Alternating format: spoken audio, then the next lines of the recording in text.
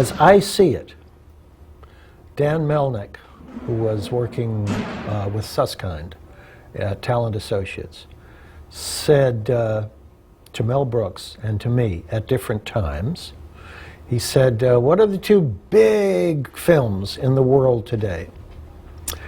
James Bond and Clouseau. Get the picture. And that basically was it. I had no experience in sitcom, and to be truthful, which I am now and then, I didn't really like sitcom. So it never occurred to me to try to look for sitcom writers. I was more interested in having friends around that I knew and could trust. But we were doing satire, and satire doesn't ordinarily come out of sitcom. I mean, the sitcom of the American television sitcom 50s, 60s, not a lot of satire. The kind of writing I was looking for came out of variety shows. You know, guys who could do sort of bursts of interesting takes on current events, historical subjects, weird things. And also, since we had conceived of the show as a little movie rather than a little play, which sitcoms always were, and most of them still are, the only connecting thing being, unfortunately, the laugh track. And I'd never written a little TV play, so it always seemed to me that it would make more sense if they were little movies. They were little Bond-like movies with a beginning, middle, and end, an actual plot, such as it was, and ancillary characters that could come in from everywhere, from all over the place to augment our main people. It was really more Bondian. I mean, you could argue that that Smart was more Clouseauian, but the setting was more Bondian, and so I thank both of the inventors of both those people, as I have so often in the past. I gave assignments to the writers, rewrote whatever needed rewriting, wrote some of the scripts, and tossed around ideas about what to do next, what to do to make it more interesting. But basically, most of it was conferencing with the writers. And we started with 6 guys, with 3 teams. Wonderful writers, all of them. And added 1 or 2 or 3 outsiders along the way, probably more, because I've forgotten. But that's what a script editor does. I used to write almost all of the what do they call them? Teases and tags. The first 3 pages and the last 3 pages, although that's not, as I say it, I'm not sure it's entirely true. I used to think I wrote most of the teases and the tags. And I usually injected whatever political satire there was into these lunatic little stories. Well, it was up all our alleys. I mean, it was sort of signature stuff for me and for Mel and for a number of the other writers. There was, for instance, Stan Burns and Mike Marmer. I'd worked with Stan Burns on the Steve Allen show, and we were good friends, and he was funnier than any other human being. And he and Marmer, they were a compatible team in the same way as you have just described the sense of the show, which was, let's do, although I'm not sure we ever articulated it, but we all had it in our minds, let's do the slapstick for the kids and the political satire for the adults, and see if we can, you know, squeeze them together and make it work. So teams like Burns and Marmer were perfect for that, because Stan wrote the greatest jokes in the history of the world, and Mike was very good at continuity. Gardner and Caruso used to write the most cartoony of the most satirical of show business shows, the parodies of a situation in which there were vampires and werewolves, or the parody of a circus background, or something like that. And in those shows, there was always the danger of going way over the top, particularly with, you know, the outsized characters that would populate such a bizarre little adventure. But everybody always tried to keep it sort of real. You could go as far out as, much further out than most other shows, but you had to come back to some sort of vague reality. But in certain situations, we were parodying specific events from other movies and, you know, from sort of cultural touchstone things that everyone knew, so everyone could appreciate the parody of it. Or playing around with the bureaucracy, the political bureaucracy, and the, you know, stuff from Washington, the Washington jokes, and you could go pretty far. The Big Arrow always comes to mind. The Indian tribe story, which I didn't think would ever work, but I so liked the gag. No, there were great jokes in it, which ended up with what they thought, what Smart and 99 discovered was it wasn't a weapon of mass destruction that was taking off from inside the huge teepee, but it was a gigantic arrow aimed at the heart of Washington. Now that kind of stuff, you know, is so far over the line as you think, well, there's no way to approach it as a real thing. But at that point, if the characters are in place, and they'd been in place for some months, you don't really have to worry about it. If the audience buys who they are, then they'll buy that stuff that's that far out. I can't recall any specific item, but I know that Leonard, Don, me, the guys, everybody, when they'd see something really loony in the paper, they'd cut it out and bring it in and say, you know, can we build a story around this, or at least build a joke around it? Yeah, the strike did come out of something real, as did the Indian situation. I can't remember what it was. I think it was the feds busting some reservation for some lame reason. But all of those usually came out of some little piece in the Times, in one Times or another. Whom had we been thinking of? Well, there was a list, you know, like Orson Bean and Tony Randall and Tom Poston. There were quite a few names, all of which would have pleased me. I mean, they were all, you know, talented, interesting guys and funny.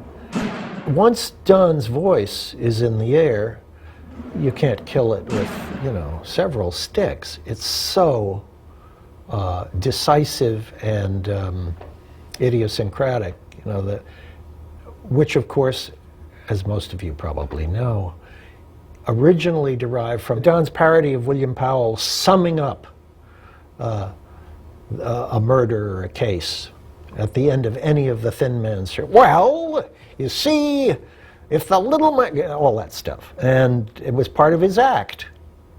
And in the pilot, which is rarely shown because it's in black and white, he really does his full-out Bill Powell voice. And then over the next 3 or 4 shows, it got worn away. It got softened a bit because it was a touch abrasive. Because I didn't want to give her a name. I just wanted her to have a number. I thought that would be good in television, to have a beautiful woman who never had a name.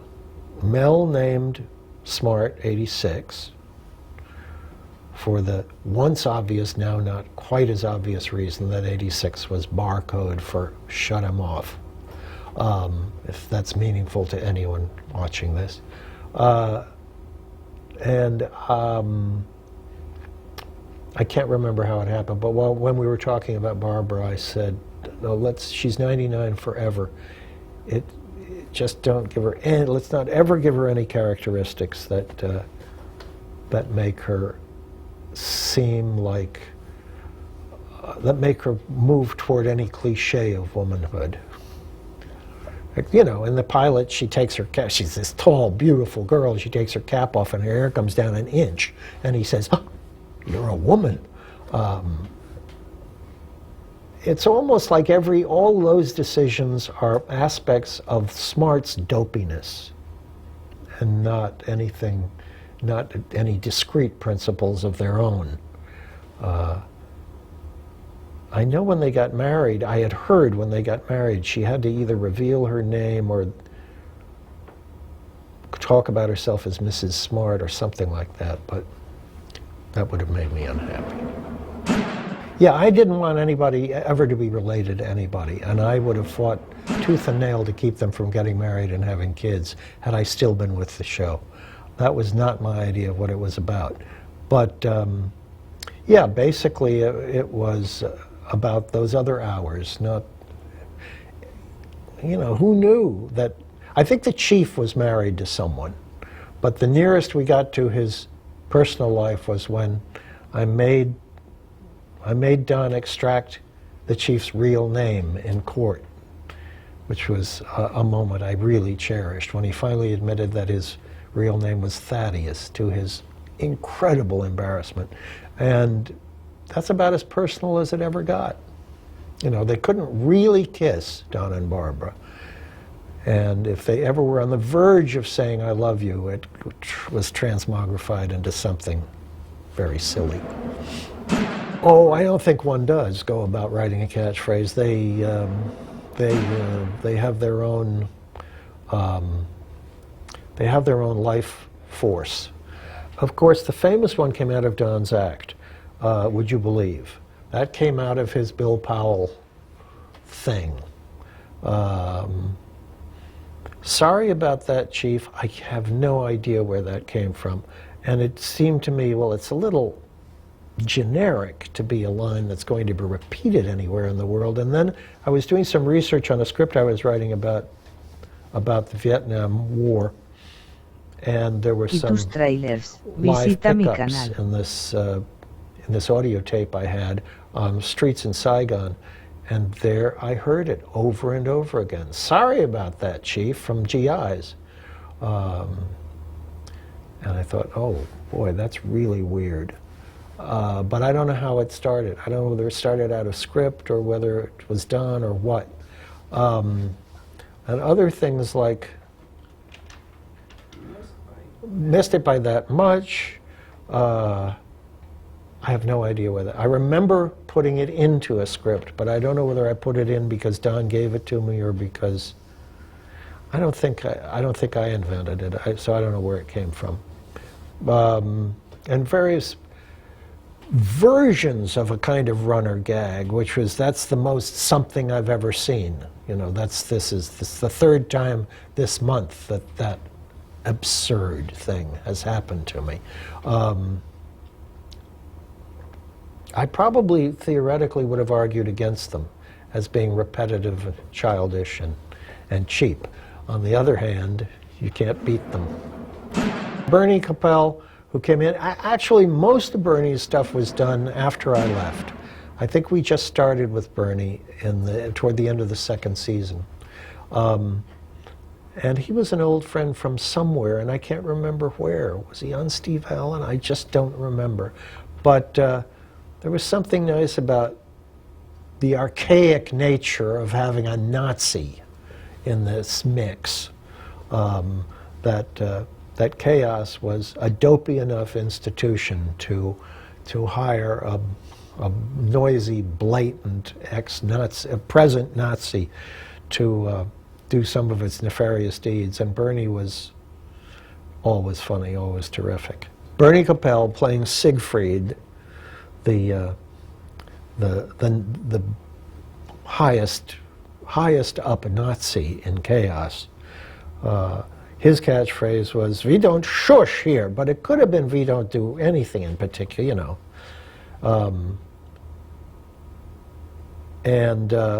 I don't know who wrote it. I don't know where it came from, whether it came from a writer or an act or something. If Mel had been there, I would have certainly thought that he would have done it, because it's almost out of the producers. We invented an awful lot of peculiar gadgets, which gave rise, I guess, to Inspector Gadget. It was, yeah, and of course they're really fun to invent, and they're fun to do when they work. Sometimes they're more clumsy than funny, but still, stuff like, you know, his fake arms that he got out of because they weren't real arms when they were tied to something always amused me. A lot of it too is, I had a certain background in silent film comedy. I don't mean I never was in silent films, but I had a love of them and a fairly wide knowledge of them. And a lot of that stuff comes out of the Keaton Chaplin tradition. $1 Million Legs, a favorite film of mine, a W.C. Fields film, along with about 9 other of the most famous comedians in early film history, is filled with very get-smartian stuff. It has a political an element of political satire, an element of parody to it, and a lot of also the Olympics is a background. It's very physical comedy, and that kind of stuff was very influential in what we did, I think. The Cone of Silence only was used in the first 6 shows, I think, maybe 3 times. I loved the Cone of Silence and would have used it more, but it was kind of hard to get to. The 2 guys had to be alone in the office for some reason, and there were only so many gags you could play on it. The shoe phone was used a lot more than that, I think, because it was handy to have in times of trouble. But yeah, the physical, the prepared physical gags are useful up to a point. And then, but there were also, I mean, we had the lab, which of course was lifted straight out of James Bond, where many, many actor friends came to invent certain things. I'm deeply sorry to say that nobody ever called from any government or quasi-government institution to say, you know, you're treading on dangerous ground here. Please keep these fabulous ideas to yourself. No. Nor was I ever called to say, would you like a tour of the secret, museum of weird things that have been invented to kill people with, which I would have liked. The Arab sheiks we couldn't get away with any longer. The book of political correctness has changed to a certain extent. We probably would have trouble with Harry Who, Joey Foreman at his best. The Arab one I did, which was very early on, was the taster. He had a taster who died horribly behind him. Nobody noticed while tasting his food, which was my favorite part of the show. This guy, very Peter Sellers stuff, in agony, screaming and writhing, not screaming, they're writhing on the floor while everyone else kept talking and doing stuff. And his daughter, the sheik's daughter, I think, had been kidnapped or something like that. A large, Zoftic blonde. How sheik's daughter could become that is hard to say, but nevertheless. This guy that nobody knew, an actor whose writing name was T.F. Lamoureux, came in and suggested a robot. And I thought, geez, I don't know, that's science fiction. That's sort of a different category. And then I said, but we'll play around with it, you know, do the story and see if it makes sense. Thus was born Jaime, and a terrific addition to the group of weirdos.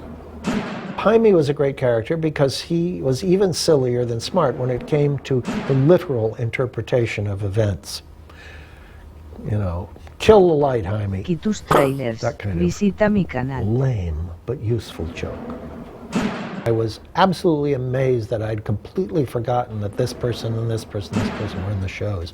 All character actors and actresses that I'd loved and had always thought about in terms of feature films, didn't you know? I mean, I knew we would get all the funny guys because of Don. I knew we would get Rickles and Johnny Carson and all those guys to come on.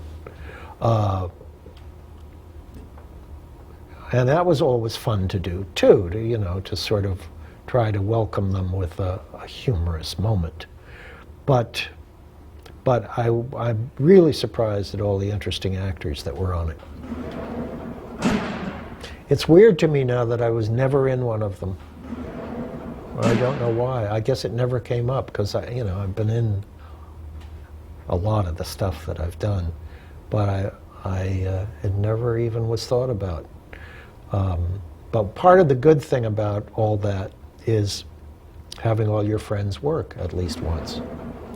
Del Close, the famous Second City Chicago guy who both acted and taught for decades there and was a legend of improvisational acting in his time. He came to LA and he said, "You got a job for me?" I said, "Absolutely. Put a white coat on, go to the lab, invent some weird stuff. But you have to meet the casting lady first." The casting lady was a very fragile, very well-known, lovely, elderly lady named Pat Harris. And he walked into her office, and I said, "Pat, this is Del Close." And then I don't think I was there, because what happened was he was playing a scientist already to show her he could do it. And he had this little box he'd rigged, and he gave it a name, galvanum or something, and he put it on her desk, and he said, "Hold these two things," and she held them, and he put several thousand volts through her. And she fell off her chair. I think we had to take her to the hospital. That was Del. So there were hazards in casting that one hadn't thought about. But of course, if you have completely crazy friends, and Del qualified, that's the kind of thing that can happen. Well, let's go back to the very beginning. Leonard, talk a little bit about how this show came to be. It almost did not come to be. We originally did it for ABC, and Don wasn't a figure, and it was designed for Tom Poston. And essentially the same script, and ABC did not like it. And Dan Melnick and Dick Dorso, who was representing Talent Associates, company in which I was a partner, and David Susskind, said, "Let us do a rewrite. It'll work." And they did a rewrite, and Dan said, "If you don't like this, you can have your money back." And within 24 hours, they asked for the $7,500. And now we had a show at the end of the pilot season. And only one potential customer, NBC, who had Don Adams under contract. Everyone was fearfully concerned that if we didn't do this, we'd have to close down the company if we couldn't sell this. And Dick Dorso was the most apprehensive. And he would call me every day. A meeting had been set up in California to meet with Grant Tinker if Grant Tinker liked the script. And Dick would call me every day and say, "You've got to change it." And I said, "Well, I will change some of the things because I know Don is much more verbal than Tom, and I can do that. But it's such a solid script. He said, "No, you got to do more than that." And over the 2 weeks, he pursued me tenaciously, and I put the door sequence in and some other things. And finally, the meeting at the Beverly Hills Hotel. And I did not know Dick Dorso, and I never met Grant Tinker. And the three of us were sitting. Dick was to my left, about 6 feet away, and we were both facing Grant in Dick's hotel room. And we went through a lot of amenities, and finally Grant said, "Why don't we get down to Get Smart?" He said, "I read it last night again, and I read it this morning, and I love it." And Dick said, "Don't worry, Leonard can do it."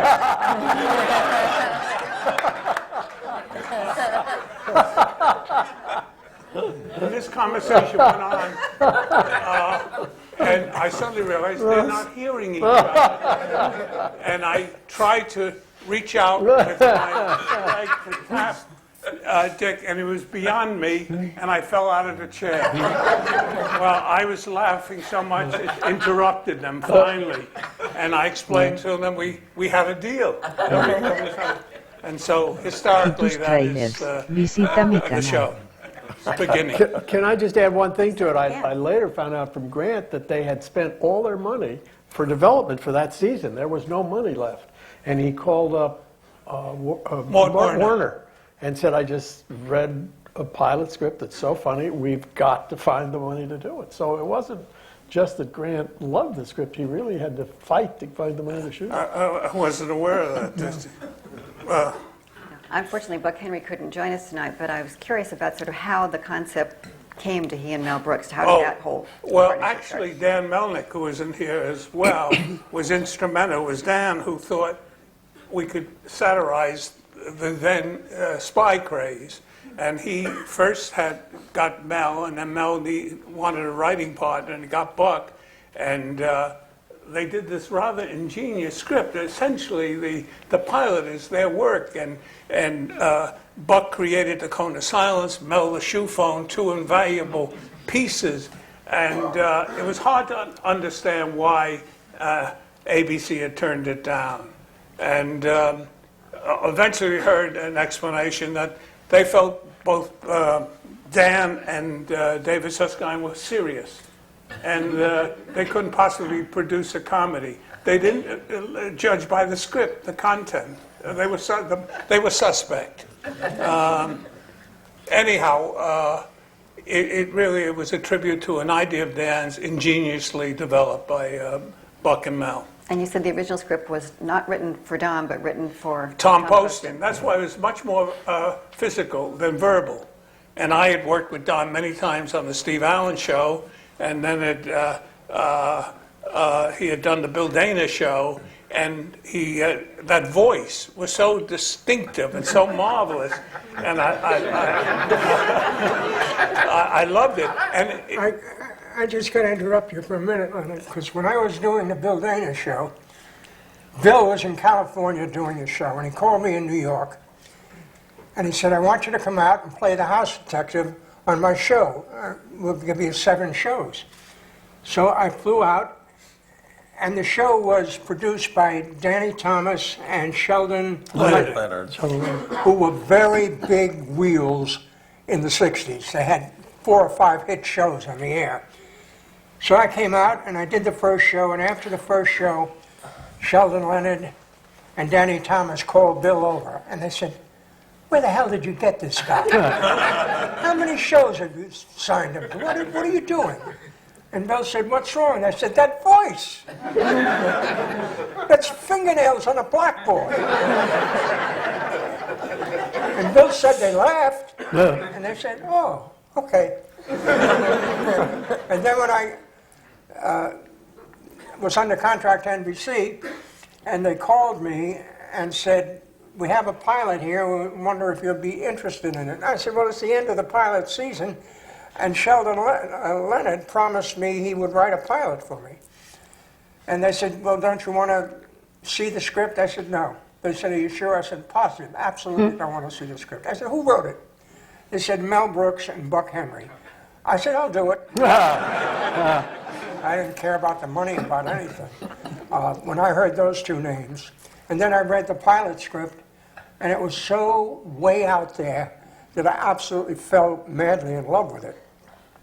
And then when we started doing it, I didn't think it was going to go. We were all kind of, if you remember, depressed because there was a lot of trouble making the pilot. We're out in the harbor and with a boat with the cameras floated away. We were left on a raft. And there were 9 guys telling what was funny. You know, Howie Morris from the Sid Caesar show was directing. And so after we finished, we looked at the pilot and we looked at each other and we said, we better start looking for a new job. And then they had the affiliates dinner in New York at the Waldorf Astoria. And we looked at the pilot and said, well, there's about 6 funny minutes in it, really hilarious minutes in it. And the rest of it is... So they called from New York and they said, listen, we got a lot of pilots to see this year, so we can't watch all of the pilot. Do you have 6 minutes?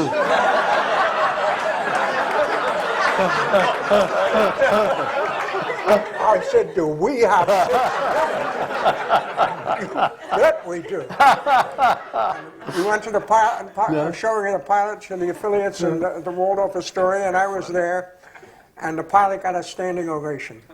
So it shows what we know. Now that we've heard how you came to the show, I was going to see if we could ask Barbara and Bernie to talk a little bit about how they came to the show. I was sent the, excuse me, did you want to go No, first? please, please. Ladies first. Okay. I was sent the script. I had done a couple of guest appearances on Talent Associates shows, Mr. Broadway. Well, first was the George Scott show, East Side, West Side.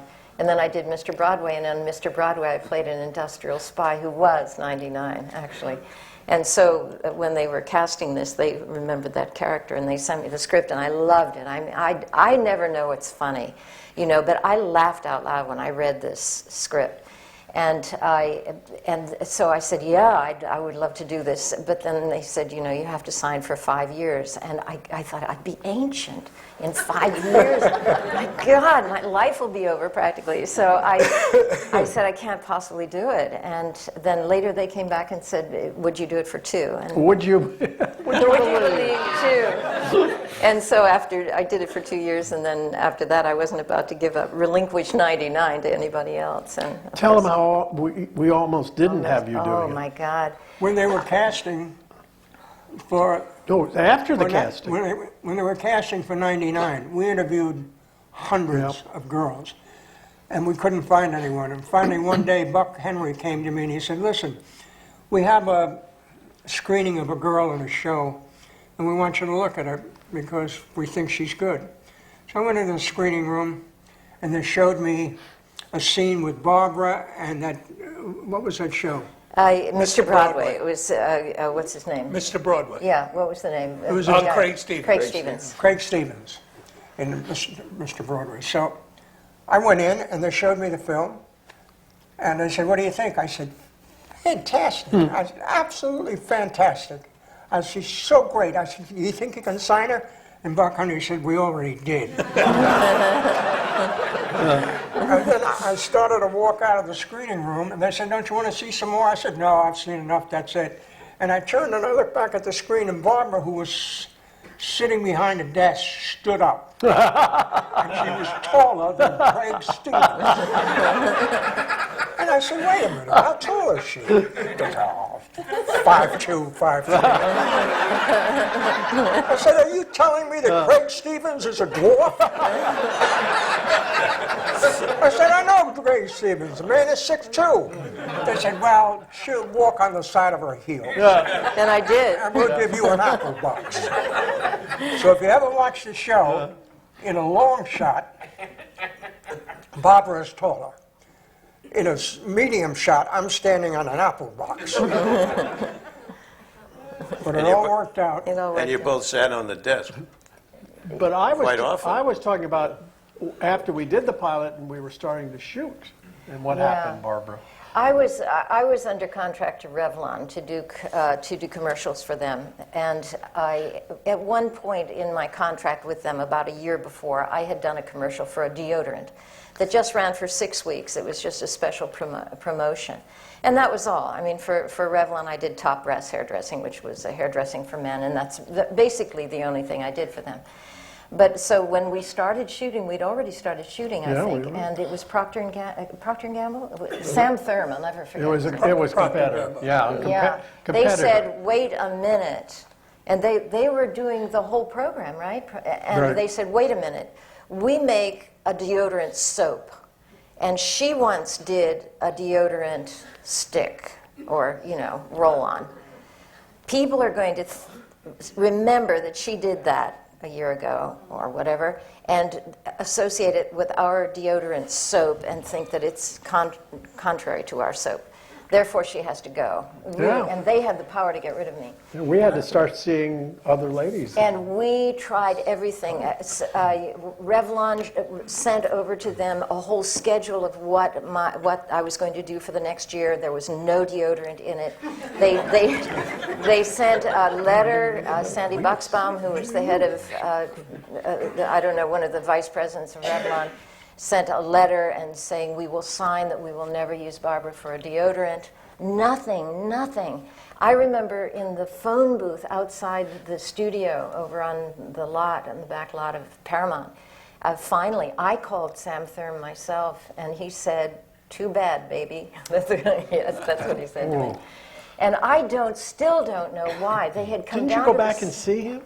I didn't thought know that's- later he got his picture taken with me. I thought that's what turned it around. You went No, back we and found a defect in their product. It didn't work. I don't know what did turn it around. Honest to God. I don't know. I'm His hearing this for the roommate- first time. No, I thank you remember. for I keeping it thought from you. me. I thought you went back and saw him and talked to him, or maybe it was that phone conversation. Maybe it he was. gave permission. Maybe that's what did it. I don't know. But I it remember was- we were not happily, because we sure didn't want to. We had to see other ladies, and we were already into like the third show, and we knew we couldn't replace you. And NBC nobody was was any insisting good. on it too. Pardon me? NBC was insisting Yeah. that you get rid of Yeah. me too. And then Procter & Gamble relented for some reason. Y tus I still don't know trailers. why. Well, when he Visita said mi something canal. about baby, and you said, I'll be there in a Yeah, that's couple probably hours. it. So what did you have in mind? How do all of you account for the enormous popularity of this show? I mean, we had such a wonderfully easy time to sell tickets to this evening. They were gone instantly. Well, It's for a one great thing, it tribute was to you. funny. And It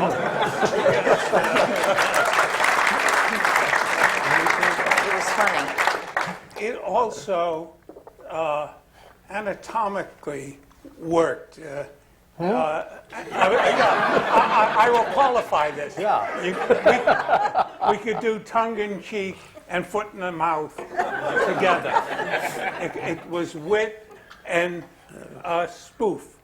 And I think that was unique for television. Wit had disappeared. It had been a component in variety shows. Certainly Sid Caesar, Steve Allen's show, The Week That Was. And then it didn't find a place in situation comedy until Get Smart happened. I think that's one of the reasons we all responded to the script. There was always something interesting about the show, too. The show, when you look back at them now, most of them were done on location, which complicates it. In a single camera show, which takes longer to do. And we were in Griffith Park a lot. We were all over the place, except for the desert show with Don when we gave him the sand. Go ahead. But it had a different look. The show had a different look than other situation comedies because most of those shows were enclosed, and you got a little claustrophobic after a while. And this was always opened up. You know. And I feel there are two things. Number one, I mean, we had just wonderful writers, but Leonard would come up with these really, really funny, hysterical props and how to make them. The other thing was Don's catchphrases. I mean, I remember going to a baseball game when the show had been on the air about 3 weeks, and the baseball, and the guy in the stadium is announcing who the next batter is, and he makes some name up, and there's a silence, and he said, "Would you believe it's And the kids really picked up on those catchphrases and the funniness of the show, and I think the parents started watching it from the kids. Very true. If you think of Would You Believe, it's a marvelous structure. Of course, it starts out as a bluff, and then he plea bargains the bluff. And missed it by that much. Yes. You could always find a way. And They were when great. Don, we mentioned before the unique delivery, the first note I received from the network about the show said, please change Don Adams' strident delivery. 7 weeks later on the Gemini 7 flight, something went wrong with a urine bag, and the control said, sorry about that, Chief, in Don Adams' voice. became the most imitated voice in America that year. We had a lot of trouble with the show as far as the actors that were cast in the show, because they didn't understand that they were not supposed to do comedy, that everything we did was serious, except what I did. So we used to get real good actors on the show. Harold Stone, who's a marvelous actor, who was in Psycho, he was a psychiatrist, came. He was so happy to do the show because his kids wanted him to do it. And he came on the show. He played a ship's captain. It was in a show that Leonard wrote that won an Emmy. Buck and I wrote. Huh? Buck and I wrote. Yeah, Buck. It was a two-parter. Ship of No, the Spies. saltines where you have to So- Yes, yes. Harold Stone came on. He's playing a ship's Y tus captain. trailers. As a Visita head mi leg. canal. And I first come into his office, his room, and he stands up, and I look, and he says to me, "What's the matter? Haven't you ever seen a peg leg before?" And I said, "I was looking at the other one."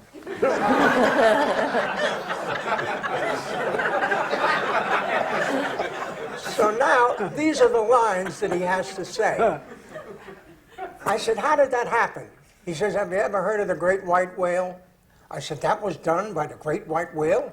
He said, "No, this was done by a small blue convertible." I said, "The great white whale was driving a small blue convertible?" Now, we do the scene, and Harold Stone is doing it like Henny Youngman or Milton Berle. The great white whale? It's Harold. You're not supposed to be funny. Everybody had to play it absolutely straight for the comedy to work, right? Absolutely. What I remember of that show, too, because Leonard wrote it, and I think it was one of the funniest moments, when a spy comes into the cafe, Don's waiting in the cafe, and he's supposed to whistle to tell the chief or something. And he's sitting there, he's eating saltine crackers, and the guy walks in, and he tries to whistle. And I don't know if any of you have ever tried to whistle with saltine crackers in your mouth. It doesn't work, and it was, sorry, it was funny to me. Was that Buck's favorite line in The Ship of Spies? The captain is named... Oh, go ahead. you're right. Buck set this up. The captain's name was Grauman, right? Grauman. Yes. Captain and Grauman. he had an Asian who was his assistant. And ultimately, Buck worked the script around to where he said, "Are you Grauman's Chinese?"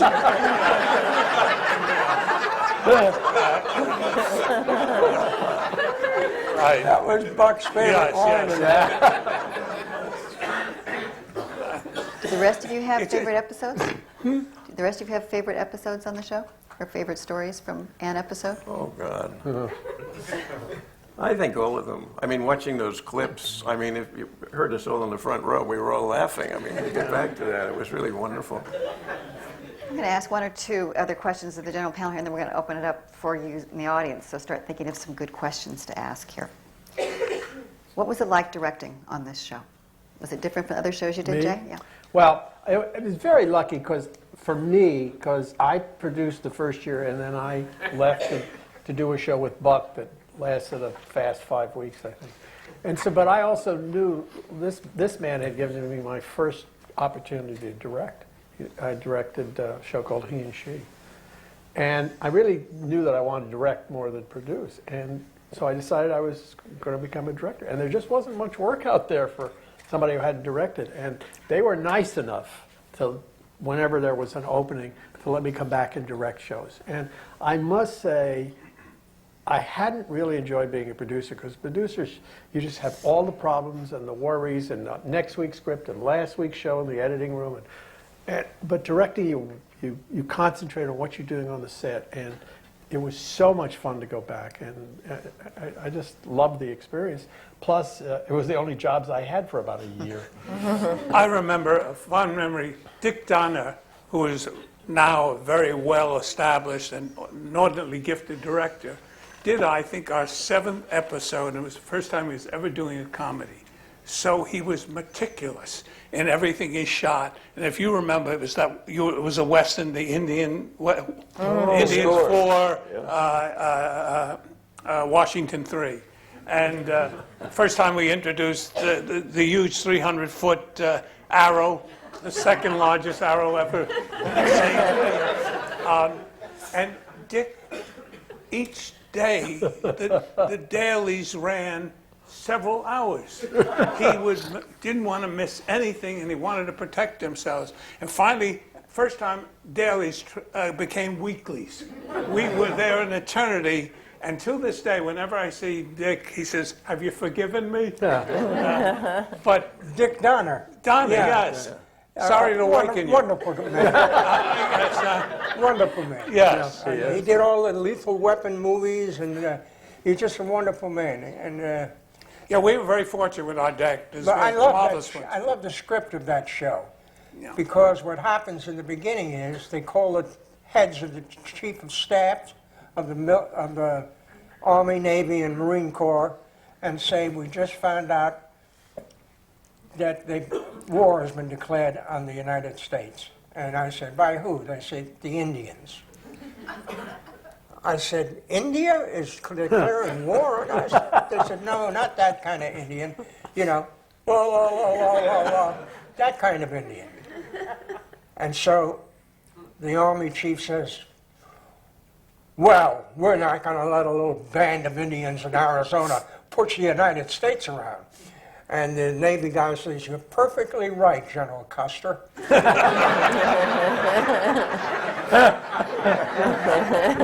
Your attention is remarkable. They had hijacked the Greyhound bus, is what I remember. Oh, God, I don't remember that. They'd taken and hijacked it. Leonard, you mentioned you got some initial network notes on Don's voice. How was the network in general with you? Did they give you lots of notes? And what was the They nature? were very, very responsive to the show. We got very few memos. We got a strange one that said, "Be sure to not portray in a grotesque or morbid manner the dead midget lying under the leaking toilet."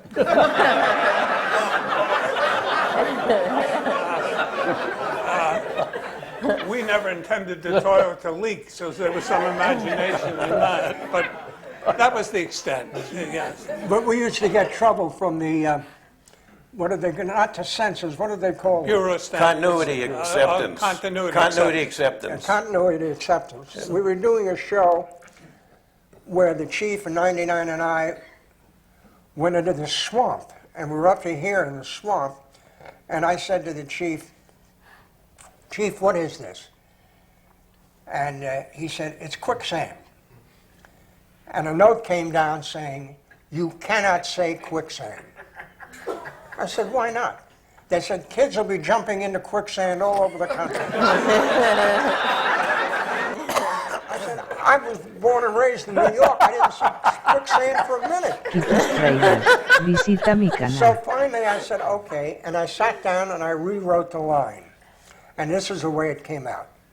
"Chief, what is this?" He said, "It's synthetic sand." I said, "Is that anything like quicksand?" He said, "It's quicker." And then that And Don mentions Ed Platt, and I must say, for every great comedian has a straight person who just reacts to him, who can do this. Straight person is the reality, is the audience listening, and Ed Platt was the best reactor, and he was such a good actor. Such a lovely man. Jay's right, totally superb. In those 15 minutes, the variety of reactions, the pain, the anguish, and yet the begrudging respect, because this man got the job done. It was all there in each and every performance. And he was literally irreplaceable. And it was there, I'm sorry, it was there from the very beginning, because I was in the pilot. He had the character absolutely. Yes, he did. Startlingly good. Yeah. He was incredibly perfect for the part and brilliant. Yeah. It was so easy to work with him because he played that character. I don't know how the hell he played it. it's a difficult character to play against, you know, my shenanigans. But he did it, and he did it straight, and you believed him. And he was a dear soul to boot. Yes. I also, as in hindsight, because I was the producer then, but now as the director, I realized how much Barbara Feldon added to the show, because there was, well, no matter what Max, no, I'm serious. No matter what the craziness Max did, you just saw this love in her eyes. And there was no romance, nothing going on from his point of view. He was so oblivious to the wonderful woman. And it was just, we were just very lucky in casting. And very, We very really were. fortunate because we were able to write to that innate sweetness and goodness. And she was inordinately protective of Max. I remember a sequence where they're hiding, and she says, "There's too much light," and Max takes out his gun and shoots one of the lights, and Barbara then says, "There's still another light." He says, "I'm out of bullets," and she says, "Why don't you try the switch?"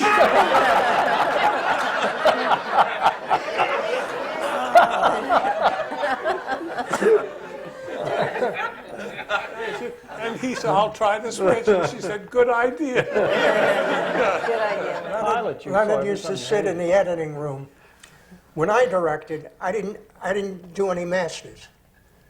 I did an establishing shot, but I didn't do a whole master. And that used to drive Leonard crazy. He'd sit in the editing room, and there was no master, and he'd take his Hit the wall. arm and smash it into the wall. So where's my Cutaway. Long shot? Or? yeah, Yeah. because he wanted to be able to piece together every single part, and I didn't give him the chance to. I didn't shoot it. I had to save time. So That's how he made up the 2 days. well, what happened was there was a guy, Bellamy. Earl Bellamy, who was an old-time movie director. And we were doing a show where I walk across the bridge and there's a guy ready to commit suicide and jump off the bridge. And I turn around and I start to talk to him to try to talk him out of jumping off the bridge. And it's about a 9-page scene. And at the end of it, I said, "Well, if you want to jump, go ahead and jump." The guy jumps. So now I look and the camera's a mile away, and I said, "Earl, what kind of a shot is this?" Because I walked across and turned around and said, "What are you doing?" And Earl said, "Cut." And I said, "What did we do wrong, Earl?" He said, "Nothing. Go right to the end where he jumps off." So we did the last line where he jumped off. He did not shoot In between. a 9-page master. I said, "How do you do that?" He said, "Because I have it cut in my own mind." And he said, "I'm not going to waste time doing a master that's an eye test." And I always directed that way. In the projection room where we run the dailies, Leonard, as Don said, Leonard would pound the wall. He would do it constantly when a shot, and he wouldn't say anything to anybody. You just hear this bang, and eventually the wall had a hole in it. You know? And at the same time, he had a habit of, I hope you don't do it anymore, we had those styrofoam cups, and he would chew, after he drank his drink, he would chew the edge, and the angrier he got, the smaller the cup got. I just bang the wall. The banging was, I was unaware of that. Yeah, they say, did Leonard like the dailies? No. How many times did you hit Didn't the want to wall? Only comment. 3, I yeah, I thought liked it. Everybody's going back to work. The dailies were midday, so I don't want to say anything negative, and I shouldn't do it.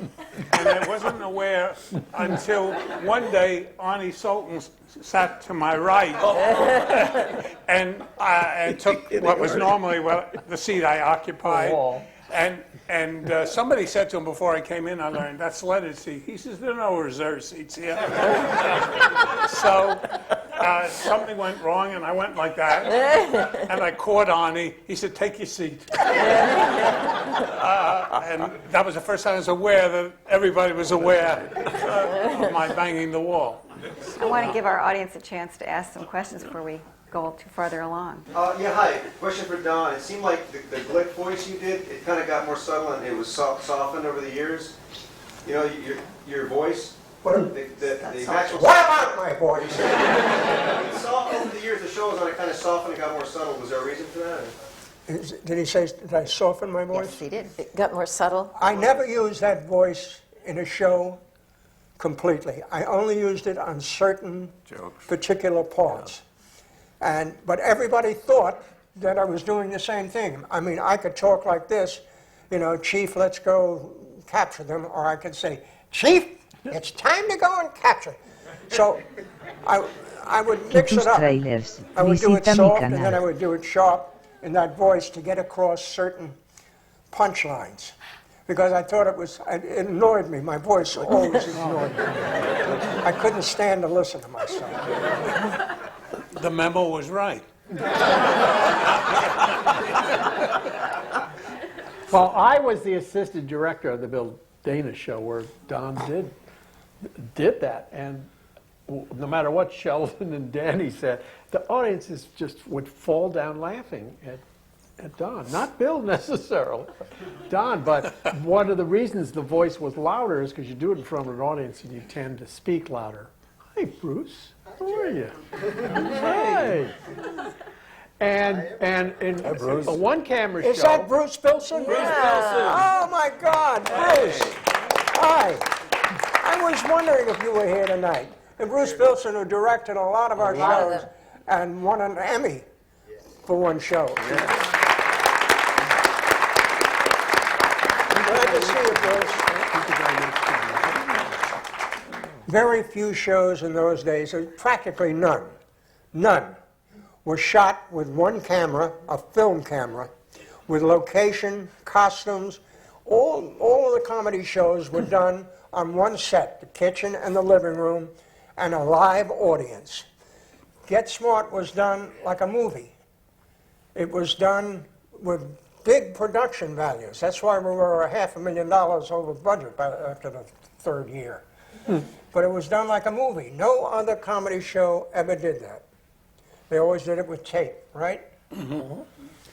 Well, part of the other thing is that we didn't... I don't know whether Leonard wants this story known or not, but Town of Associates, who produced the show, had an office in New York, and they weren't producing anything. Nothing was coming out of New York. So some of the budget that we were supposed to spend on the show would somehow find its way back to New York. And the network would say, why aren't you doing more locations? And we just didn't have, the first year, we just didn't have the money, because we were getting X amount of dollars from the network, but we didn't have it to produce the show. So we would have to put all these locations for 4 shows together. I'm glad I came tonight. I'm learning an awful lot. Hap, aren't you glad you came instead of having the gin game? It's my very close, very devoted, good friend, the editor of Playboy magazine, the founder of it, Hugh Hefner.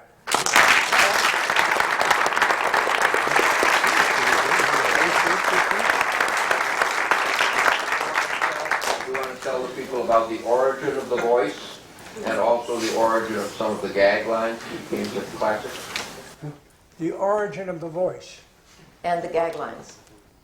A guy named Powell. Right, yeah. Well, when I was doing stand-up comedy, which I was doing for 20 years, I did a routine about a defense attorney. Your Honor, no, about what was it, defense attorney. Your Honor, ladies and gentlemen of the jury, for the past 20 minutes I have sat idly by while the prosecuting attorney has stood up here and made a complete ass of himself. Now it's my turn. So the way that I got that voice was I went to see a movie called The Thin Man, in which an actor called William Powell had a voice that was similar. It was clipped. It was a subdued version of what I was doing. He'd say, all right, Nora, What was would you his like a wife's drink? name? Nora. Nora? Where's Asta? Asta? west, north. and I would, so in my routine, I used that voice. And then I was writing with Bill Dana, and I was writing a football coach. Bill and I were writing together. And I said, I don't want to use that voice, Bill. I said, it's annoying. And he said, you don't understand. He said, something that's mildly funny becomes terribly funny when you use that voice. I said, I don't know. So I had to do a cheer in this bit where I say, and now let's do the colored cheer. Boomalaka, boomalaka, boomalaka lock, laka boomo, laka boomaboo, laka bakabak. And then I would start to read off my sleeve, rakataki tak two, arumadi, and it would go on. And I said, Bill, that's dangerous. If that falls flat, I'm out there with egg on my face. He said, I guarantee you, the Tus longer you trailers, do it, visita the mi more canal. they laugh. And he was right. I was tentative at first, you know, and then when I started to laugh after the second or third, I got brave. It's a very, very interesting point brought up, that most comics, when Don was starting out, were capable of impersonating. But they had distinctive voices that they could impersonate, or body language, or styles. And today, the homogenizing of America has eliminated it. There are no impersonators as a result. They have no one to imitate. Isn't that interesting? The actors, I mean, you can do, it can be Ben Affleck or Brad Pitt. Something is wrong, and hopefully it'll correct itself. And the small speech. But follow up on Mr. Hefner's question of where did some of these phrases come from? Because you had them when we did the Bill Dana show, the Would You Believes, and you already had those phrases. Where did you get the phrases? Where did the phrases Bill come and I wrote Would You Believe, and Sorry About That. Really?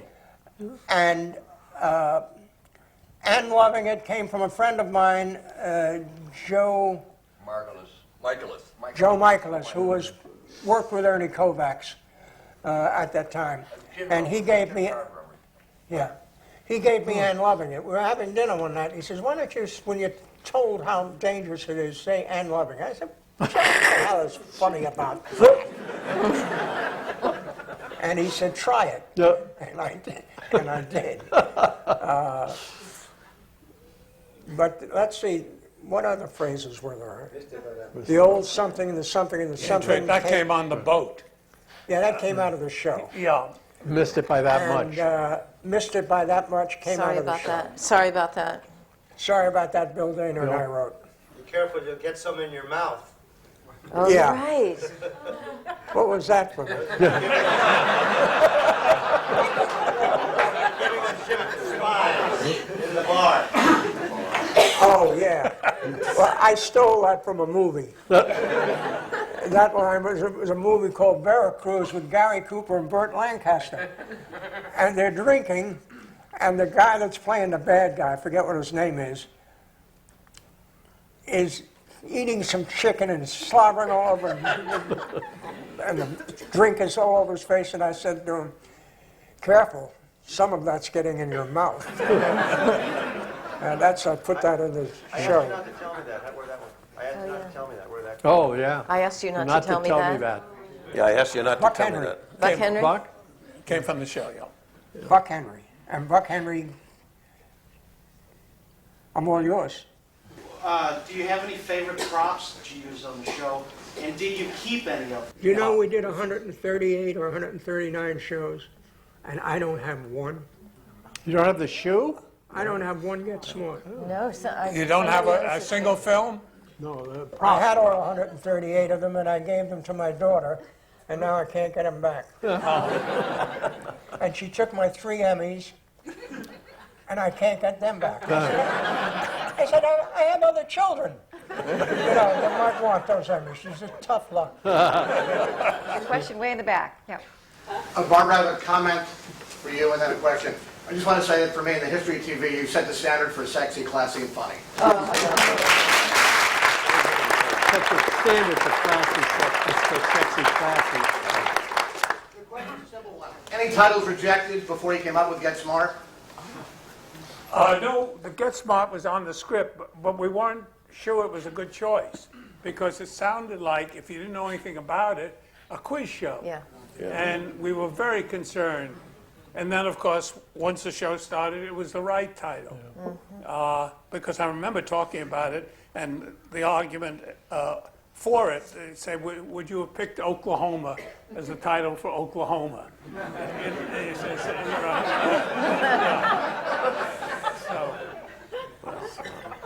Yes, right here.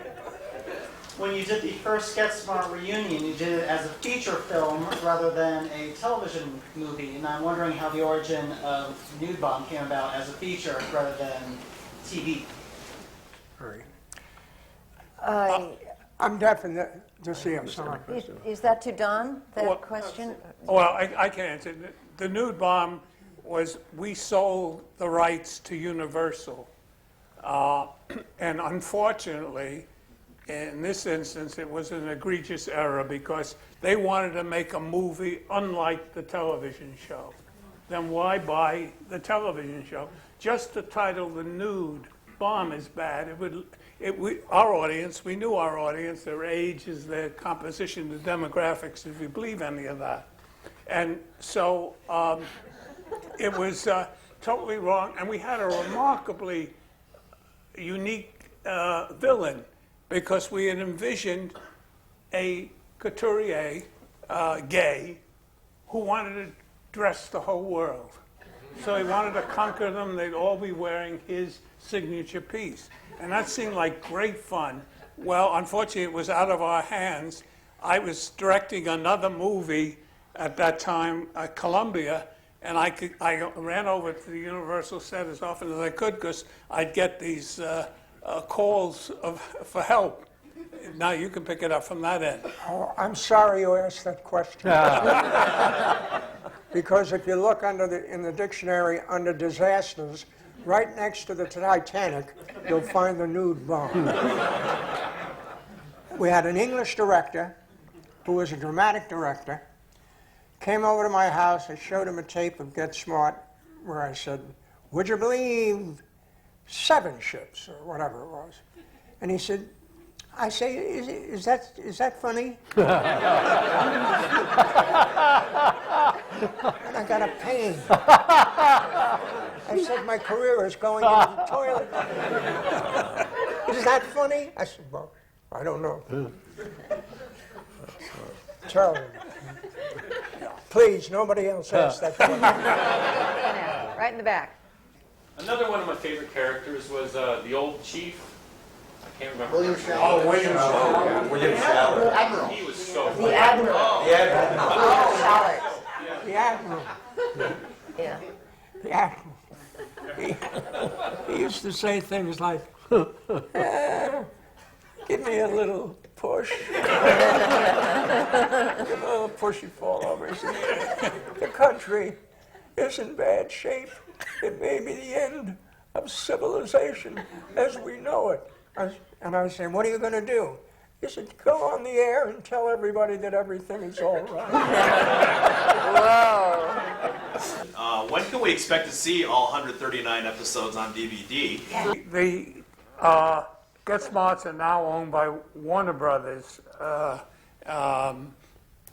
It's interesting in how many hands they've been, but Get Smart belongs to Warner's, and I imagine they, if you want to acquire the rights to do a sequel, and I think they're talking about it now, making another movie, they have to be, you have to deal with Warner Brothers, and I think that when they see it's advantageous to convert it into DVD, they'll do it. If they did a Get Smart movie, I would like Eric to be Maxwell Smart. Eric from Will and Grace. I think you would be perfect as me. I've waited my whole life to hear you say that. Would you believe 3 weeks? I actually wanted to ask a question. The show existed in a time period where style changed so much, and when it began, it was so, in its look, it was so Cold War, with Siegfried and the thin ties, and then by the end of it, you were Mike Brady. Was that something that you naturally did, or was it pressure from the network to stay current in your look? I mean, Barbara became so colorful, and your jackets with the wide lapel. Did you fight that, or did you actually go with it? No, we had designers working with the show continuously, and we just kept current. I don't think consciously, but it was just that we be of the period and the time. And those were the clothes that were out there Yeah. then, in terms of the high fashion that was out there. Well, also, once you got married, the whole character changed. She was once Barbara's character got married, the two of you got married. I think the character went a different way. Bobby's character was so perfect for me. I cannot tell you. I just cannot tell you. Those 5 years were the happiest years of them. I couldn't wait to get to the set in the morning. I didn't care if we worked till 11 or 12 at night. But it was just so much fun to do. And the reason that it was a lot of fun to do, because my sense of humor, it tends toward a little black comedy. And I never thought they would allow us to do what we did on television in the 60s. I thought they would clamp down on us, but we had a staff of writers who were loose cannons. They would write anything. And that's because it was satire. People said, well, it was, what is the opposite of satire? He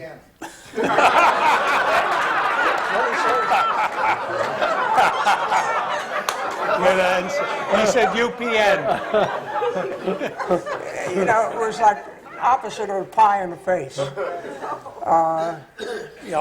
We do owe a lot to Visita mi two canal. Anis, Ani Rosen and Ani Sultan, who wrote a high percentage of our scripts and actually produced our shows. And we can't forget Buck. Buck Henry's line. Well, Those of you who don't know Buck Henry, he went on to do wonderful things. But I think Get Smart was the first time that he'd done something every week. And between Leonard and Buck, Leonard would come up with these crazy ideas, and Buck would write them, and Don and Barbara would act them. And it was really a well-written show. If you look back at some of this material, it's really funny. And you don't do that without really good writers.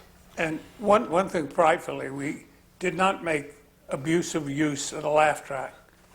We actually screened our shows and learned where the audience laughed and then put the laughs in there.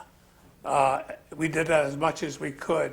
I find a laugh track offensive, and it may have led to the lowering of standards in comedy. And it may have led to a whole generation who have a Pavlovian response to hello as being funny. You know what I'm saying? They hear it, and they think that they... I didn't watch the show, the reruns. I didn't watch the shows. I watched the pilot. And after the pilot, I never watched another Get Smart until 20 years later. And that was because it offended me in the pilot, the laugh track. I would come into a room and say, hello, 99, and the guy would push the goddamn button. And I said, what the hell is funny about hello? So I never watched until like 20 years later, and then I watched, and it didn't bother me. Well, I think it was used discriminately. We tried at least. Yeah. Bert, was down there. We always toned it down, and we worked with really good people. And most of the times it would be, I'd be sitting with them, and I'd say, that's not funny, there's no laugh there. Silence is better. But they were wonderful. That was the magic box. You need somebody good. The Writers Guild had a sketch once, marvelous sketch, actually performed by Carl Reiner and Mel Brooks, who two guys who worked the laugh track, sweetened the track, and by error they're given Lincoln's Gettysburg Address. Just marvelous. 8 hilarious minutes. The reason 20 years later that I watched the reruns, I loved it because, first of all, you never grow old. Barbara's, beautiful then, she's beautiful today, but she'll never grow old as long as those Get Smarts are shown. I will never grow old as long as they're shown. And Bernie will always be German. Yeah. Well, I did marry an Austrian. We only unfortunately have time for one more question, so this lady right in front. Given your enormous talent for comedy, this is for Don, Barbara, and Freddie, would any of you consider doing dramatic roles now if offered? I would. Well, I've done them through the years, and I just finished doing a play actually in New York. For television or movie? I have tried to get acting parts, dramatic parts, for 30 years, and they look at me and say, "Come on, you're not going to go." Hello, Phyllis. I'm here at Wuthering Heights.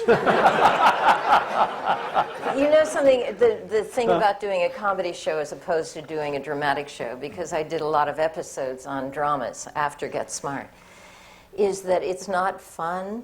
You go onto the set of a comedy and it's fun. There's a lightheartedness to it, and when you begin doing the material, you laugh a lot, and the immune system just loves that.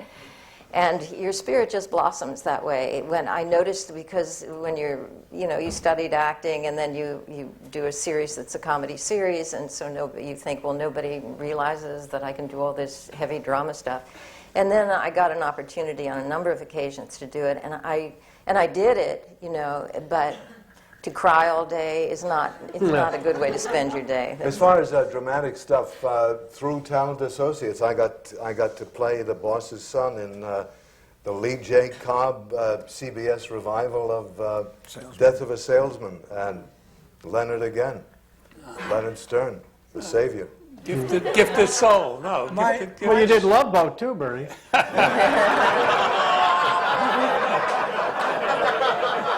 My so dramatic, Not a bad thing. My so dramatic acting was back in 1960 or 61.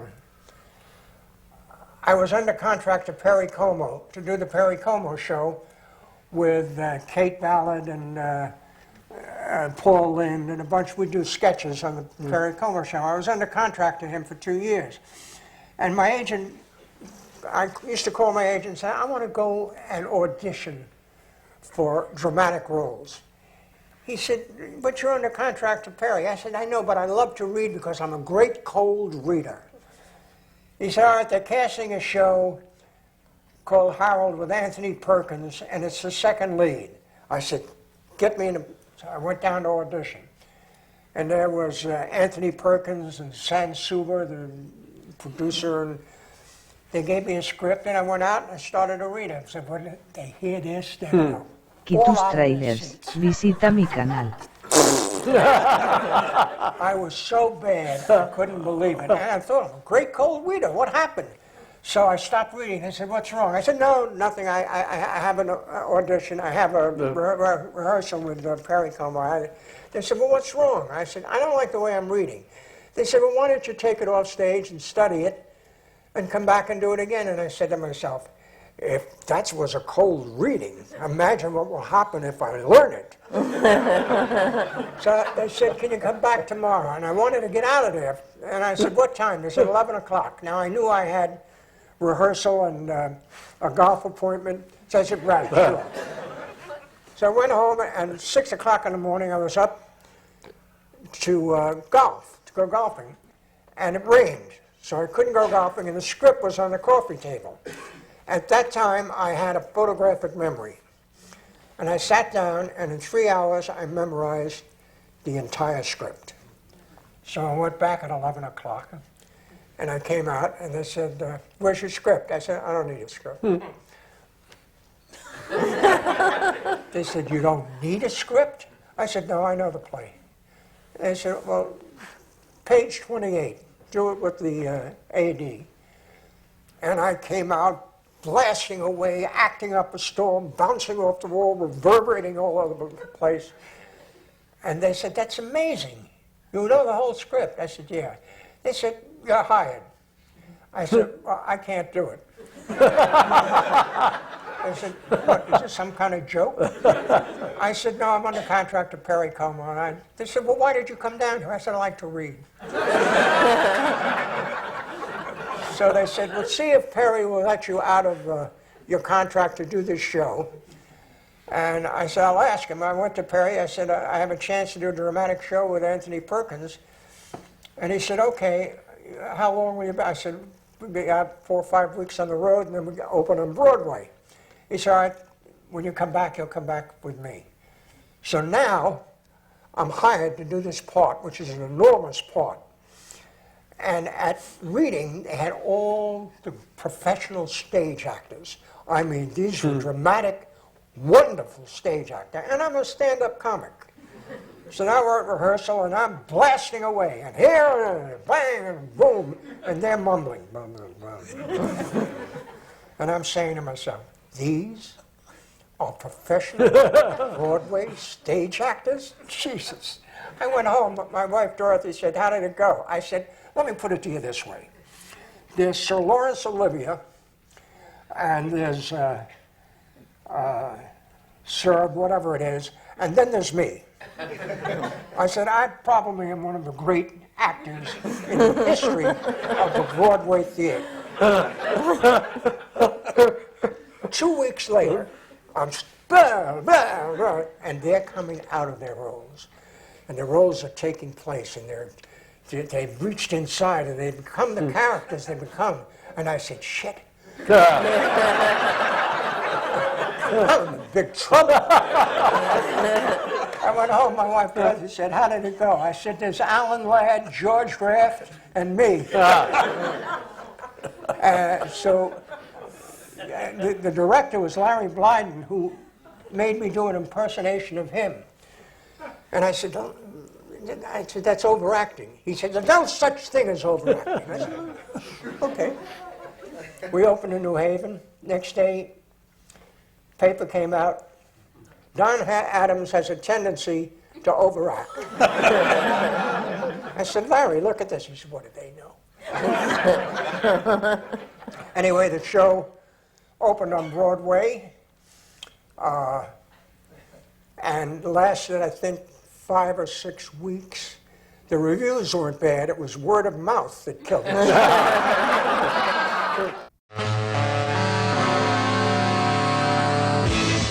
I've yet to find out what an executive producer does. It's assumed that he essentially runs the show, but that's contested by everybody else involved in the show. Its initial appearance was in the mind of Dan Melnick, who conceived of doing a spoof on James Bond. And Dan and Davis Uscon hired Mel Brooks and Buck Henry to develop it. And I thought they did a remarkable job. I was intrigued by the original script.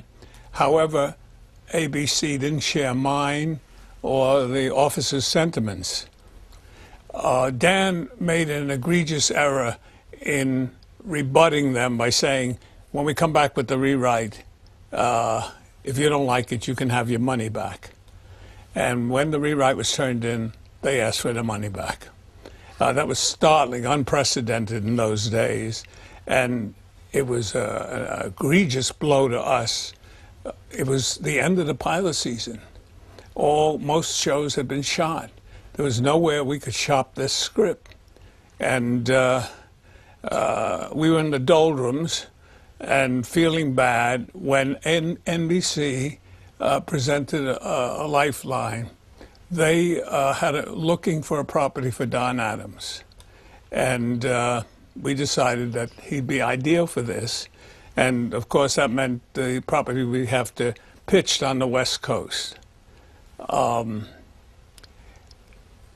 The show had been originally written with Tom Poston in mind. I don't know if you're aware of that. And so it was much more physical than it was verbal. once we had to consider the possibility of Don Adams being in it, we knew it had to be more verbal and reconstructed slightly, and we didn't yet know whether Don was capable of any physical activity. A third character in New York is important in this story, Dick Dorso. Dick Dorso was the agent representing Get Smart. He had been rejected twice by ABC, and he was unduly nervous and overly concerned in my mind. He would call me every day. I was doing a polish on it, and I couldn't really find anything to polish. I thought it was essentially a marvelous script, but we had the two defeats behind us. So each day I'd say, I'm working on it, Dick, and he'd say, please, we're going to have a meeting in a week, and a meeting had been scheduled with Grant Tinker of NBC, whom I did not know, and I didn't know Dick. I was aware of him, but I had never met him. But I had this constant concern pressed upon me each and every day. And I said, I have an idea for an opening. And I added a door sequence. And then I did a little bit more, a joke here and there, and I put an agent in a confined space. And each day Dick would be reassured and for temporarily. And eventually the meeting was held at the Beverly Hills Hotel in Dick's room. He had flown out here, and Grant Tinker showed up. And we were sitting in a triangle. We were virtually equidistant from each other. And Dick and Grant knew each other, and I knew neither of them. But the two men were talking amenities, and I joined in on that. And finally, Grant said, okay, let's get down to why we're here. And he said, I read the script last night, and I read it this morning, and I love it. And Dick said, don't worry, Leonard can fix it. So then and there, I realized something is amiss here unless these are two practical jokers. And the more Grant said lavish and marvelous things about Get Smart, Dick would say, and Leonard's got an idea to change the opening, and he's going to put in a sequence with another agent. And I realized Dick was so conditioned, it was Pavlovian. He was only hearing negative thoughts. And if they weren't there, he was making them up. So I decided I better, if surreptitiously, if at all possible, let him know he's on the wrong key, playing in the wrong key. But I couldn't reach him. I couldn't extend my foot far enough. So I gradually slid down, as I'm doing now, in my chair until I thought I could reach him. And at that time, I fell out of my chair. And I clumped on the floor. Both men looked startled. They'd been so preoccupied with their own thoughts. And I started to laugh. And they said, what's so funny? I said, you haven't heard each other. And I think I introduced the Maxwell Smart moment into this meeting. And I explained to him that Grant loved the show, and Dick only heard disclaiming, defaming things. And pretty soon we all were able to laugh at it. And that's the history of how suddenly Don Adams became Maxwell Smart. I had served in counterintelligence during the war, so I had an appreciation of the absurdities that went on in real life, and so capitalized on them in and on film. My experience fortified the moments, gave them a basis for reality, and when anybody said that can't happen, I had irrefutable proof that it could in my mind, so that I withstood many challenges and many attempts to change things that they felt were simply impractical or unrealistic or too imaginary. Well, we were very fortunate. There was a community of writers and actors in New York. It was live television. It was the last gasp of playing before an audience of substantial size, having an opening night every week. It was remarkably rewarding and exhilarating. So it attracted gifted writers. And you had an enormous challenge. You there was no laugh track, thank God. And so we benefited from that. We had to earn our laughter, and we were skilled enough to do it, or we were gone. And as a consequence, everybody was honed to perform even when there wasn't an audience, as if there were an audience. And so the performances always played, even on Get Smart, where we did not have an audience, to an audience. And as a consequence, whenever I took a film and ran it before an audience, we would be fiercely right about the moments that they were going to respond. And we never used a track where we didn't get a laugh from the original audience. But our perceptions and guesses were close to 100%. I had, if I may indulge in this on myself, I had done the Jackie Gleason show in New York for 4 years, the Bilko show for a year, and Steve Allen for 4 years. And when I came out here, because the business moved out here, I couldn't get work. Because sitcoms didn't want writers who wrote jokes, they said. But what they meant is they didn't want jokes in a comedy, which sounds maddened, because they had actors who couldn't be funny. So it was a bizarre transition and bewildering. Ultimately, enough of us went back to our roots and did shows in front of audiences once again, and survived for ourselves, if not for others, yes. I had a very bright and a likable human being who ran a studio said to me, "Leonard, we'd love you to do a comedy for us, but we don't want jokes." And I said, you don't mean that?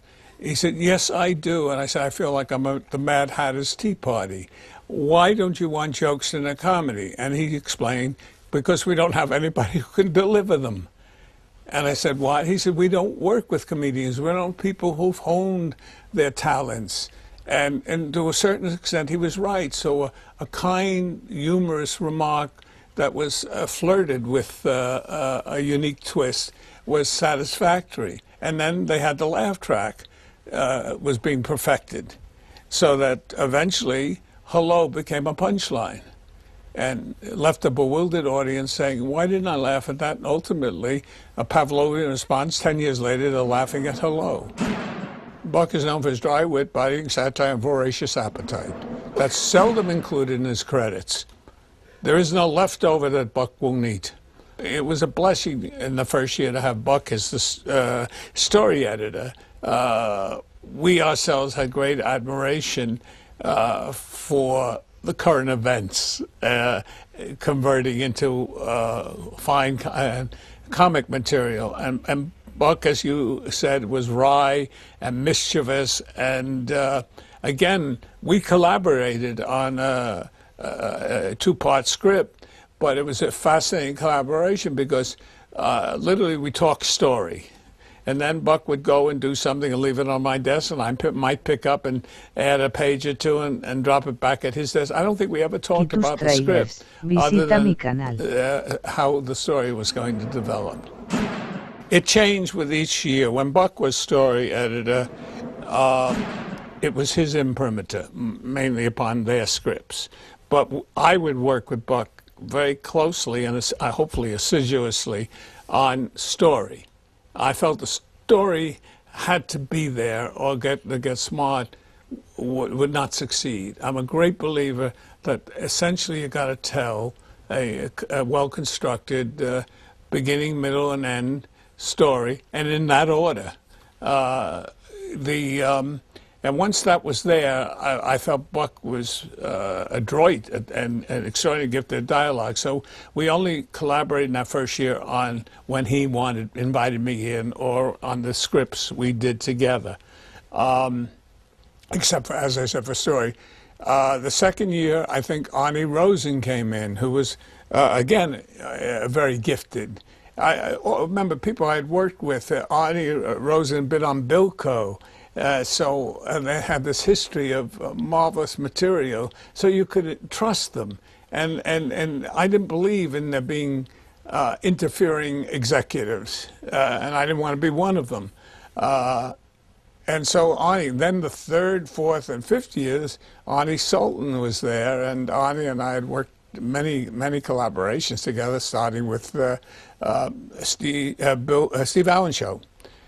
So that I always had a very strong producer or story editor involved in the process, and I think Get Smart was the beneficiary of that. Bill was very good for Don, and Don was good for Bill.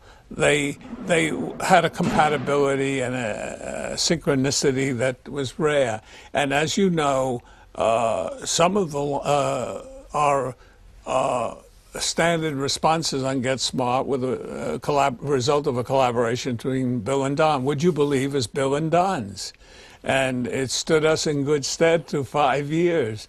And that experience Don had working on Bill's film was important because he essentially was, as you said, and no, he was a stand-up comic, but he didn't have much experience working. He's innately a very fine actor, and it certainly manifested itself in Get Smart.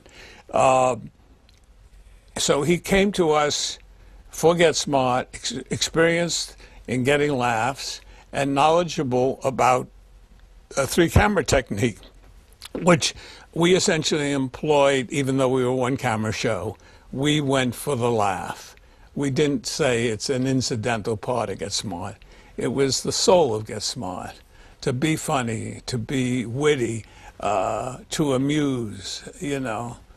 Often I hear Maxwell Smart described as bumbling and stupid, and I am very resentful for that because he is not that. And if you look at it, only on a badly written show is he that. Occasionally he was.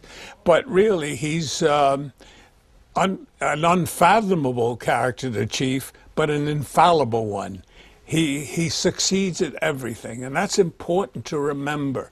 And so that you say that whatever it is, the preoccupation, being self-centered about the issue, keeps him from noticing that he's walked into something. But very often he's the victim of society or inept structuring of a chair or a bench, a couch, a wall. And when Maxwell leans on a globe, you don't expect it to spin. But he always recovered. Notice he came up immediately. Max was never deterred by whatever happened to him. That was the immediate past and forgotten. Barbara was good fortune, blessed with enormous insight on the part of David and Dan. They saw her potential from a commercial. She was doing a lady, something with tigers on a rug. And she was very appealing, sensuous, and yet a lady and dignified, an odd and almost ironic combination, and engaging and enchanting. And we decided to put her under contract, $4.99 when we hadn't even showed the show. I don't think we'd even finished the script. So Barbara was under contract, and the way of paying off a contract, we had a show in New York called Mr. Broadway, starring Craig Stevens. So Barbara played a role in that I think from time to time, but maybe only once. And we saw that she was indeed at home in acting. And when Get Smart was sold and Don was going to star in it, it was my responsibility to introduce him to Barbara on the screen. We thought once he sees her in Mr. Broadway, he'll be most responsive to her. And because she was very good and very effective in this program, and as I said, enchanting. He watched it, the lights went up, and I turned to him for a reaction, and he said, "She's taller than Craig Stevens." I said, "Oh my God, I forgot the height problem." And I said, "Yes, she is." He says, "But she's too damn good to let go." I love the cast, and the majority of the cast were people I worked with before. The only one I had never worked with was Ed Platt. And I had seen Ed Platt in East of Eden and loved him and remember waiting for the credits to come on at the end of the film so I'd know his name. And I had an instinct that he would be ideal for the chief. I called him in. My only concern was, would Ed be at home in comedy? Could I get that dramatic performance and not boulderize it or prostitute it? I want the drama. I want the authority, but I also want him to be aware that there's a comedy going on. And I told him that. And he looked at me a moment thoughtfully, and then he stood up in my office, and suddenly he was singing Old Man River. And I didn't know what to make of it. And when he finished, he had a marvelous baritone voice. I realized he had the courage to show that he took this meeting and turned it into a performance. And he explained that he had been the vocalist for the Paul Whiteman Orchestra. And I realized that he's at home entertaining. And he picked up what I was saying to him in a roundabout way. And I knew I had my chief. Physical comedy is a dance, a comic dance, orchestrated well. Wry wit is best disguised so that the audience ultimately discovers it themselves and becomes fond of it and is able to say this show is distinctively different from others, but might not yet explain to you why. Ultimately, they get attuned to it and they start to listen for it. I think that explains why so many of the catchphrases had meaning. They were reflective of the character. They were unique to them, although occasionally the imitations of them, essentially they applied to a situation. Sorry about that, Chief. Was not an intended catchphrase. I don't know if we added it, it was just plain dialogue. But John's distinctive delivery gave it significance, importance, and pertinence. And then, so much so that 4 weeks after the show premiered on the maiden flight to the moon, when something went wrong aboard the spaceship, the astronauts said, "Sorry about that, Chief," in Don's voice. Astonishing. Which brings to mind, I don't know whether you know, that the only memo I got on the pilot from the network executives, not from broadcast standards, was, could I do something to change Don Adams' strident delivery? And had we paid any attention to the memo, we might not be having this interview. We had a remarkable good fortune with catchphrases. As I said, some were intended, some weren't.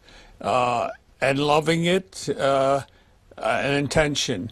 The old gun in the banana trick, I think I put in because we had an awkward moment aboard the boat. We don't shush here. I was on the set when Bernie was searching for something, and we came up with that. We should talk about Bernie. He's another person with whom I had worked in the past and felt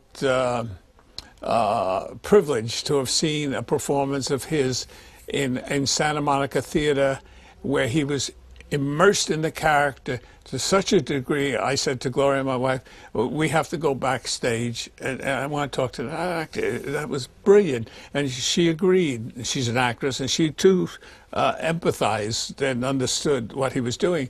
And when I went back to Bernie Youngman was playing a 20-year-old or a 30-year-old man with a thick accent, and he couldn't get out of the accent. We spoke, and he was still in character. And I thought, that's remarkable. And I called him the next day to see if he had lost the voice finally. And I said, someday we'll work together. And it happened. Well, it's very interesting. I equate what happened between Maxwell and Siegfried to World War I characters. There was a rapport between the foes. There was an understanding of it. War was a temporary aberration. They sought their common kind, people with whom they had a rapport, even though they were on opposite sides. That may be gilding the lily or a lavish pretense, but I felt it was underpinning of that relationship. He was an aristocratic Nazi, and he never lost the menace without sacrificing the comedy, or the reverse. would be true. So that became a meaningful villain for us. And we could explore that character, and it wasn't one-dimensional. If anything, it was 4 or 5-dimensional. So that was very exciting, and a tribute to Bernie's ingenuity. Don was at times testy, but what was Don was striving for perfection, and as you know, you can't achieve that. So that's slightly unrealistic. But also, Don did not have as good a time as he should have had while he was doing the shows. He enjoyed them ultimately in retrospect. He realized how good they were. But then he was anxious, nervous, and if he didn't want to say anything that was too flattering about the show, because he might jinx it. You know, the fear of all comics, I don't want to put a curse on this, so I'll remain silent for 10 years about it, except to some intimate. You know, I think you find classically when you ask about how the show's going, the comic usually mumbles. Don had a preoccupation with action and leaned, to my mind, somewhat heavily on violent responses. So I figured the best way to handle this, and the way that I did, was let him shoot it, and we'd cut it out later. So both of us were satisfied. If you want about 3,000 feet of fights, I can hand it over on the morrow. Barbara's a poetic soul and doesn't live vicariously through her character. And Don was. Remember, this gave Don 5 inches of height, muscles that he didn't have, and whatever else one succeeds in having when they convert to macho philosophy. But again, he understood it, and he had an objectivity about it once he was removed from the moment. He didn't pursue it tenaciously and say, we have to do it again and again and again. And then, of course, along the way, he broke his hand, he broke the stuntman's nose, so that he had punishing reminders that he wasn't a graceful choreographer of fights. In savage editing, I consider it's indifference to the content. And anytime the content is minimized, I get infuriated. It bothers me with books today. People aren't interested in what the book is about. It's what's the potential bottom line. In bookstores today, if you have a book and you want it displayed favorably on a counter with the title facing up, you pay extra money for that. So it's like product placement in a grocery store or in a film too. It's subversive to thought. It's anathema to me what has happened. I think a half hour now is what, 22 minutes or less. That's sad. They're entitled, this is public airways, if I remember correctly, and they're entitled to, I think, 3 minutes. When there was a code, when the National Association of Broadcasters existed, there was 3 minutes they could have for commercials. That's abused now, and the credits are squeezed. There's contempt for the contributors, and that's infuriating. The main title is a great main title. I was inordinately proud of it. I didn't realize it would have the longevity it had. In fact, a number of times in the latter years, I said, let's change it, and everybody voted against it. I also, and this is a good example of my reflecting on something I had done and wanting to change it 30 years later, I never thought I did justice to the opening shot. I felt I should have handled that better. The camera should have been on the indicator, the dial, and stay there until you're firmly convinced it's an elevator before it pulls back and the doors open and he's walking down a staircase. I just felt that never sold, and if I had another chance, I could do it better. And then the rest was fun, and that was simply how many doors. I had had a personal experience going to report to a headquarters that had a labyrinthian setup. So it always stayed in my mind. If I was in a hurry, I might have, and had an important message, it would never arrived in time. And so I figured, well, every conceivable door, open in, open out, slide up, slide down, and ultimately the phone booth seemed to be the perfect destination for Maxwell. Now here, a memory comes to memory. We were trying to figure out the cost of either digging a hole in the stage or finding some way to collapse the floor and all. And we were talking about it, and the estimates were running high. And Don said, what if I just dropped to the floor? We said, what? He said, let's try it. And that's what he did. We built the phone booth up a little to obfuscate or obscure him, and then he dropped to the floor. And our effect was accomplished for whatever paint we had to put on the cost of whatever paint we had to put on the booth, the lower part of the booth. Get Smart attracted a unique fan base. They were generally erudite, well-informed people with perceptions beyond fandom. They had an affection that was palpable. They truly, loved the show, weren't living it vicariously, but just the sheer pleasure it brought them was reward enough. And I felt that. I felt that sincerity.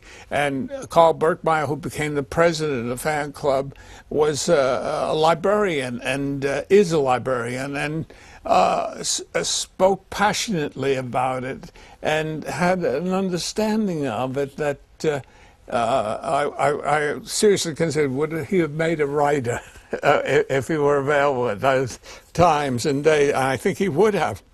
They understood the essence.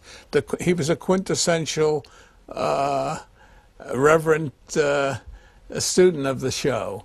And Sue Kessler was an editor and responding to it and loving it. And I guess it affected her at the time when she was a young girl, that it indelibly etched itself in her memory and as something joyous and good, so that she still today is enriched looking at and revisiting memories. I enjoyed them, I think, as much as they enjoyed me, and it led me into a world I normally don't traffic. I've been amply rewarded by the relationships. It's not been unilateral. I don't know how to explain the reward. You enter into this. In my high school yearbook, it said gold or objective, and I wrote a pretentious thing looking back at to amuse the world. But here, at least, I'm doing part of it. I made somebody feel better, whether it was for 30 minutes or 22, as it now would be. That's, to me, a tremendous accomplishment and a source of pride, permissible pride, yeah. Oh, it's extraordinary when you're exposed to people who appreciate it in large numbers. There have been meetings I've attended of a number of shows for which I was a writer or participated in, and I found, even with Get Smart, that the audience, the fans, the people who dwell in the archives of Get Smart, they know the show better than I do. They'll ask me questions and I'll look puzzled. They say, no, that was in that episode. I say, I'll take your word for it. I don't remember it. I remember we were nominated and exhilarated when we won, we had, to be honest, I think we thought we'd win the previous year, which we didn't. So we'd been disappointed, and we were a little callous and concerned about being too anticipatory. And when it came, so it was gratification, belated gratification. So, but we felt good about it.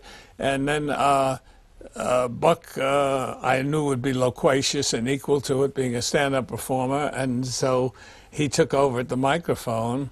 I remember that, and said some marvelous thing, and I just said something I think that he'd taken away what I was about to say. He anticipated me. I don't remember.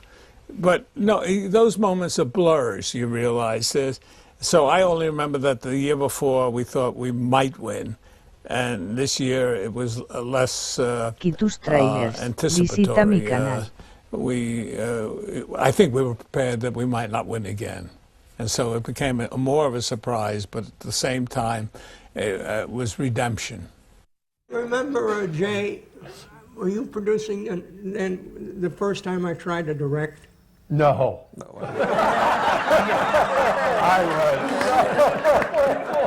We couldn't get a producer. I just have to say, It's true. as the producer, Don would say, we have to do this again. We need a little more time. I don't want to. We can't rush this. This is really an important scene. As a direct, and we'd say, but Don, we don't have time. He'd say, okay, fine. And so by the end of the first year, Don was saying, it's good enough. Let's quit. It's 4 o'clock. Oh, but we don't have. When he was directing, it was 3 days over schedule. When I directed, they finally said to me, all right, the director we have for this show is sick, so we're going to let you try, but bring it in on time. I said, no problem. I read the script. 90% of it takes place in the Sahara Desert. I said, wow, this is terrific. Where are we going? Africa? Are we going to Death Valley? Where? They said, come with us. They took me to stage 7. There were 2 dump trucks filled with sand. And on the set, there were cut out sand dunes. And so everybody was so scared that I was going to be, overtime. So the first day, I was supposed to do 13 pages, I think. There's 33 shows. Yeah. So I was supposed to do 13 shows and pages, and I did 2.5. And they all came running down, sweating and crying and saying, what is the matter? We're over budget. We're in golden time, blah, blah, blah. And the next 2 days, I made up the time. But I love directing, and they let me direct a lot of shows, and I was very happy to do that because I would rather direct than perform, because directing is, you're in charge of everything, and you have to have a vision of how the show is going to work. And you don't have to stand around while they light. You're on the next scene. So I had fun doing that. Do you want to tell a little bit about how you came to the show? Yes, I came to the show because of Leonard Stern goes to see every play that's ever done, and he came to see me in a play in '63, where I was playing an immigrant who was selling fruit fluters in Buffalo, and I had a Russian accent, and he called one day and said, this was the second year of Get Smart. He said, can you do a German accent? Yes. Actors are funny that way. And that was 5 years of ecstasy for me. Of course, at the same time, I was doing the Marlo Thomas show. And none of these fine gentlemen ever thought to give me a contract. So I was like the longshoreman waiting for number 52 to be called. But I got very friendly with the ADs. I said, I'm doing Get Smart on Tuesday and Thursday, so you can use me on the other days of the weekend. In 5 years, I never had a conflict, which was a bloody miracle. But it was a joy to do these brilliant lines, to work with Don and Barbara, and it's outstanding in my life, and it's just such a happy time for me. The key to Bernie and I was settled in the first year when they have the chief, Chaos has captured the chief, kidnapped him. And I'm on the phone with Siegfried. And I said, let me speak to the chief. And he hands the phone to Ed Platt, who's the chief, and Ed said, don't tell him anything, Max, don't tell him a thing. And all of a sudden I hear whack. And I said, what was that? I said, your chief has just been silenced by a pistol butt.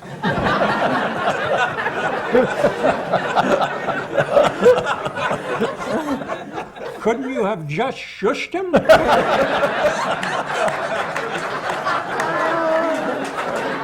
And this is the line that Leonard came on the set and changed this line around. The line following that was, this is chaos, we don't shush here.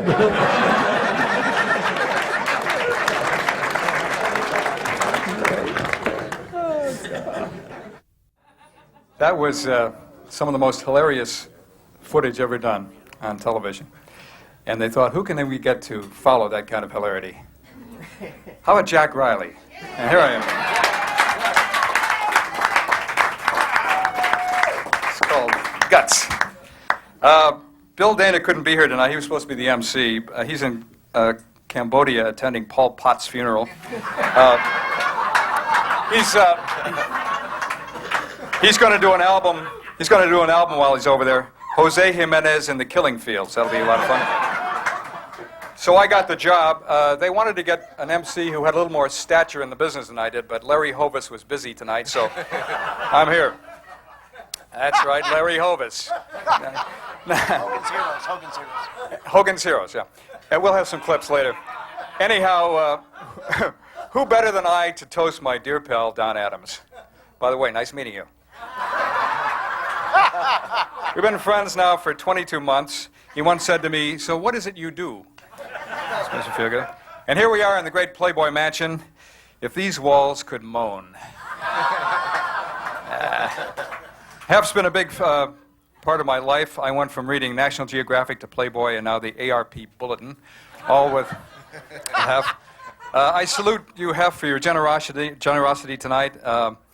Hef showed this house on Brian Gumbel's show last week, and it was seen in several hundred homes, so you should know.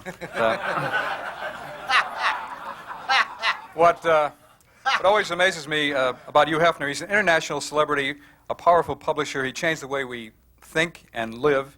His mansion has been a playground for the greats of the arts, business, and politics. And on the other hand, I live in 2 rooms where Lancashire crosses Nordhoff. And here's the weird part. We both have the same friends. It's pretty nuts. How can that be? I don't get it. But tonight it's Don's night. A salute to Don Adams as he enters the Metamucil years. Don goes way back in Hollywood. He once dated Theda Bara, but her brother Yogi hated Don, so... we're talking a long time ago. His first agent also handled gunfighters. Tus trailers. Visita mi canal. Yeah. Now, I thought it was a good idea the way we fast-forwarded some of the clips. We can do that with some of the speakers tonight, too. Ronnie, would you mind? Okay. Our first speaker is a guy, he's the only guy here who's going to use this on his resume.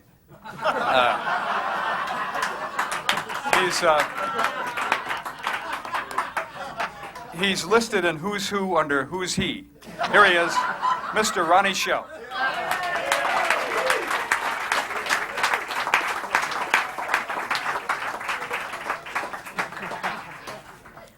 Thank you. It's a real pleasure to be here. And first of all, Stacy, I want to thank you for holding this tonight instead of Tuesday, May 5th. Why? What's Tuesday, May 5th? Oh, that's when I open at the Basin Street West in Palm Springs. There with one of the top singers of our time, Miss Gogi Grant, and $7,500 per week.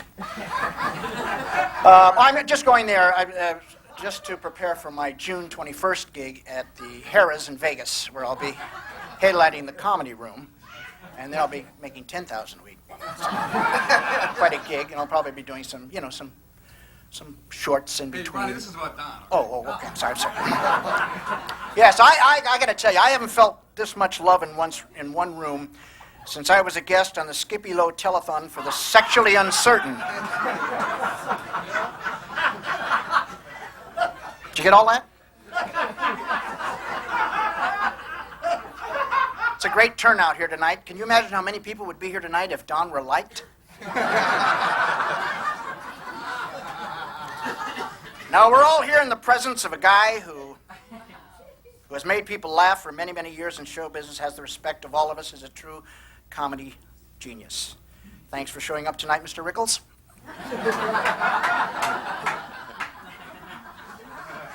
Don, by his own admission, has really not been entertaining for the last few years, decades.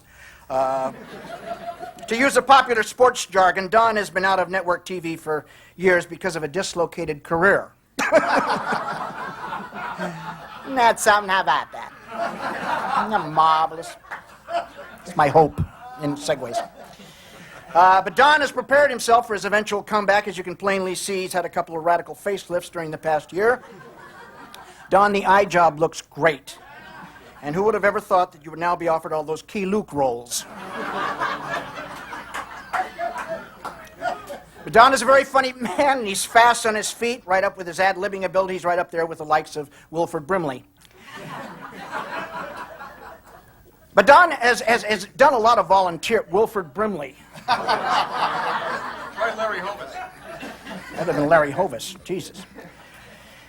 Nah. I think I will. That's something. How about that? Not marvelous.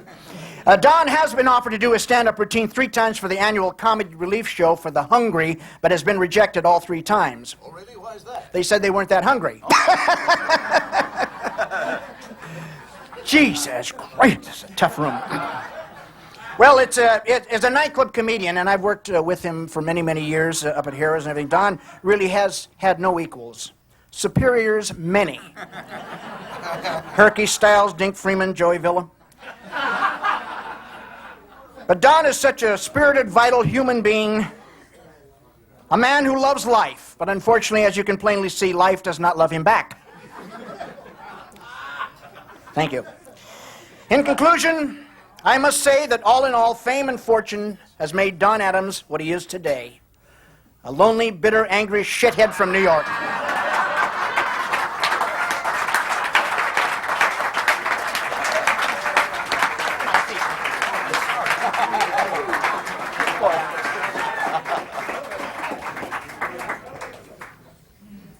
Thank you, Ronnie.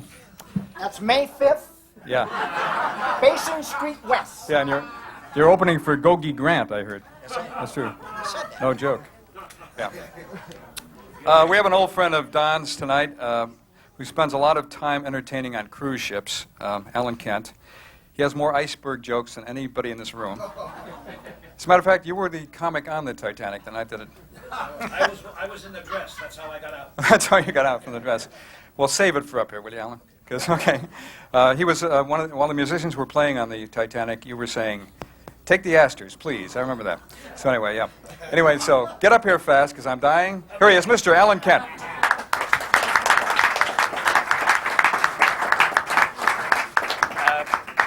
I am not here to praise Don Adams. I'm here to tell the truth about gin rummy. Now, the very first time that I met Don was, I think, Civil War had just ended. And he had been in the troops. He was in Guadalcanal when he was 11. That's what he told us at the gin game. Every Wednesday night, well, first of all, we were both going to New York, and I was flying, and I don't know if you know it, but Don does not fly. He hates it. And he said, why don't you take the train with me? And I said, no, why should I? It's 2 days, I can be there in 2.5 hours. He said, we'll work on material. I knew he was brilliant. We played gin for 2 days. Lost my ass. Now, we play gin rummy here, right in this room, every Wednesday night. Hef plays, his brother Keith, Skip Krask from Chicago, the old Cloisters Club, Shelley, Caston, Don, and myself. Now, this is the way the Wednesday night goes. We arrive here a little after 6, after the last race. We have dinner. We sit around. Don tells us what new movies he's seen during the week. Usually 3 or 4, and we all say, how did you like them? The worst piece of shit I ever saw. And Keith says, I liked it. And Skippy says, I liked it. Shelley says, I liked it. And Don says, you ain't got no goddamn taste. Miscast everybody. Everybody's miscast. Tells us what lousy movies he's seen all week. Brings his little dog, Sweetie. Now, you have to understand, he admits that Sweetie has a Jekyll and Hyde complex. That when Sweetie is home with him, she's a lovely dog. When she gets here, she's ravenous and eats everything and everybody within sight. Fruit, vegetables, anything. She got that from her father. Because Don is a Jekyll and Hyde. At the track, lovely man. A few swear words once in a while, but not much. When he gets up here and gets in the genie, I don't care if he lost $20,000 at the track that day. The penny a point we play for up here is more important than that $20,000. Now, you have to understand how he feels. Don Adams is the only person in the entire world who truly knows how to play gin rummy. The rest of us are cripples. Just ask him, he'll tell you. Now, we pick cards for sides, 3 on a side. Don is never, ever wrong. He'll tell you that too. We, on the other hand, whenever he loses for the night, it's because his 2 partners put him in the shit house. Shade house, shaved head. I told him last night he looks like a hitman with this shaved head. He does. The other night, Mr. Hefner threw the party. He was the only loser. Don felt so bad, he took the money anyway. He figures right now he's about, what was it, 77,000 your head on the horses so far this year? And $1.42 behind in gin rummy. And that $1.42 pisses him off no end. So what I'd just like to say is that any Wednesday night, if you're not doing anything, around 6 or 6:15, and you want to see really humor, come up here and watch our gin game. Don, happy 75th.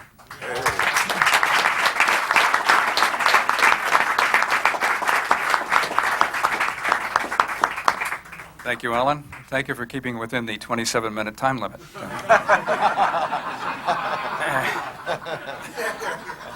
Our next guest, Gary Owens, has the deepest voice in Hollywood, if you don't count B. Arthur and Brenda Vaccaro.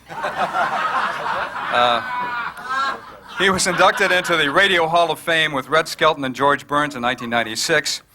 And all the years as a DJ here in Los Angeles, Gary was never connected to the payola scandal. It's his involvement in the Hillside Strangler case that has the LAPD baffled. Here he is, Mr. Gary Owens, right here.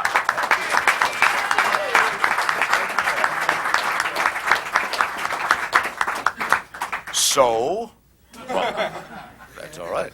Jack, thank you very much. Jack has been on The Tonight Show 18 times this year. Really? Jack Riley, ladies and gentlemen. Doing very well. I really can't tell you how pleased I am to be here, and happy birthday to Don. 3 were funny. Well, yes, I haven't been this happy since Marv Albert asked for my niece's phone number not too long ago. Indeed, happy birthday to Don Adams, because he's such a great legend, and as you know, Don and Dick Van Patten are at the racetrack, and this year got to throw out the first horse of the season. We're very happy for him. It's a very big honor in sports. There are so many friends here tonight in these beautiful Hefner-esque surroundings. Our acclaimed former medical examiner, Dr. Thomas Noguchi, is in the back over here. He helped Don prepare for a role on Quincy, a dramatic role. Don was playing a cadaver in that particular episode. Dr. Noguchi doesn't get invited to many affairs, but it's his own fault, because the last big dinner he went to, he tried to pull a tablecloth over Fred McMurray. You may recall that a few years ago.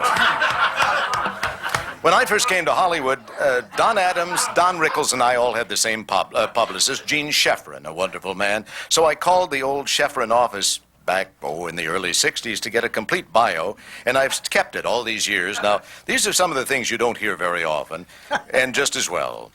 Don Adams was so poor that his mom sold Mary Kay. Not the cosmetics, his little sister. And he was so poor that when he lost a baby tooth, his mother made soup out of it, which I thought was very nice. All of us who know Don, and those of us in Yarmy's Army and get a chance to chat with him all the time, we realize he is such a very warm and charming man. When he greets somebody, he kisses them on both cheeks, and sometimes on the face, by the way. A movie, ladies and gentlemen, is being made right now of Don's life and how he survived a plane crash over the Andes, right next to the Amoses over there, as a matter of fact, by eating 3 other passengers before the plane hit the ground, which was wonderful. And a few moments ago, you saw these wonderful clips, these great clips, with the 2 Dons, Don Adams and Don Rickles. Don Adams is one of the great literary fanciers of our time, and Don has purchased the rights just today to a book about Al Jolson. You saw Rickles doing Al Jolson there. And this is about Al Jolson in his early days as the jazz singer, which claims, surprisingly, that Al was really a black guy with a very white mouth. No one had ever discovered that before.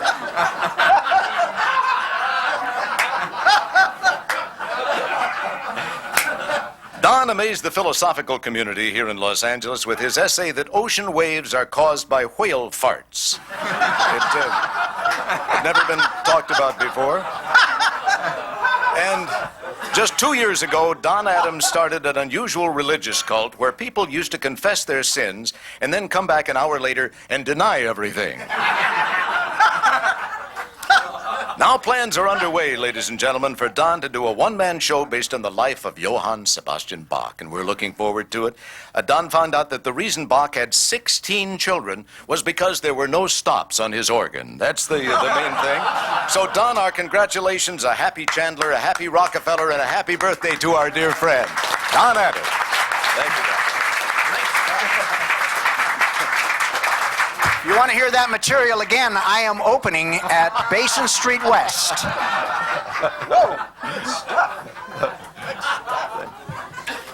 A lot of people couldn't be here tonight. One of them, Bill Dana. You did that. He wrote a letter. He wrote a letter. A dear friend of Bill Dana, who will be hosting tonight's event, which Bill Dana cannot attend because, although Bill Dana wanted to be there, Bill Dana just couldn't make it because, well, you know how busy the world of Bill Dana is. Anyway, I'm sure that if Bill Dana were there, he'd be just embarrassed hearing all the great stuff Don has to say about Bill Dana and all that Bill Dana has meant to him over the years. I wouldn't even be surprised if Hef didn't also throw a big tribute to Bill Dana. But as Bill Dana used to say, in a Bill Dana created expression, that'll be the Dana. Signed, Bill Dana. From Bill Dana. He also added another telegram, Dear Don Adams, where's the money? Signed, William Powell.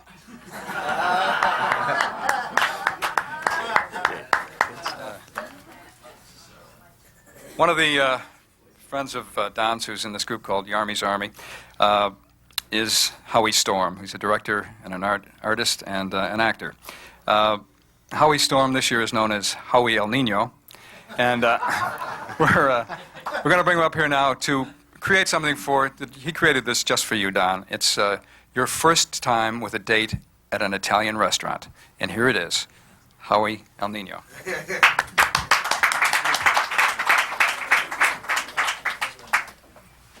I have to stand on the chair for this. That's not the only thing. I'm going to turn this thing around. Okay, there we go. As Don and his date walked into the restaurant, the maitre d' greeted them. Hey, what is it, just the two of yous? How you doing, Mr. Adams? Is this your daughter? Oh, excuse me, the teething ring threw me a little bit. Wait, I'll get you a waiter.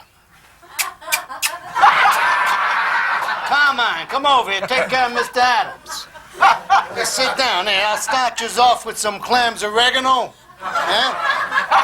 Then I'll get you some Chianti to wash it down, you know? And then I make you a nice salad. I mix it myself. Happy birthday to you, Mr. Adams.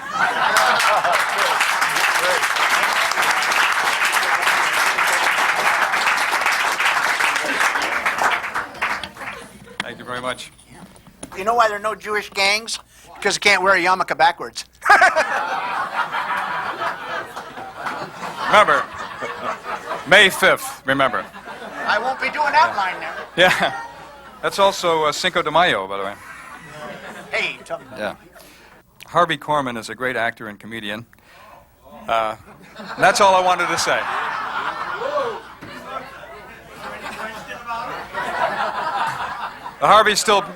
Harvey's still pissed off that Robert Downey Jr. got more work while he was in jail than Harvey gets as a free man, a totally free man.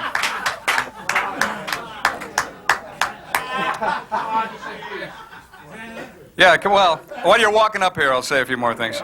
Harvey's an author. He wrote one of the thinnest books in the world, along with A Guide to the South Pacific by Amelia Earhart, My Search for the Real Killers by O.J. Simpson, and now Harvey's new book, The Transition from TV to the Big Screen. Here he is, Mr. Harvey Korman.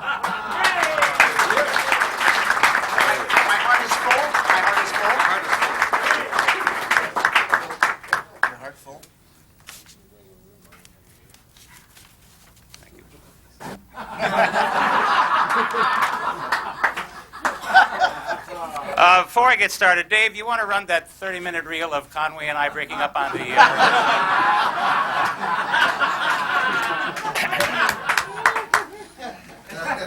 There are many glittering stars in the Hollywood firmament. It's a pity that one or two of them couldn't have joined us here this evening.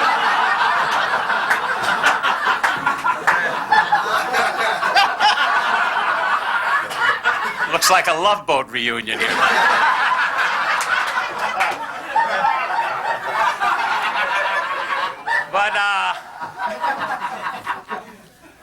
But I'm proud to belong to Yarmy's Army. Okay, I admit we're not that active anymore.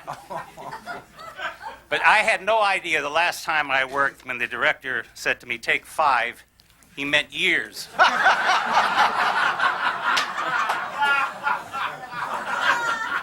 But it's good to be here to celebrate one of our members' birthdays. 75 years ago, Don was born, got married, and became an instant bomb in show business.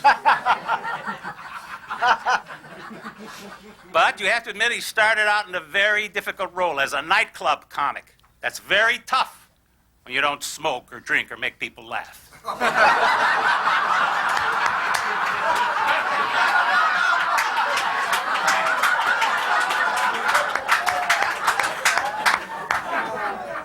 So after his marriage, Don went to New York to try television. After many months of struggling, he married and began to get regular work on the Ed Sullivan Show. He was very successful in New York, and after a quick elopement, he came to Hollywood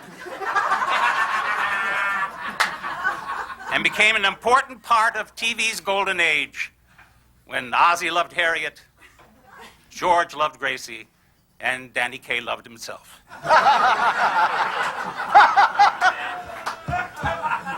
He became, Leonard Stern. Anyway, Don, congratulations. He's the guy that started it. So anyway, he came to Hollywood. He became a big star. He got married, and he lived happily ever after.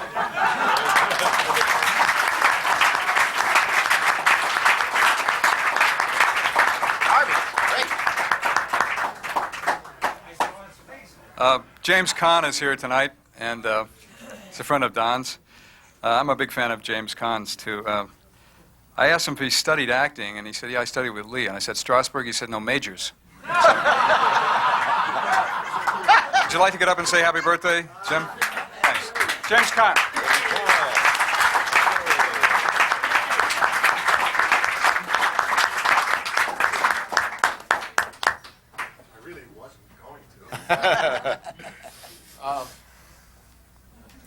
Happy birthday. Thank you. How am I doing so far?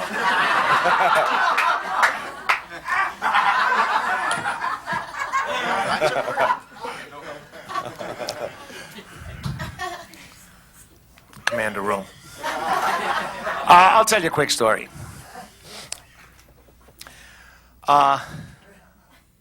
To tell you how old he is, I was known as the Kid. And we used to play golf. There's Wolfberg and Adams, who was a big star at the time. This is just one of the many stories.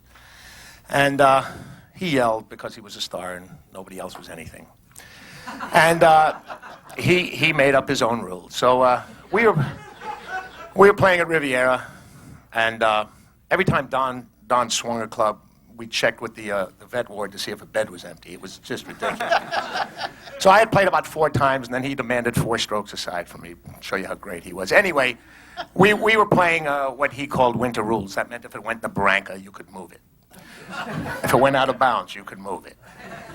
And we spent about an hour on the tee every time we played, screaming and yelling and betting and whatnot. Nobody ever paid anything, but you know that took an hour. Anyway, we got to the last hole at Riviera, and I had shut Don out, and I gave him a shot and a half, a half shot and a half. Anyway, we were playing winter rules. I hit my second ball up onto the green. Don hit it left, his second shot left to the sand trap. I went up around, came down, and as I came down, I caught Don moving his ball from the rough to the fringe of the green. Now, this was in front of all the members of Riviera. And I said, "What are you doing?" He said, "We're playing winter rules."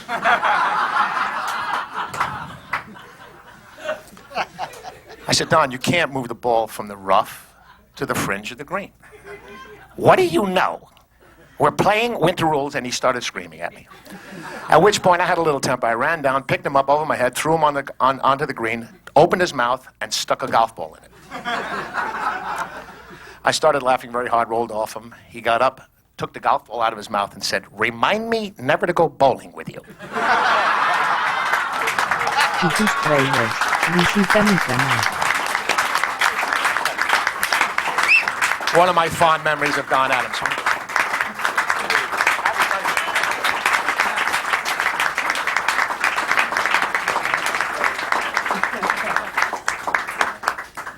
See, Ronnie, what a star looks like? Yeah. Class. Dick Van Patten is from a large show business family. Dick is kind of the Tito of the Van Pattens. Joyce is LaToya. And what a coup to get Dick out tonight. I mean, he's rarely out of the house. Actually, Dick is very accessible for all events. This afternoon, he attended a ceremony where they put up the new pennants at Mark C. Bloom, which was show you. He'll come out for anything. Anyway, here he is, one of Don's dearest friends, Mr. Dick Van Patten. Hi. I first met Don in 1970 through his brother and my pal, Dick Yarmy. And Dick said, "I'm going to introduce you to my brother." And I was pretty excited. This was the biggest thing on TV, Get Smart and Don Adams. I was really very excited to meet Don Adams. So he takes me to his house, and Dick says, "Don," he said, "this is a terrific guy. He's just great. You're going to really love him." And I thought he was going to say, "You're going to love him because he's a terrific actor." And everything. He said, "You're going to love him. He's a degenerate horse player, just like you."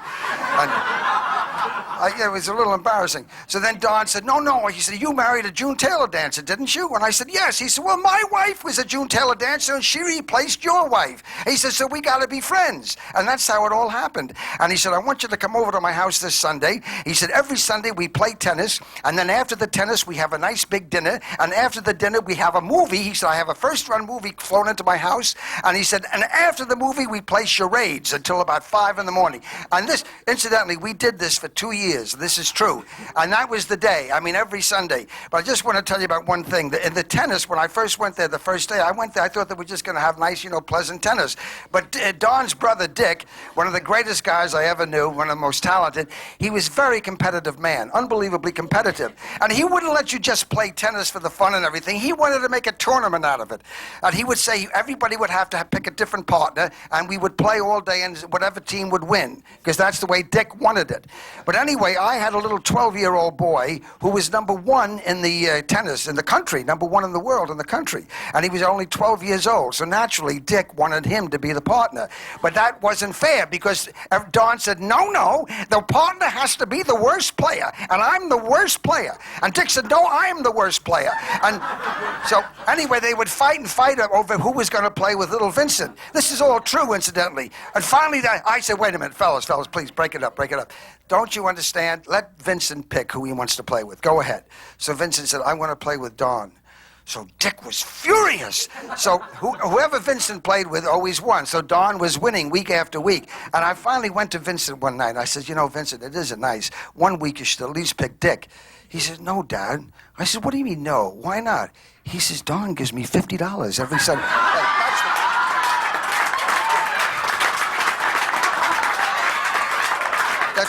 I'm not making that up. But But anyway, this went on for 2 years. It was the greatest Sunday that anybody ever had. People that went to resorts, nobody had as much fun as we had on those Sundays. My wife just got off a plane, 14 hours flying. I said, we got to go to Dawn's birthday party. She said, but I just got off the plane, so maybe you better go home. She said, no, I'll never forget those Sundays at Dawn, how wonderful Dorothy and Dawn were to us. And that's why she came here tonight. But I just want to say one thing. About 2 years later, we found out that Dawn and Dorothy were separating. So we felt very bad. And I saw Jack Carter. This is true, too. I saw Jack Carter on the street. I said, Jack, did you hear what happened? Now, he was not trying to be funny. I said, Jack, terrible thing happened. I said, Dawn and Dorothy are separating. Now, Jack was not trying to be funny. He was dead serious. He said, there goes Sunday.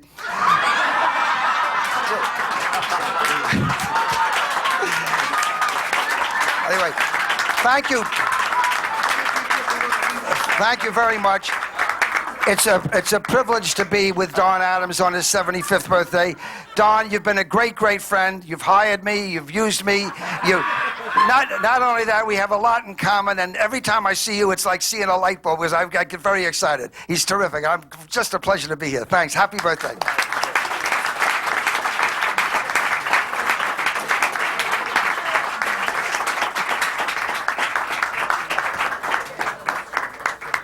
Thanks very much, Dick. That speed talking course you took really worked.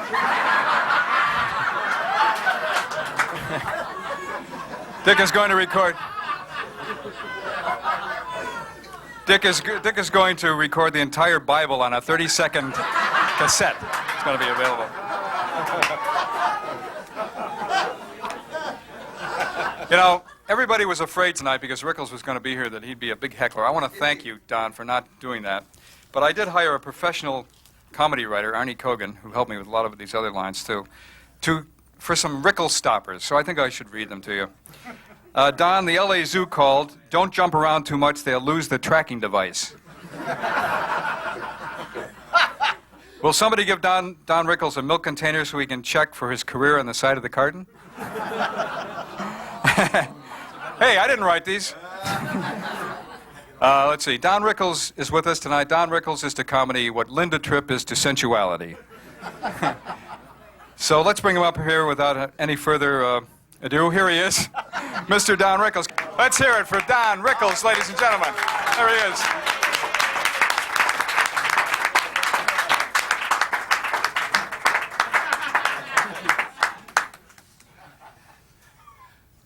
Sit down, Jack. It's over. I know how to handle it. And May 5th, you can be sure I won't be there. Honored guests, worthy rabbi, and I'm here tonight to kiss Hugh Hefner's ass. That's what I am. Because there was a time when I was invited to this mansion, and I was a big guy in your life. And then suddenly I got married and was devoted to my wife, and you canceled me. As soon as I lost that horny image, you got rid of me. Tonight is a night I could have missed very easily. The man sitting before me, I don't know, with the new haircut. Good to see you, General von Steinman.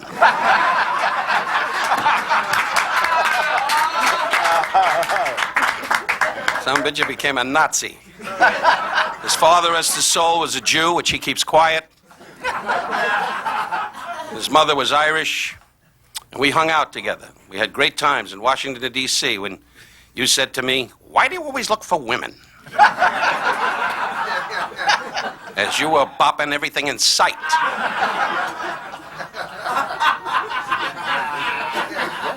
And I see by this turnout, Dawn, that, as it turns out, I'm the biggest name here.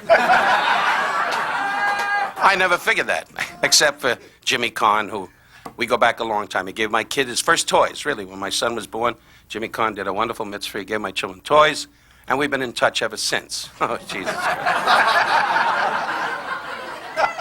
His whole life is calling up Francis Ford Coppola saying, "How about Sonny again?" Why not? I'll be Sonny. I'll come back. Take the bullets out of my ass and I'll start all over again. Jimmy, I'm a friend. It's over.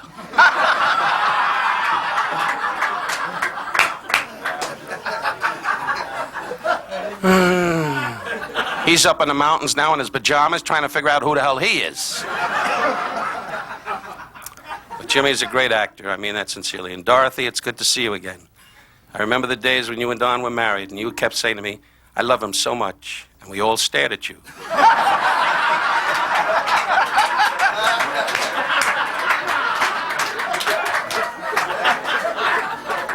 Biggest unemotional stiff in the world, this man. He was like a Gentile midget running around, searching, hunting. But you know, we laugh and we kid, and I must say, Gary, you were brilliant, and Jack, you're a fine writer, and Ronnie, and Howie, that was cute. The chair bit, great. Just some great bits up here, and Harvey, as always, a depressed, wandering Jew. Harvey, I'm not going to lie to you. Carol Burnett doesn't even know you're alive.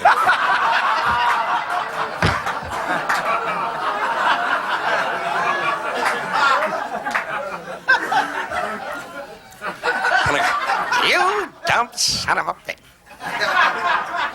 We did great things together, Don.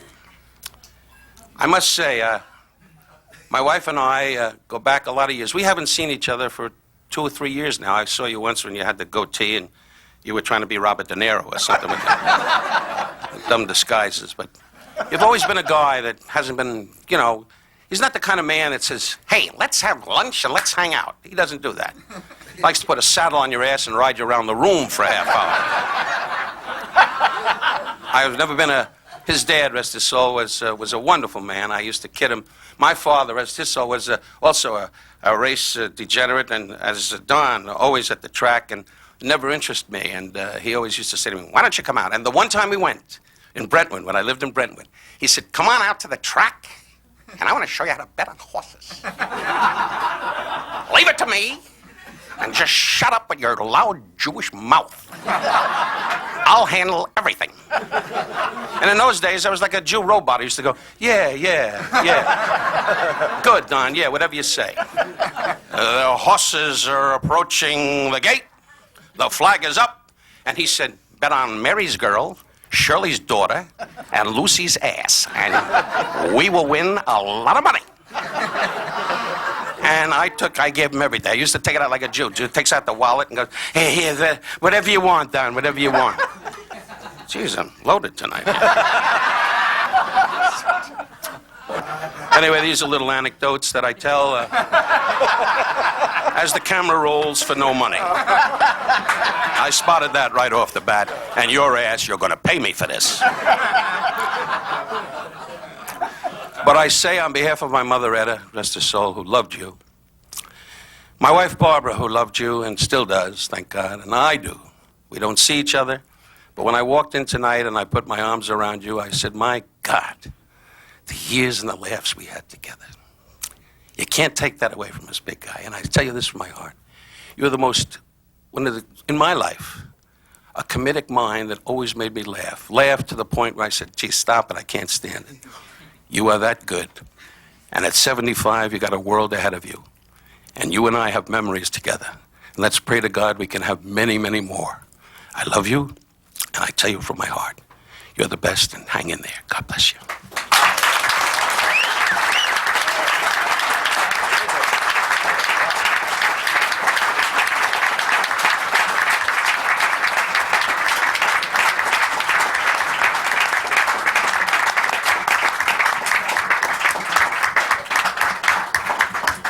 Thanks, Don. That was great.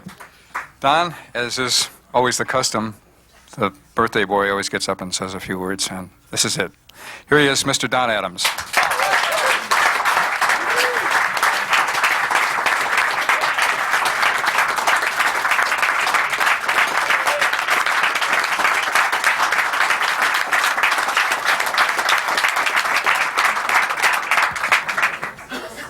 We'll let you win next Wednesday.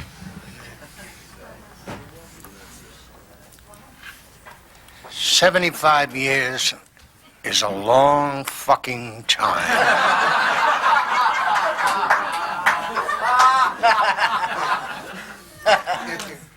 Do you realize that when I was born, it was a mere 50 years since Lee surrendered to Grant?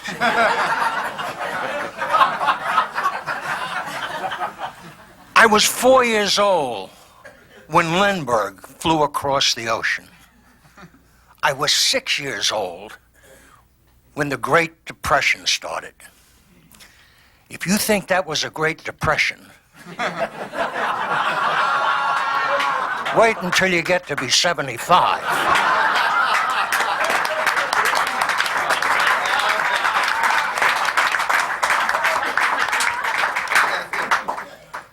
I'm not depressed. I'm a little upset because Dr. Gregorian hasn't returned my calls. Y tus trailers. Visita mi canal. Actually, I plan to live to at least 100. However, if it doesn't work out that way, I just want to say now that I don't want a big funeral. I don't want a lot of flowers or eulogies or anything like that. I'd just like a few of my close friends to get together and try to bring me back to life.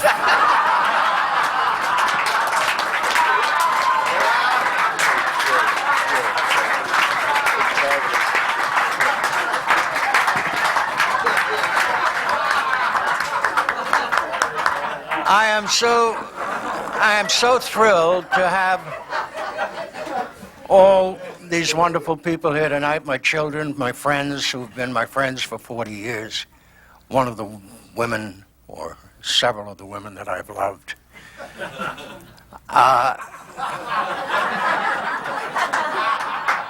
Why did I say that? I have some stories about some of the friends that are here tonight. They got up and spoke. Incidentally, it was quite interesting to see that we have a mayor who is a stand-up comedy and a horny president. This country is coming to. I'll tell you a few stories about my good friend Don Rickles. We have done a lot of shows together. We did a couple of Dons. We worked a lot together, and we laughed our way through $20 million. Not of our money. When we did a show, the producer said, Rickles and Adams, what's the budget? I said, 100,000, and for overage, 7 million. It's overage laughing. Anyway, I did a show with, many shows with Don. One of them was a thing called A Couple of Dons. I think it was that show. Anyway, Scandori, his manager, called me in and they said, do you want to look at the script? Because we know how you are. You're a pain in the ass. And you want to rewrite everything. And we don't want any of that bullshit on this show. So you look over the script, tell us how. I said, hey, I'm out of this. I said, I'm going with my wife Dorothy to Lake Tahoe, and I don't even want to be bothered with it. I'll come back and I'll do it any way that it's written. I will be glad to do it. They said, really? I went to Lake Tahoe. I came back, went in. All the writers were there, Scandori, and they showed me the script. Now I read through the script. Worst piece of shit I have ever seen in my life. But I said to myself, you made a promise. You said you wouldn't carry on about this. Close your eyes. They said, how do you like it? I said, great. That's a wonderful script. We go to Vegas to rehearse the show. We were shooting it in Vegas. Remember, Don? We rehearse. The worst. Jokes are laying on the floor. Nothing is happening. After a couple of days rehearsal, we go into the lunchroom. And Don says to me, we're going into the toilet. going into the toilet. I said, hey, I didn't write the stuff. He said, yeah, but you're a great rewriter, Don. You can rewrite terrific. You got to pull us out of this. Otherwise we're going to die. I said, I promised I wouldn't interfere. He said, you got to do it for us, please, because you're such a great rewriter. Go to rehearsal. Doing a sketch. I said, I don't think this is really quite funny.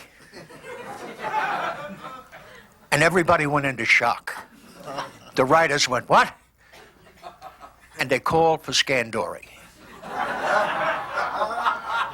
And this man, with a hole in his head from a baseball bat, came charging in with his veins sticking out to here and said, you son of a bitch, you said you wouldn't fuck with this material. What's the matter with you? I said, hey, Joe, it's not only me, it's your client. He feels the same way. Everybody looked at Don. Don said, I love it.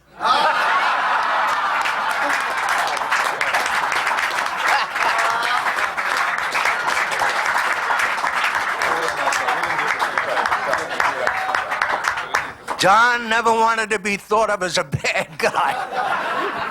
I had to be the heavy. Jimmy Caan. I had such wonderful times with Jimmy. He was a part of our family for such a long time, as was Lee Wolfberg. He told you the story about golf. This is a story. It's not a funny story. It's just a story that I think you might get a kick out of. He came to my house one day, and he said, they gave me this script. He said, I want you to read it. Tell me what you think of it. So, okay. So he left. I read the script. He came back. He said, what do you think? I said, Jimmy, it's one of the greatest scripts I've ever read. I said, if you don't do this, you're out of your mind. It's beautiful. He said, it's television. I don't do television. I'm a movie star.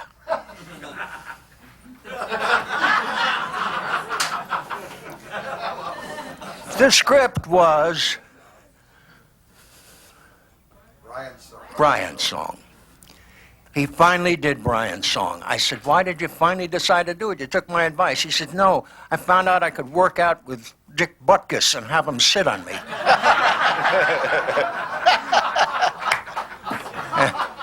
That was the reason he did one of the greatest things that he's ever done. Marvelous thing.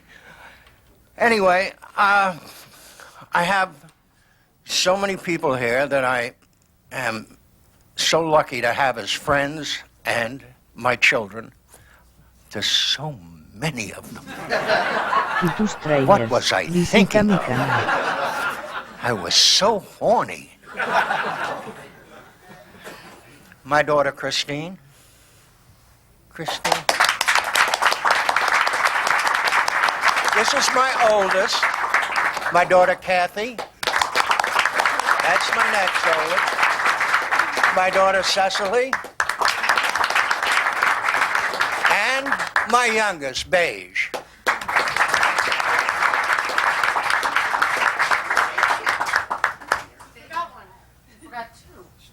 Stacy.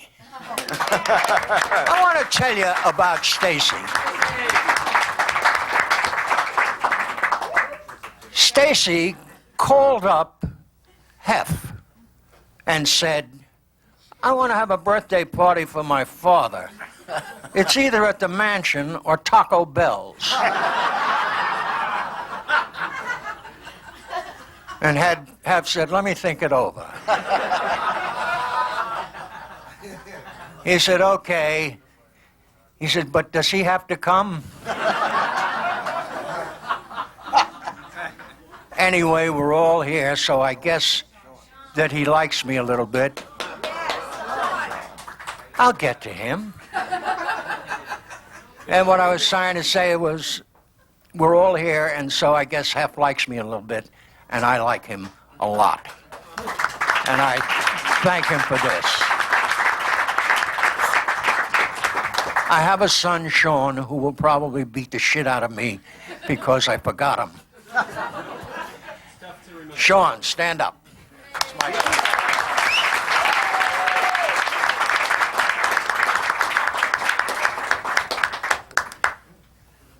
couple of the women I love are here tonight. Unfortunately, they're with other men.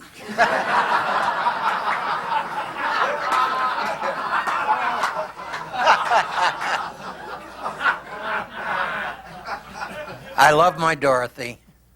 I always have, always will. She's the mother of two of my wonderful children, and she's one of the great ladies of all time. The other lady is Connie Kresge, and I'd like her to get rid of the little Jew. And I am available. To my former agent, Ted Witzer, who once said to me, "Get out of the business."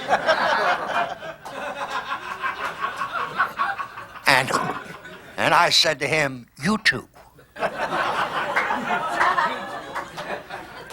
My pals from 40 years ago, Shelley Caston, Skippy Crass, Alan Kent, of course, Hef, our gin players. 6 old men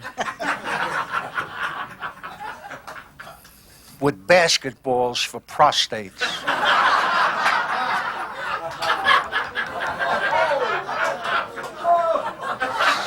Sitting around trying to win $4.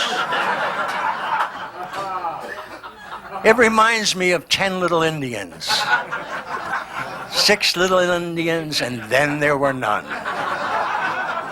I mean, how far can you go? Everybody's 70 years old. I figure in about 20 years from now, there'll be a tour through here. And this is where they play gin, over here. They're all gone now.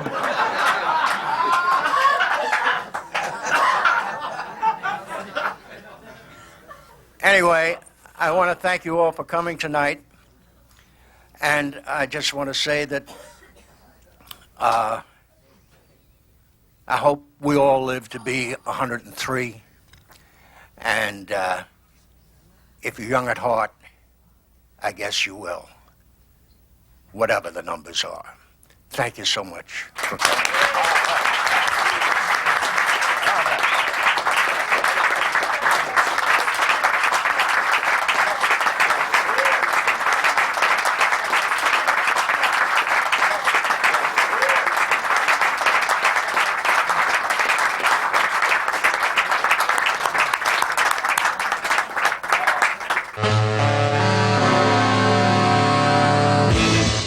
When I was first hired to direct Get Smart, I had not a big resume. I had been doing the Patty Duke show, and my basic experience was 10 years as an assistant director.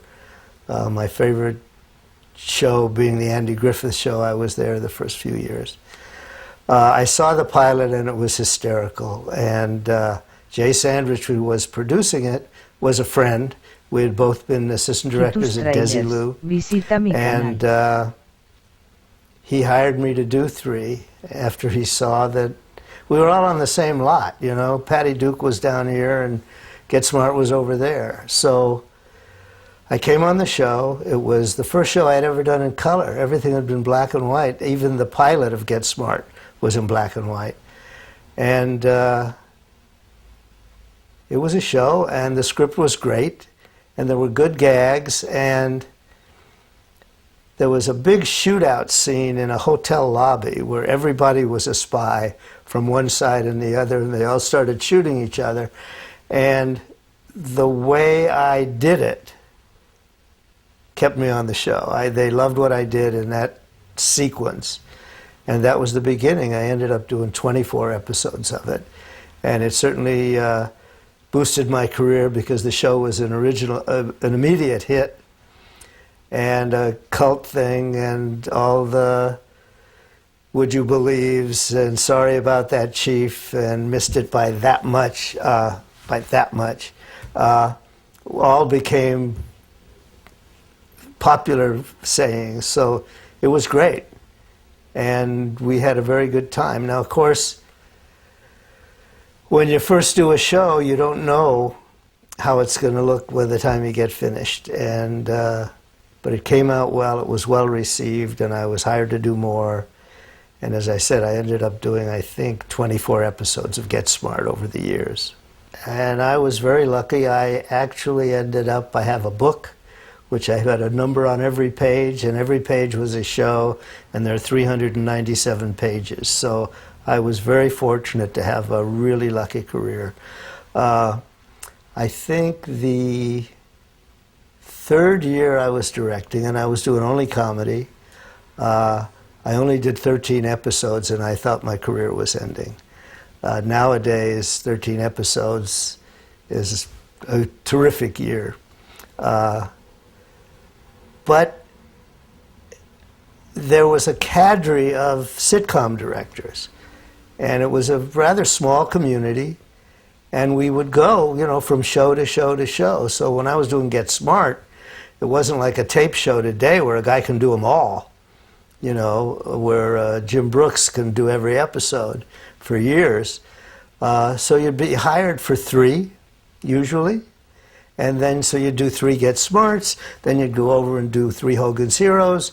Maybe you'd go to Please Don't Eat the Daisies or The Partridge Family, whatever it was. And it, to show you how small the community was, at one point, John Rich, who was Mr. Independent and never had an agent and always got paid over scale, was making more money than anybody. And we were all working for scale at that time. I think it was $1,500 an episode.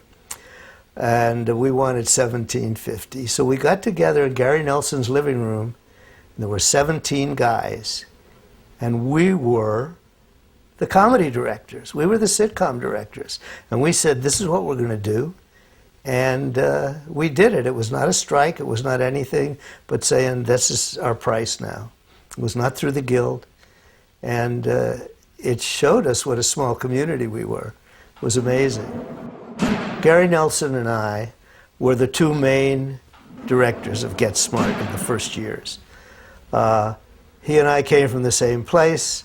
We were both assistant directors for many years successfully. We both were mentored by a man named Bob Sweeney, who gave us our opportunity to become directors. We were both given by Bob Sweeney episodes of the Patty Duke Show, which was our beginning. And that was the year Get Smart started. And Gary and I both got on it and both did well. And by the 3rd year, we were sort of the regular directors. There was one review that said, Get Smart is getting stale with these old directors. They should get some fresh new guys. Neither one of us was 40 years old yet. We were both in our 30s, he earlier than I. We went back to my first job as a second assistant director. I was replacing Gary Nelson on a show called Wyatt Earp. That was a long time ago. And we've known each other since, and we've done similar jobs. Certainly in our early careers, we did all the same shows. Gary went more into long form than I did, and did a couple of features and so on. The only time it was really competitive is when they did a Get Smart feature and they hired him instead of me. But then I saw the movie, and so I wasn't jealous anymore. It was terrible. They couldn't put it back together. And a big part of that was Ed Platt. Ed Platt, who played the chief, was just wonderful at it. And when he passed away, it was just a great, great loss to the Get Smart family, because he had that way of dealing with Max. And aside from the scenes he would be not in the office, and he was in a lot, every Friday night was the Friday Night Frolics in the chief's office with Don and Barbara and whoever else happened to be around. And in the early days, Ed always came in completely prepared, having memorized everything. But Don had a habit of changing or mispronouncing words the first time he read them in a script. So if a guy's name was McDougal, he might change it. He says, oh, McGonagall. And then it was McGonagall. So now it comes to Ed, and he says, well, you know, Commander McDougal. And I said, Ed, you can't. It's got to be McGonagall. It's been the whole show. So he started not preparing quite the same way, with his trigger cocked, ready to go whichever way Don had gone. And but those scenes and his relationship with Don were one of the most important things that made it work, because he had the patience and he accepted that Don got it done, you know, and took him for what he was worth. There was a lot of looking for a new joke, and there would be something that Don felt that well, mostly came from Don. Don was so good and so bright and so funny, and he'd say, can we do something here? And so we'd all go in the corner, usually Don and myself and the script supervisor, a girl named Dottie. And so we'd say, how about this? Ba-dum, ba-dum, ba-dum, ba-dum. And Dottie would go, you know, that's not it. So then, until finally we got to the joke where we said, this, and Dottie kind of went, huh? That was it. So she was a wonderful yardstick for us, and a lot of wonderful jokes came out of those things on the set. Now, sometimes we'd get to a point where we couldn't agree, and then Leonard Stern would come down and we'd work it out between us. But not a lot of improvisation until Rickles came. And I didn't do that show, but I understand when Rickles and Don Adams got on the stage together, it was just stand back. And it became a two-parter. He was hired for a half hour. That's what I remember, and I wasn't really around. The night we won the Emmy,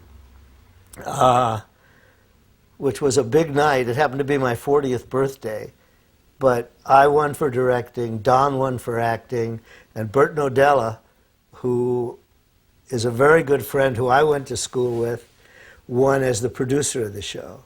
And Rickles was at the table. And it was just a very big night for Get Smart. And that's the night that this came around. And Don came back with it from winning and sat down at the table. And Rickles said something, and Don turned to him. And as he turned to him, he sat down, and this thing went like that. It got him. It was really almost dangerous. It just drew a little blood, because he was sitting down with his full weight, and this was sitting on the table. And that was a pretty scary, interesting time. Burt and I both went to UCLA. Both, he was more an actor, writer kind of guy, and I was a motion picture guy and was into making my student film and so on. But he came to Get Smart, I think, the third year. And he came in and sat down next to me in our little director's chairs, a director, producer, and he had a call sheet in his hand, and he said, Bruce, did you ever think when we were at UCLA? Producer Burt Nodella, director Bruce Bilson. And that was a special time for us, special little moment, and we're still very good friends. The Cone of Silence. In the 24 shows I did, I only used it once. It was a scene where, and it's always Max insists on it, and a perfect example of Ed Platt. Oh, you know, do we have to? And I can't do it, and nobody else could. But he had that way at pained, all right, I'll give in. And so the Cone of Silence was lowered, and in the episode I was doing, it came and just kept coming and went through the desk, and they both ended up huddled on the floor under it. And that was great, a great gag. There was always something new, and it always had to work. And we had a property master named Jimmy something, and I apologize to his family if I don't remember his name, if they ever see this. But he was great. And one of the things he did, he took an old doorbell button, and he just took the button, the little white button with a little brass ring around it, and put some tape on the back of it. And whenever something had to work, he would put that button where you needed it, and when Don pressed it or the bad guy pressed it, whatever was supposed to happen happened. And that saved just so much technical baloney, you know, and he just had that simple solution that worked. And, you know, you talk about gags, I suppose the other biggest gag was Jaime the robot. And I did his first show, you know, give me a hand, Jaime, all that. And Dick was great, Dick Gautier. I saw him recently. I'm sorry to say it was at Don's funeral, but he was there. Everybody was there. The whole comedy world was at Don Adams' funeral. It was a wonderful, it wasn't a funeral, it was his memorial service. But Jaime the robot, you know, and then we found gags. And, you know, you ask about gags that happen. One episode I had, Jaime had been reprogrammed by chaos to be a bad robot. And Don was trying to fix him, and I opened a sequence. We had a gag that went on Dick Gautier that opened up and had all the little stuff in it. And Don was in there trying to fix it with a screwdriver. And the prop man came up and whispered in my ear one of my favorite jokes. So while Don was doing that and the camera was pulling back, he said, "Cough, Jaime." And the robot went, and just a wonderful joke that came from that same prop man, Jimmy. So those kind of things happened upon occasion. When you had the prop, sometimes you could find a thing to do with it. There was a show where Don and Barbara were supposed to get drowned in a phone booth. And that episode started with another person, a lady who was trying to be an informer in that very same phone booth. And as she was trying to become an informer, the bad guys came to a wheel in the hall and turned it like this, and that thing flooded with water, and she was a goner. And that was the teaser of the show. Later on, Don and Barbara got into that same phone booth, and the bad guy was ready to turn and drown them. But the problem was we had a page-and-a-half scene while the thing was filling up, so I had to control the timing of how that phone booth filled up. Actually, it was a tank that was made. They had to climb in over the top, and the door was a fake and all that. It was very well done. I had two cameras, one wide holding the whole thing, another one closer on Don and Barbara. And we started the scene, and I needed cues to control the level of the water. So I got the special effects man, and he was in the next stage through a door because the pump made noise, and he had a tank of warm water for them, and he was ready. And we went through the script, and I gave him 5 cues. You know, one is here, 2 is here, 3, 4, 5. Right? And just watch my hand. Now I'm here, I've got the script, and I'm ducked down under the camera, and we start rolling, and it's working, and it's great. And I cue the 1, the water's coming, and I cue 2, and the scene is playing, and the shoe phone is wet, and he's looking for change for a quarter, and it's going, and it's fine, and I'm going along, and I get to the 5th cue, and then I stop worrying about this hand, and I'm watching, and I'm laughing, because it's really funny, but he's watching my hand, and I can't laugh out loud, so I'm going, and all of a sudden, he thinks I want more, and he just keeps the water coming and blew them right out of the phone booth. Not that they were hurt, but I mean, they floated to the top. And now the wardrobe had to be redone, and the hair, and the makeup, and the whole thing, but it was just one of those funny coincidences the way it worked out. It's a favorite story of mine. Don was an incredible memorizer of lines. Don was not a homework doer. Don was a wonderful, and here's how it worked. Don and Barbara would come into a room, and Barbara would say, "Gee, Max, this looks like the museum basement." And Don would say, "Dottie?" And Dottie, the script supervisor, would read his line, "Well, 99, maybe it is." And then Barbara would say her next line, and Don would say, "Dottie?" And Dottie would read his next line. And by the time he went through the scene, the next time he was practically perfect, and by the time, you know, the next rehearsal, and by the time he got to a take, he had it. It was incredible. It was not that he was a bad learner. It's that he was a bad homework doer. But he could do that. And one rehearsal like that, and he was on the way. It was quite amazing, really.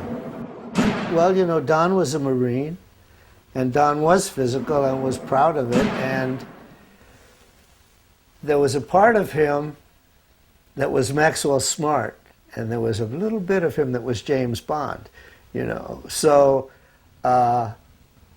being James Bond and keeping the comedy was what it was about. That was what our show was. It was a takeoff on James Bond, because that had just become such a huge hit. We were rehearsing, and as I recall, it's supposed to be a construction site of a building or something.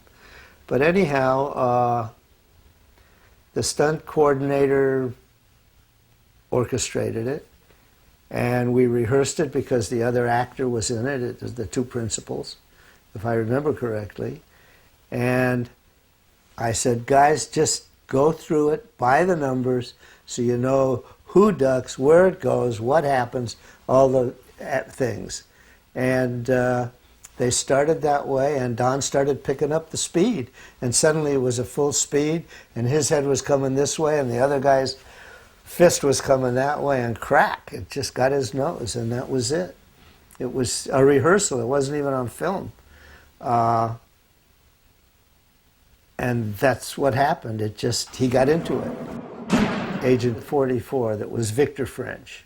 Victor French and Don Adams had this thing of two kids having an argument.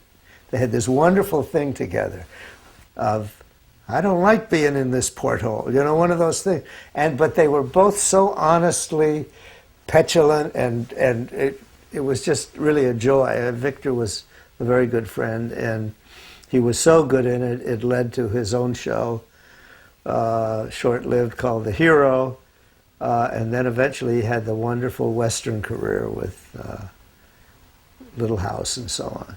But he was a good guy and a good friend, and so good in that part. And he came on the show on my first episode, and he knocked on the door. Dawn was keeping the secret agent something in her apartment, and a knock at the door came, and it was Victor French in a fedora hat and suit. And Don opened the door, you know, with a million locks on it. Yes? He says, how do you do? I'm your friendly insurance agent. And Don says, oh, Mr. Insurance Agent, come right in. And Victor walked in, and I whack him in the back, and pow, he fell on the ground. And I said to Vic, I said, try to hit the ground like you're being pulled down by a bungee cord. And he just went splat. And from then on, his performance in that led to him getting that other job of being a regular on the show, and he was great. And then Dave Ketchum was different. He was very, very good. But Victor and Don had something that was like two little kids having an argument. It was delicious. I think it was written funny. You know, you're talking about Buck Henry. You're talking about 4 teams of really terrific writers whose, I don't want to name one and not be able to name the other 7, or, you know, Leonard Stern, who just had it down of what Get Smart was, and Don. And so when those things were there, you just played them for what they were. There was no problem. We all knew what they were, and we just did it. You know, and Don brought all those phrases, I think, you know, from Would You Believe, which was interesting. In the pilot, it was 3 steps. It was, you're surrounded by the U.S. Navy, the Coast Guard or something, and the guy says, I find that hard to believe. He says, would you believe 2 destroyers and a speedboat? And he says, and then he'd say, I find that hard to believe. He says, how about 6 Boy Scouts in a rowboat? You know, would you believe? Would you believe? And it became a 2-step. The 3 became a 2. It was interesting. But all those other things, sorry about that, Chief, you know, missed it by that much. Barbara, of course, was wonderful because she, like Ed Platt, had just the right attitude. And she drove that line, walked that line, admiring him, helping him. Oh, Max, you know, all of that. And of course, they each had their favorite side of the camera, you know. I don't know if you're aware of it. So sometimes they'd come into a room and go like this and switch sides. If I remember correctly, Don wanted to be looking camera right and Barbara camera left. Fortunately, they weren't fighting for the same side. And so you'll see that if you really look for that they're usually on the same sides of the screen. And Barbara would stand with her ankles bent because she was in real life taller than Don and didn't want to be. And you know, and so she had a lot of times standing with her feet out and her ankles bent to be a little shorter. Barbara Feldon is a very bright woman, to where she won the $64,000 question once before she came on our show.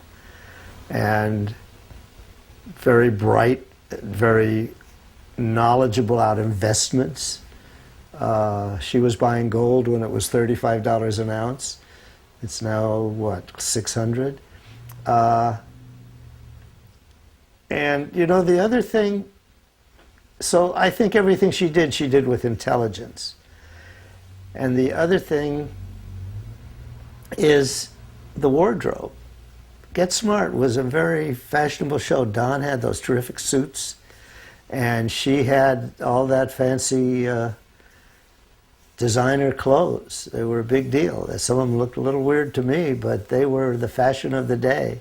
And she was very well dressed, and I think that may be part of what young ladies of the world admired about her, as well as the fact that she was holding up her half of that combo of controlled spies, the two of them.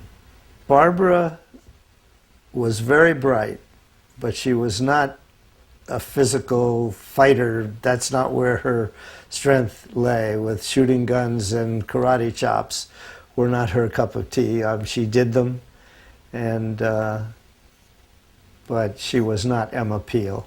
I have to say that at Don's funeral, Barbara made the most touching speech of anybody. Of the two Don Adams, the one she knew as Maxwell Smart and the one she knew as Don Adams, was really just bring tear to your eyes tribute that she did. She's such a lady, and that was another example of it. Well, all those characters that we portrayed that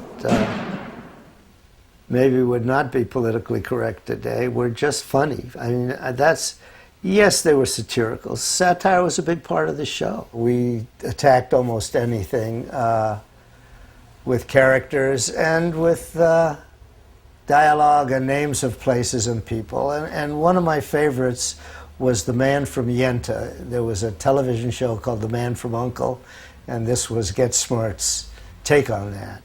And The Man from Yenta was an Israeli spy who was sent to guard an Arab sheikh who had been threatened by chaos, and they knew that, well, the guy's name was something Lamoko, was the bad guy who was an incredible imitator of voices and of disguises, an expert in disguise. And so it ended up with this scene where the sheikh was there, and this was everybody with the dark glasses and the burnoose thing, whatever you call it, and a mustache, a little goatee. And he was there, the real sheikh, and the Man from Yenta had the same outfit on with the little beard, and Pepe Lamoko, whatever the hell the guy's name was, the master of disguise and voice, he was there with the same outfit, and Don Adams, in trying to protect the real guy, was there in the same outfit. And they all got into a fist fight. And they're rolling around on the floor, and the chief comes in and says, "All right, on your feet." And that was the scene. And then he said, he said, "Number one." It turned into this funny thing. "Number one, what is your name?" And he said, "I am Sheikh Alu Ben Bubi." "Number two, what is your name?" "I am Sheikh." And the four guys all answered the same. And we had this hysterical scene that evolved as a takeoff on that television show. which wasn't written that way quite. It just evolved into it. It was hysterical. And in the middle of it all, the guy who played the real Sheik said, you know, I'm working in a play tonight, so I've got to get out of here. So I carefully planned my coverage, and I said, okay, go. And then all of a sudden I turned around for a shot, and I needed him. And I called the gate, and the cop at the gate stopped him. They brought him back. They slapped this stuff, this beard, this thing, boom, and we got it. But it was one of those very, very, very funny scenes that played better than it was written. It just took off on its own. And that's been a favorite show of mine. I did the first episode with Siegfried where he was a magician. And that was the beginning. And one of our favorite scenes, Siegfried kidnapped the chief. And there was this phone call. And there was some discussion about the jokes, and I think Leonard Stern came up with this. It was hysterical. So Siegfried calls and says, "Very smart, I have your chief."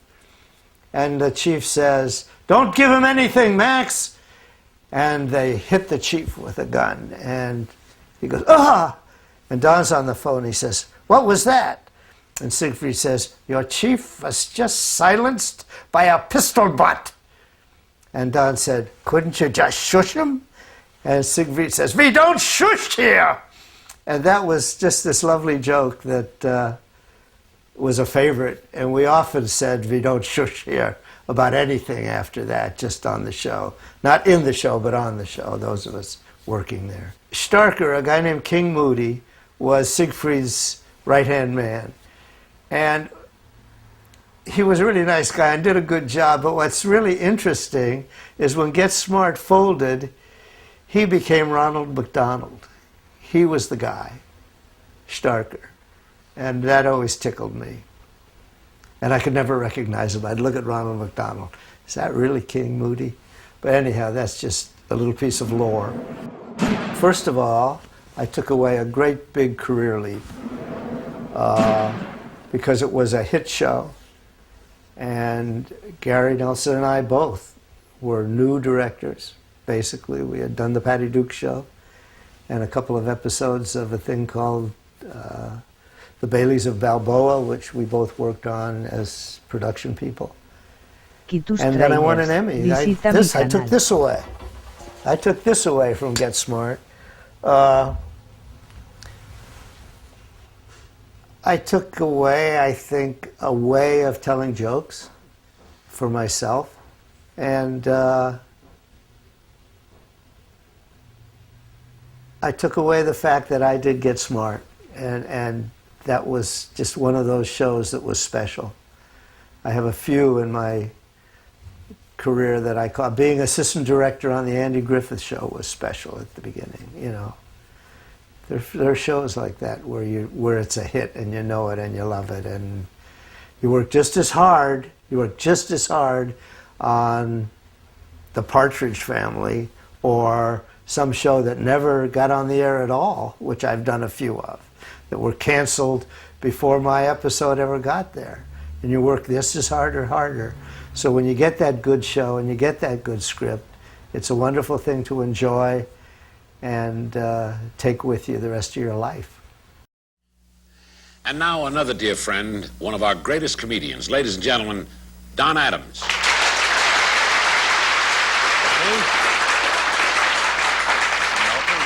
I don't have to tell our viewers and on Mad Mad World of Comedy or folks here at Masters that you personally won 3 Emmys for your performance in Get Smart, and the show won 5 Emmys. True? Yes. That's true, Milton. I just told you that before we got on the air. Oh, shut up, please. Do you believe in the theory, Don, that until you find a character for yourself, that you can base your comedy that you're doing on just non sequitur jokes? No. For me, it was a very lucky thing. When I started out, one of the first routines that I ever wrote was a thing called The Detective, which was a takeoff on William Powell in The Thin Man. And it was a piece of comedy which, you know, the detective gets all messed up in summing up the case at the end. And it was a very successful piece on television. But more important than that was, William Powell had a way of talking, a very clipped kind of way of talking. And what I did was take that voice and exaggerate it about 4 or 5 times. And that voice gave me an identification. Now, anybody that has an identification, so when I did Get Smart and I came on, people would identify with that voice. They would identify so strongly with that voice that what was normally just amusing would become funny when that voice was used. And that voice was contagious. And that voice was an identification for me. When I used to be on the show, like we would have an actor on the show, right? And we would have a scene together. And I would say to him, all right, you'll go down to the drugstore and pick up the package. And he would say, okay, I'll go down to the drugstore and pick up the package. And the director would say, all right, let's get it ready, roll them, all right, action. And I'd say, you'll go down to the drugstore and you'll pick up the package. And he'd say, I'll go down to the drugstore and I'll pick up the package. And then the director would say, no, wait a minute, hold it, that's not right. And then the guy...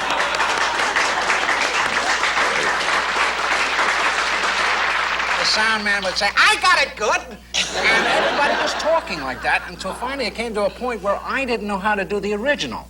I was doing impressions of people doing impressions of me. Be very quiet, 99. Don't slam the door. In conclusion, I'd like to ask you something. In speaking to promising young comics that are probably watching us now, Don, what is your advice of how to be a successful comedian? Well, it's a very difficult question to answer, particularly in this day and age. You know, in my time and in your time, there were places for comedians to learn their trade, to work in burlesque houses, and to work in nightclubs, and to work in strip joints, and to work, and eventually over the years to get their timing right, to get their material right, to get how to deal with audiences right, and eventually, when the time came that they were professionals and they knew what they were doing, if they were in the right time at the right place and they were lucky, they would become successful. It is partly talent, partly luck, and partly learning your trade. When I was a kid, I used to go to Lowe's State when you were playing there, and I used to sit for 5 shows a day and study you, and study everything that you did, your mannerisms, your takes, your everything that you did. I learned a lot from that. I learned a lot from watching you and other great comedians, and then I tried to develop a style of my own, a style like a singer develops a style, so that when you turn on the radio and you hear Tony Bennett or you hear Bing Crosby, you know, or Frank Sinatra, you know that it is that particular person. You must get an identification so that people will know immediately who you are and that you're not just part of the other mob. It's said Visita wisely but true, and I'm very, very glad that you could be part of our mad, mad world of comedy, and I'm very glad to count you as a friend. Thank you very much. Ladies and gentlemen, Don Adams.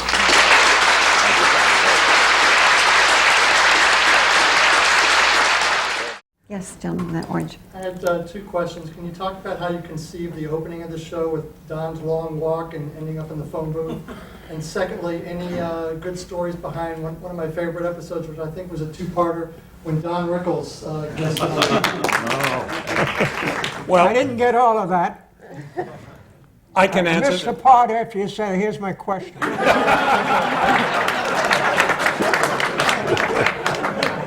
I didn't hear Don Rickles, though.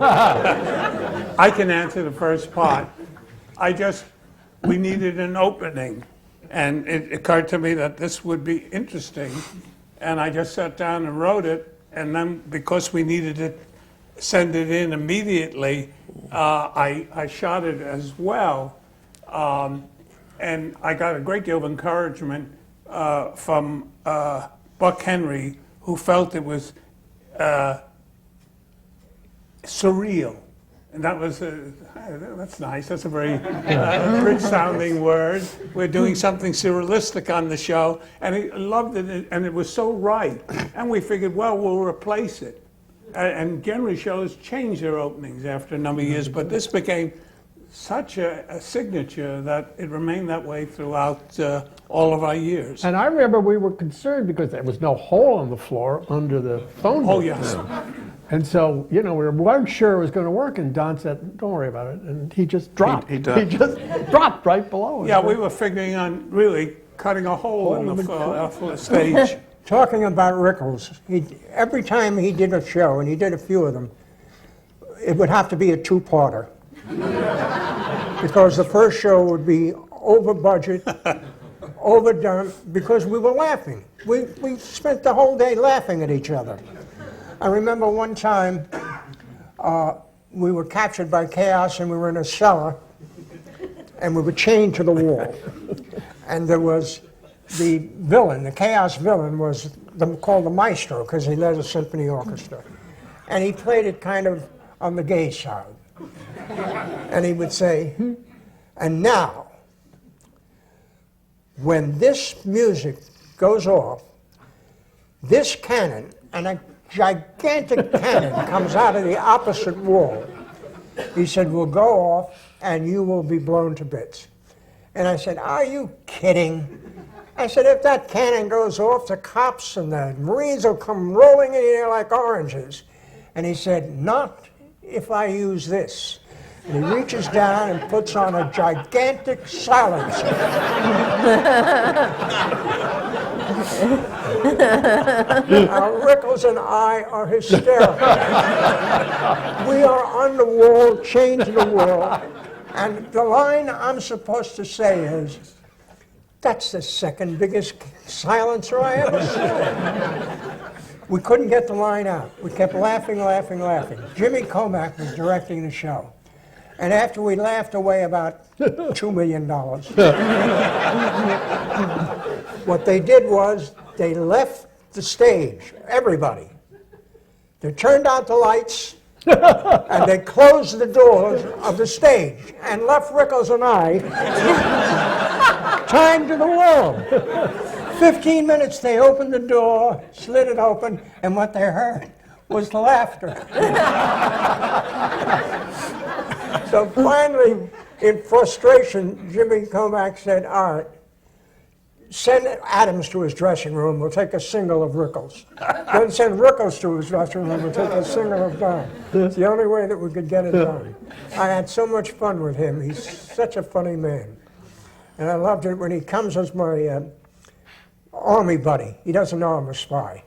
And the nets start falling, and all the gimmicks start, and I'm talking into the shoe, and he's going, and we make a date with the girls, and he says, Max, do me a favor, when we go out with the girls tonight, don't talk into the shoe.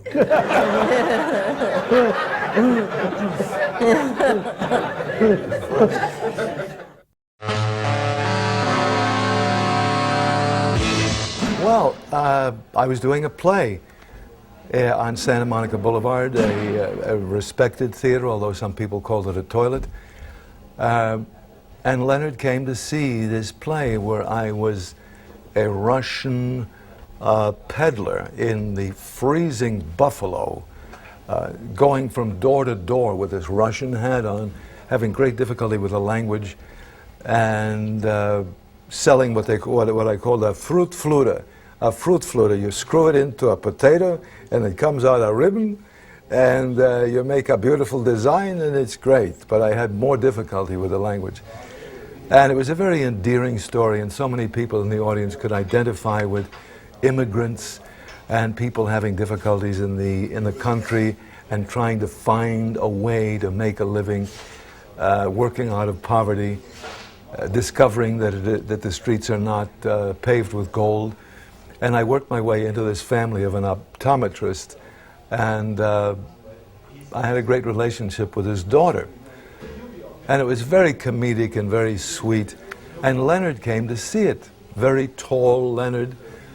And after the show, very low ceiling, Leonard came backstage. His head was kind of scraping against the ceiling. And he said, I think you're terrific. We're going to work together. And I was used to people saying something like that, and I was saying to myself, sure, work together, right. Well, it takes a while to get out of character, and when Leonard came back, I was probably still Moshe Golub from Grobny Guberny, and thinking in Russian, and maybe translating as I was going along and saying, look, everything in life is a risk. So, yes, Leonard called me the next day and I said, how do you do, Mr. Stern? It's a great pleasure to talk to you. Showing that I wasn't that guy anymore. Within 2 years, he created the role of Siegfried for me, and we became very dear friends. This is 1962, and we're still friends today. And he's one of the golden moments in my life, Leonard Stern. And the name of my corporation is Leonardo Players, Inc. Thank you, Leonard. I went to NYU and I had a very formal, classic Shakespeare, Shaw, Barry training. And I found that nobody was buying me as a Shakespearean actor. And it took California doing arena theaters to kind of quiet the technique down and get it to be a little more casual. But it wasn't until a fateful day that I had this agent at the time that would send me up for parts that had already been cast. It was a very negative kind of a thing. So one day he sends me up to CBS Television City, and the casting lady there, Marilyn Budgeon, says, I'm sorry, the part you're up for, and we said it together, has already been cast. I said, well, thank you very much, and I was on my way out. And what she said next was as fateful as anything in my life. She said, Mr. Coppell, as long as you're here, would you like to read for Pablo? And I was saying, Pablo? And on my way in, I had seen 5 guys who could have been Pablo or Jesus or Juan or anything, Latinos. And I just was so frustrated, or you might say pissed, that I said, okay, I'm going to take up the precious time of Buzz Blair, the producer, and I don't give a damn. I'm going to see if I can beat Pablo. And I had no idea if I could, but I remember, okay, going in, and my heart is thumping away. I said, Jack Parr has Jose Melis, 1961, and Jose Jimenez, Bill Dana has Jose Menes, and I'll do them. I didn't know if I could. And I went into his office just fired up with frustration and anger and piss and vinegar. And I nailed it. It was like I was flying high. And for the next 4 months of my life, I'm playing Pablo, and I'm threatening ladies, and I'm being mean and everything. And I remember Harvey Korman came in to play a detective. One day Harvey Korman came in. And we'd had a beer afterwards, and he said, I thought that you were Mexican. I said, well, that's because I talk like this, and because I do the accent, it sounds like I could be, but I'm not. I'm a nice Jewish boy from Brooklyn. That's what I am, and that's what I'm going to remain. Unless they give me a check, then I'll be anything I want to be. I can play anyone on the planet, any voice on the planet, any accent on the planet. It was a big stretch for me later on in life to do Love Boat. Very difficult to actually play myself.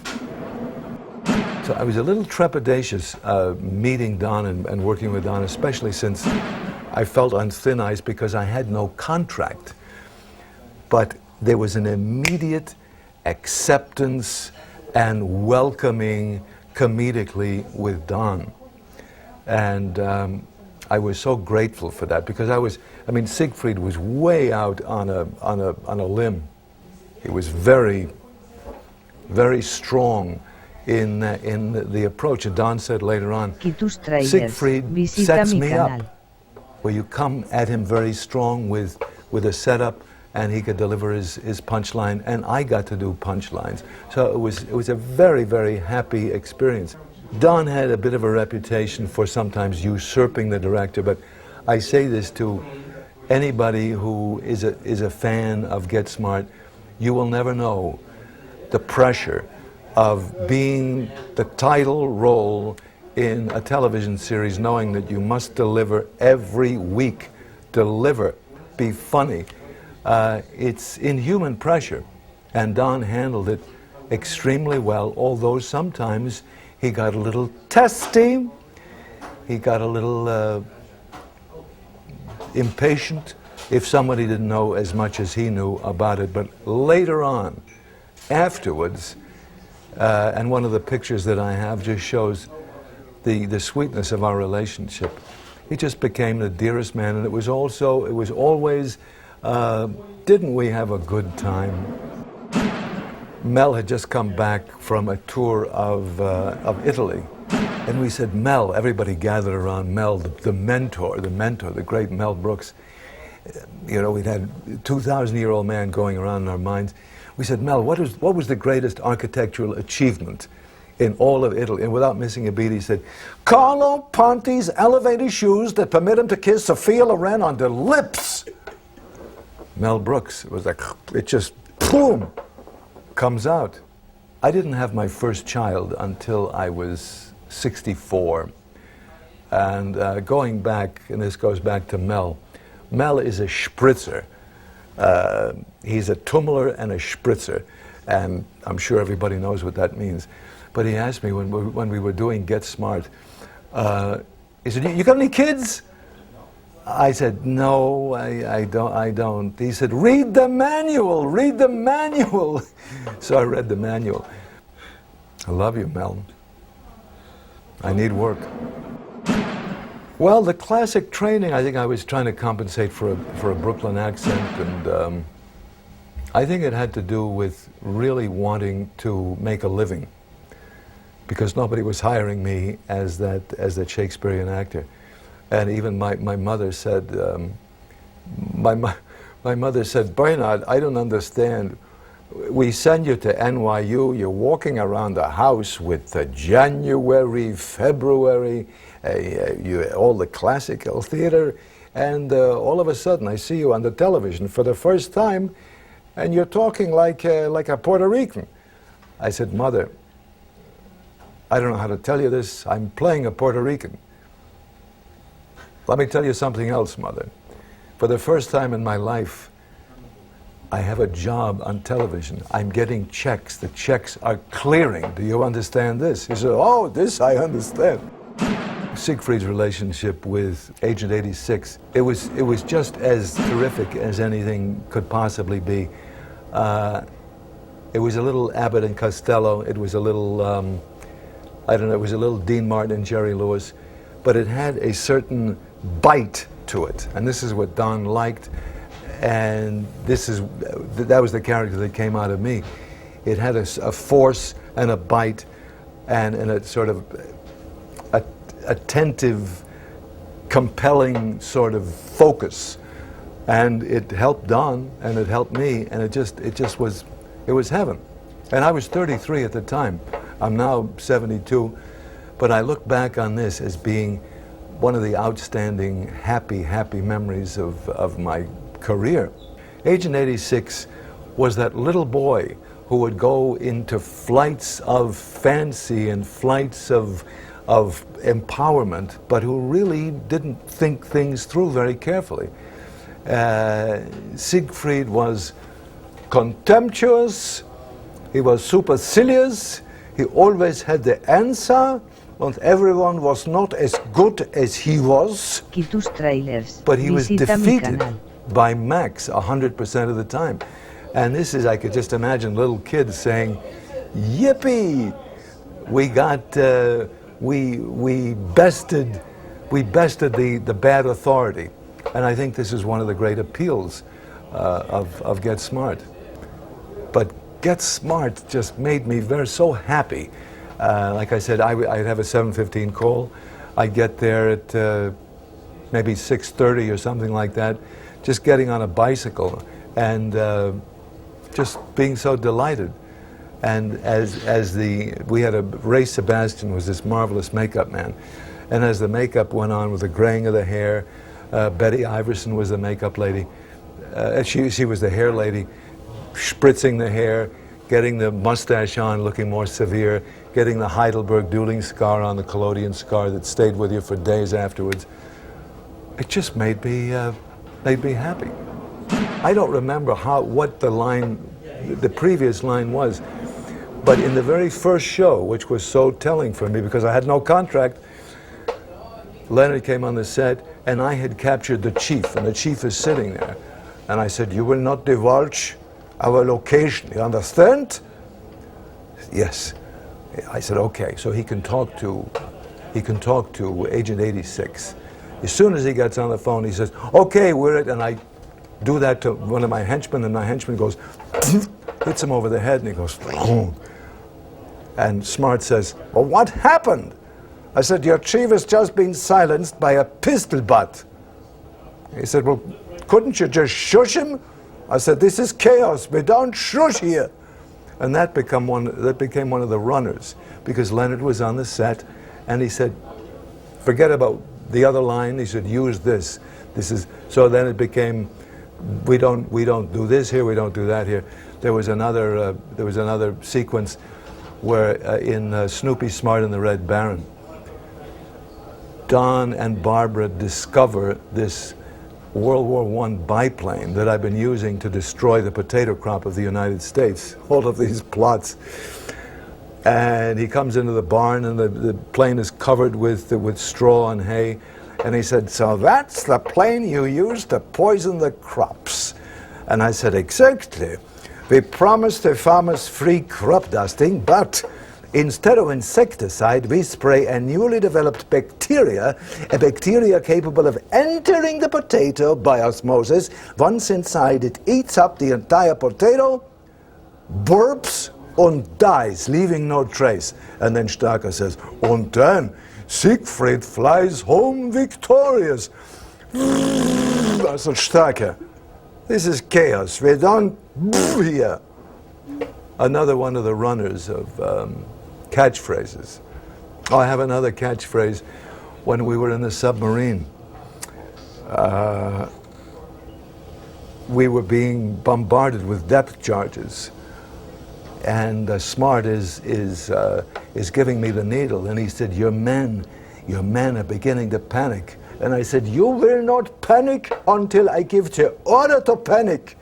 And now 2 depth charges shake the whole thing, and I said, "Prepare to panic!"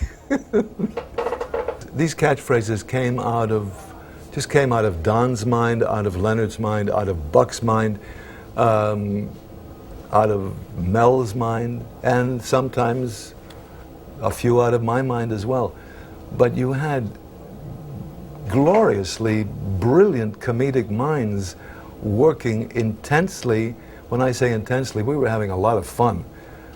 And there was also a spirit of freedom, a spirit of creativity, of easy creativity. Nobody was sitting on anybody with some kind of authoritarian seriousness.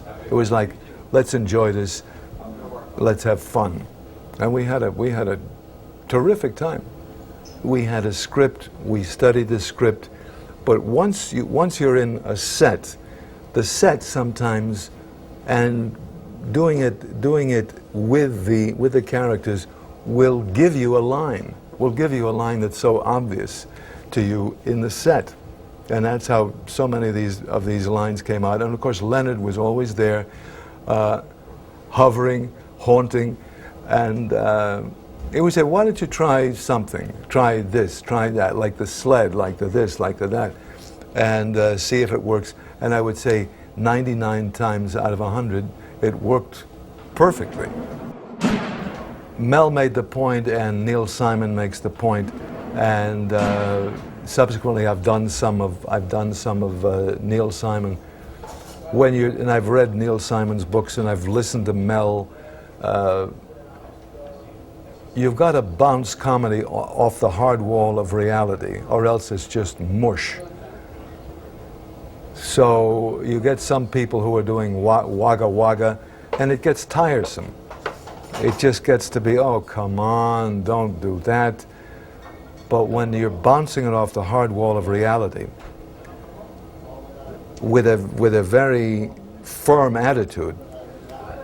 I mean, going back to Sid Caesar, the brilliance of Sid and all of those writers.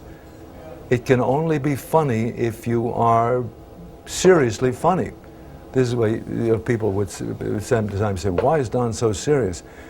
He's finding that hard wall. No, he never did anything that would be frivolous or goofy or that silliness, because you just blow it. Get Smart was a satire, but Don brought that. You want to find a word: sincere approach, bouncing it off the hard wall approach, a firm approach. None of it was well, we're not doing it yet, because you lose it. You lose your audience because you say, people will look and say, it's goofy, so who cares?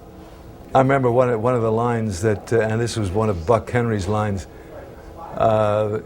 these high-ranking generals and admirals are in the war room, and they begin to have a quibble, and the quibble elevates into a fight. And one of the guys says, please, gentlemen, stop fighting. This is the war room. Stop fighting. This is the war room. And that was a brilliant line from Buck Henry. Trailers. Oh, Visita the mi old canal. gun and the rabbit trick. I had the rabbit, and Don thought he had me, and I said, I would just like to play with my little rabbit. And I reach in here and I get my rabbit, and I got, hands up! And he said, the old gun and the rabbit trick. The second time today, or some goofy thing like that, but it was all done. Or in Schwartz's Island, the great huge, oh, it started up like this, huge magnet, and Siegfried had this thing where he would magnetize all in this insane plan of his.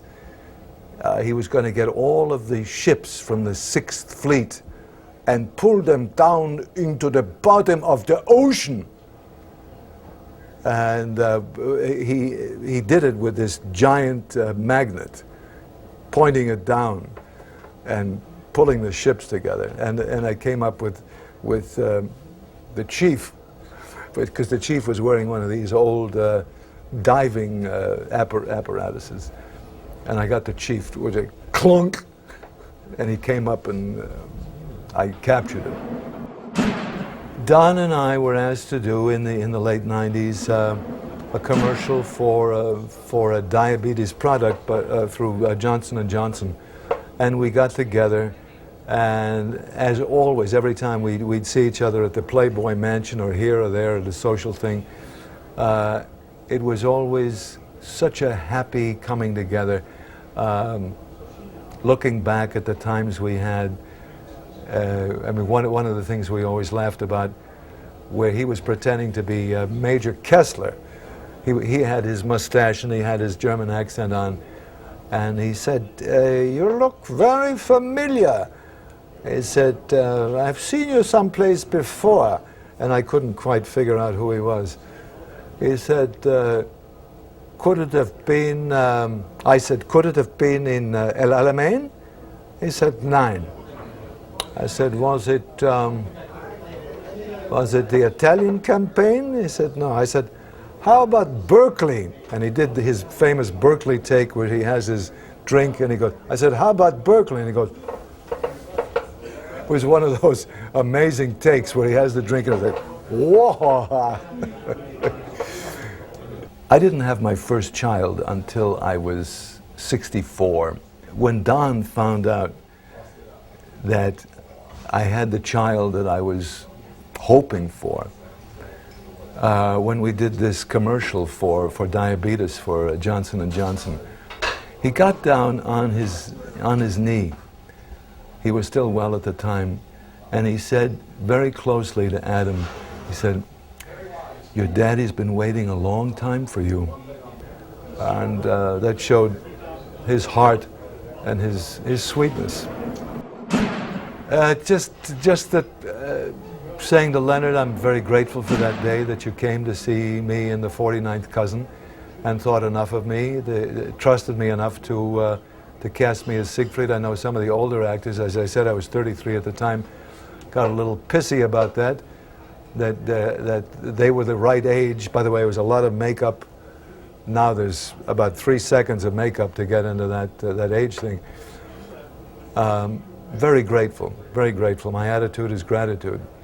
And that's why I named my company Leonardo Players, Inc., after Leonard Stern. So, thank you.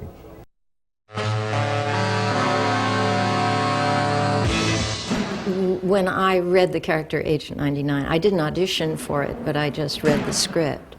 I loved her outfit. She was wearing a chauffeur's outfit, and I thought that was really cool. And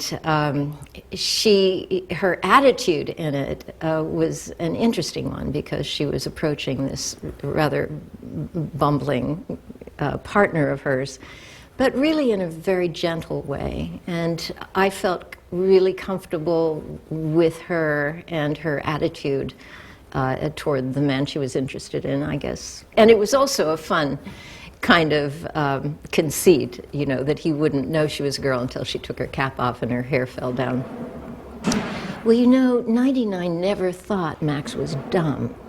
You know, she sort of rolled her eyes from time to time at some of the things that he did, but I think that she so worshipped him that any negativity just got sort of swept under the carpet, and she could just go on with this complete adoration of him.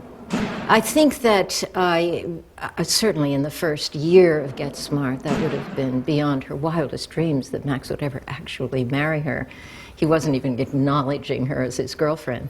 And I think by the time it came around, the character probably was quite ready for it, and she had sort of aced the situation, I think.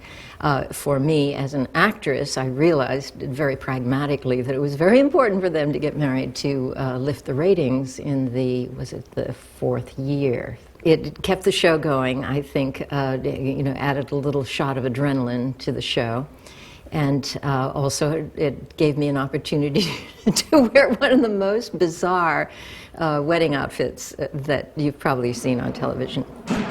I think the reason the 99 came off the way she did, and with the sort of softness in her character, was because Max was so staccato that it almost seemed right, almost in a musical sense, that she would do the soft thing, he would do the hard thing. And I think that we had no idea when the show began that that's the way it would be, but it was that way from the very first time that we were on screen together. We had barely met the first day. And I think we said hello, and that was it, and then we stood on our marks and we did our first scenes together. And from the very beginning, it was like that. It was her way of handling that kind of personality. And it was also, of course, the way she was written. And I think it was partly my attitude at the time toward men. I mean, I grew up at a time when you handled men carefully, and it was not done in a kind of manipulative way at all, although it was manipulative. It was done because that's the way men were, and that's the way women were. And men strutted around and, you know, tripped over their own 2 feet, sort of like Dagwood Bumstead kind of image. And women were very adoring of the guy they saw inside that bungling character. And so I think it came very naturally to respond to him that way. I mean, it was just at the beginning of the women's movement, maybe just predating it a bit.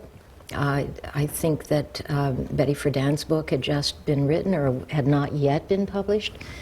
And so there was no anger in the scripts or in the air or in, you know, the atmosphere of the times that later on, I think, crept into scripts where the female characters were a little more defensive and a little more aggressive and, you know, staking out their territory, and their consciousness was a bit more raised.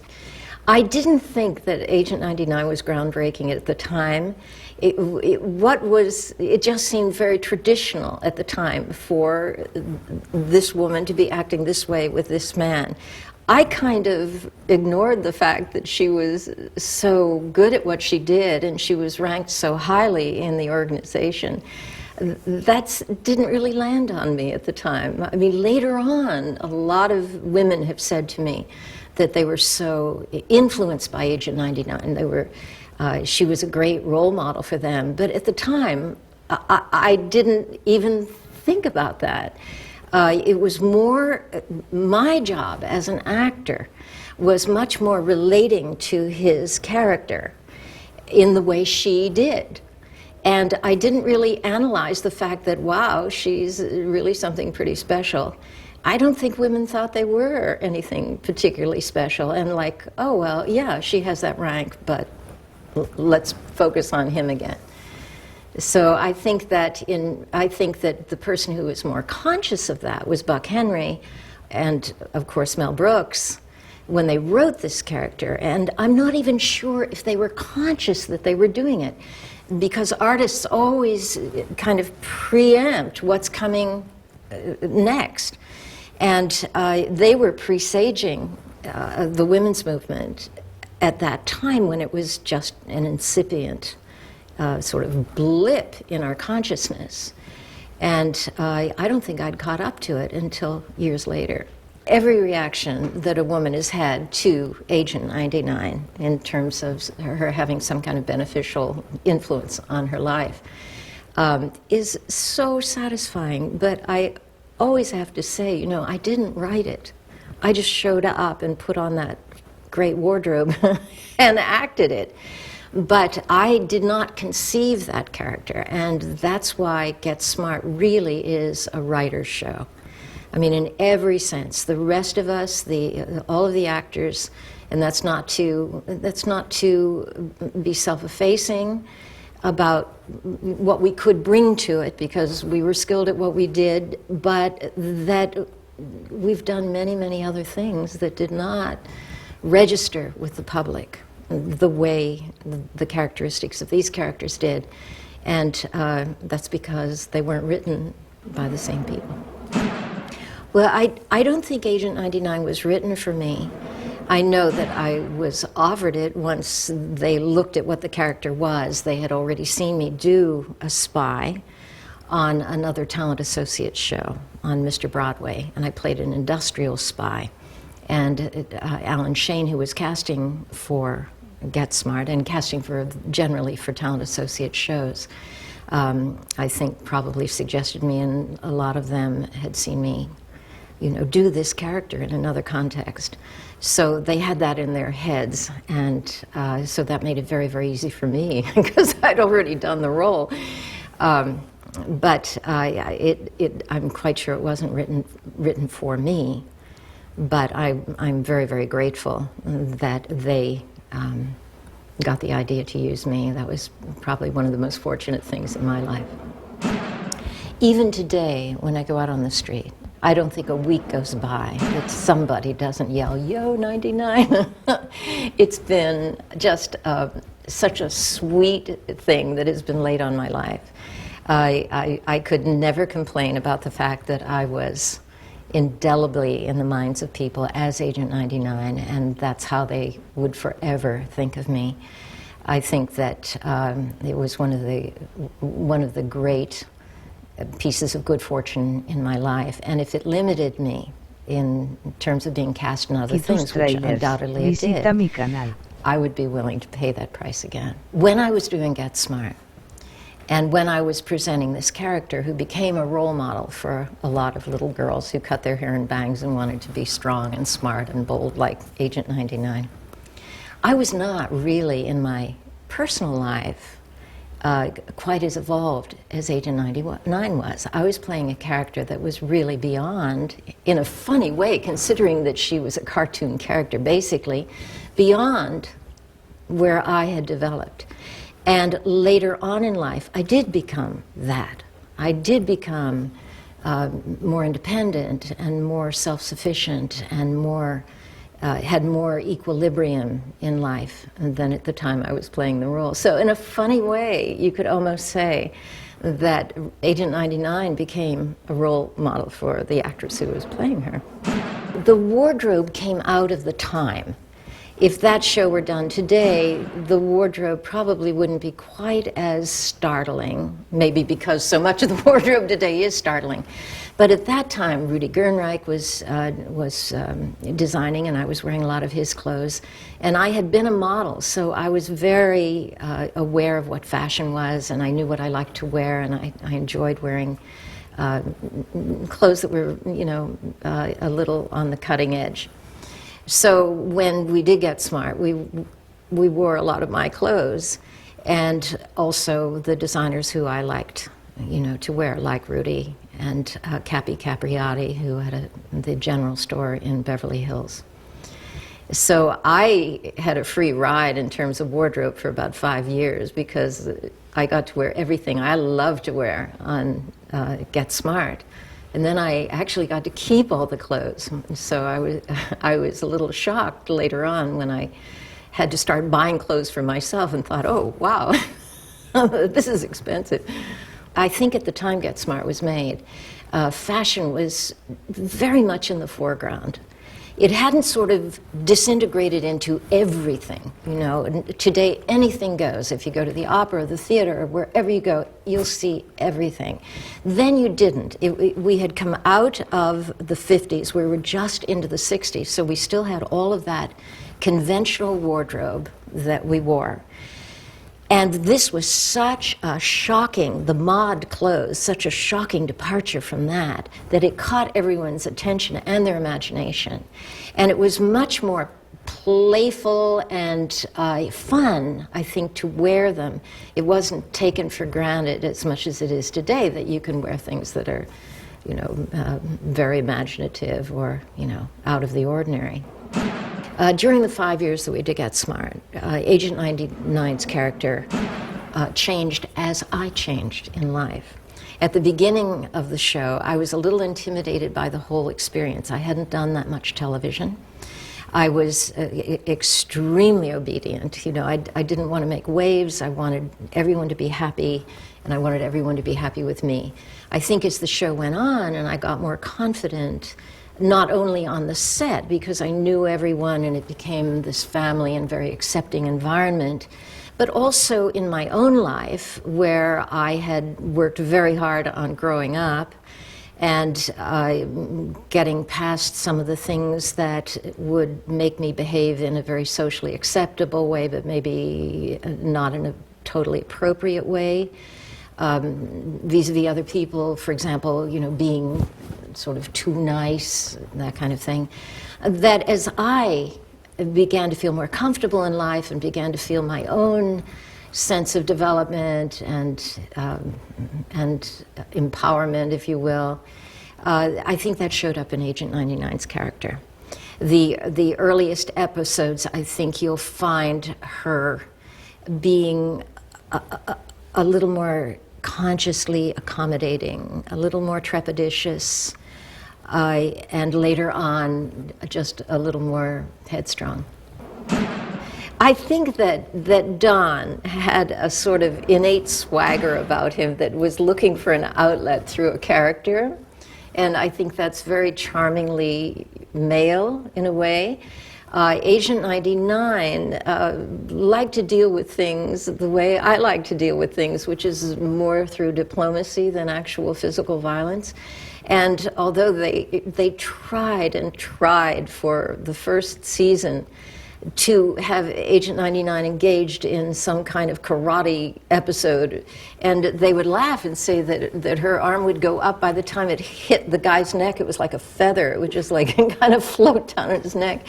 And finally they took away from me all of these, you know, these exercises of physical prowess.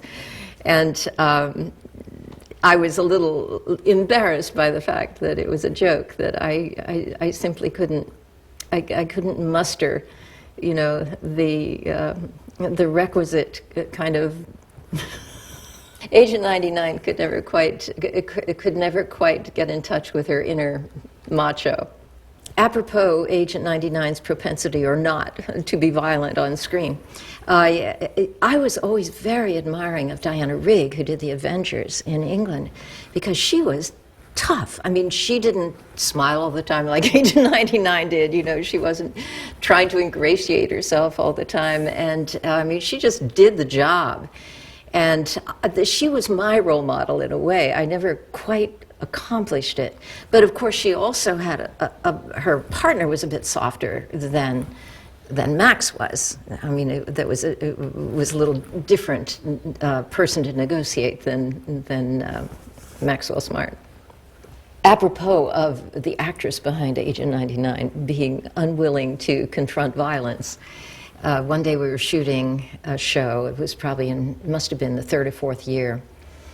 And we were shooting outside on location. We were on a cliff.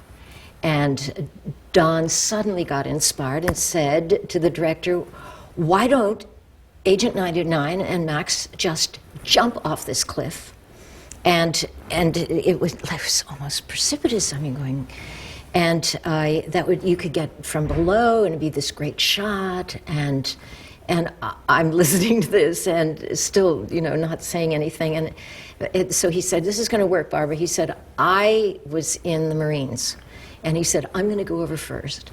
And then you go over second. And as I slide down this incline, I'm going to break your fall so that you will always be behind me and I'll slow it down and everything's going to be fine.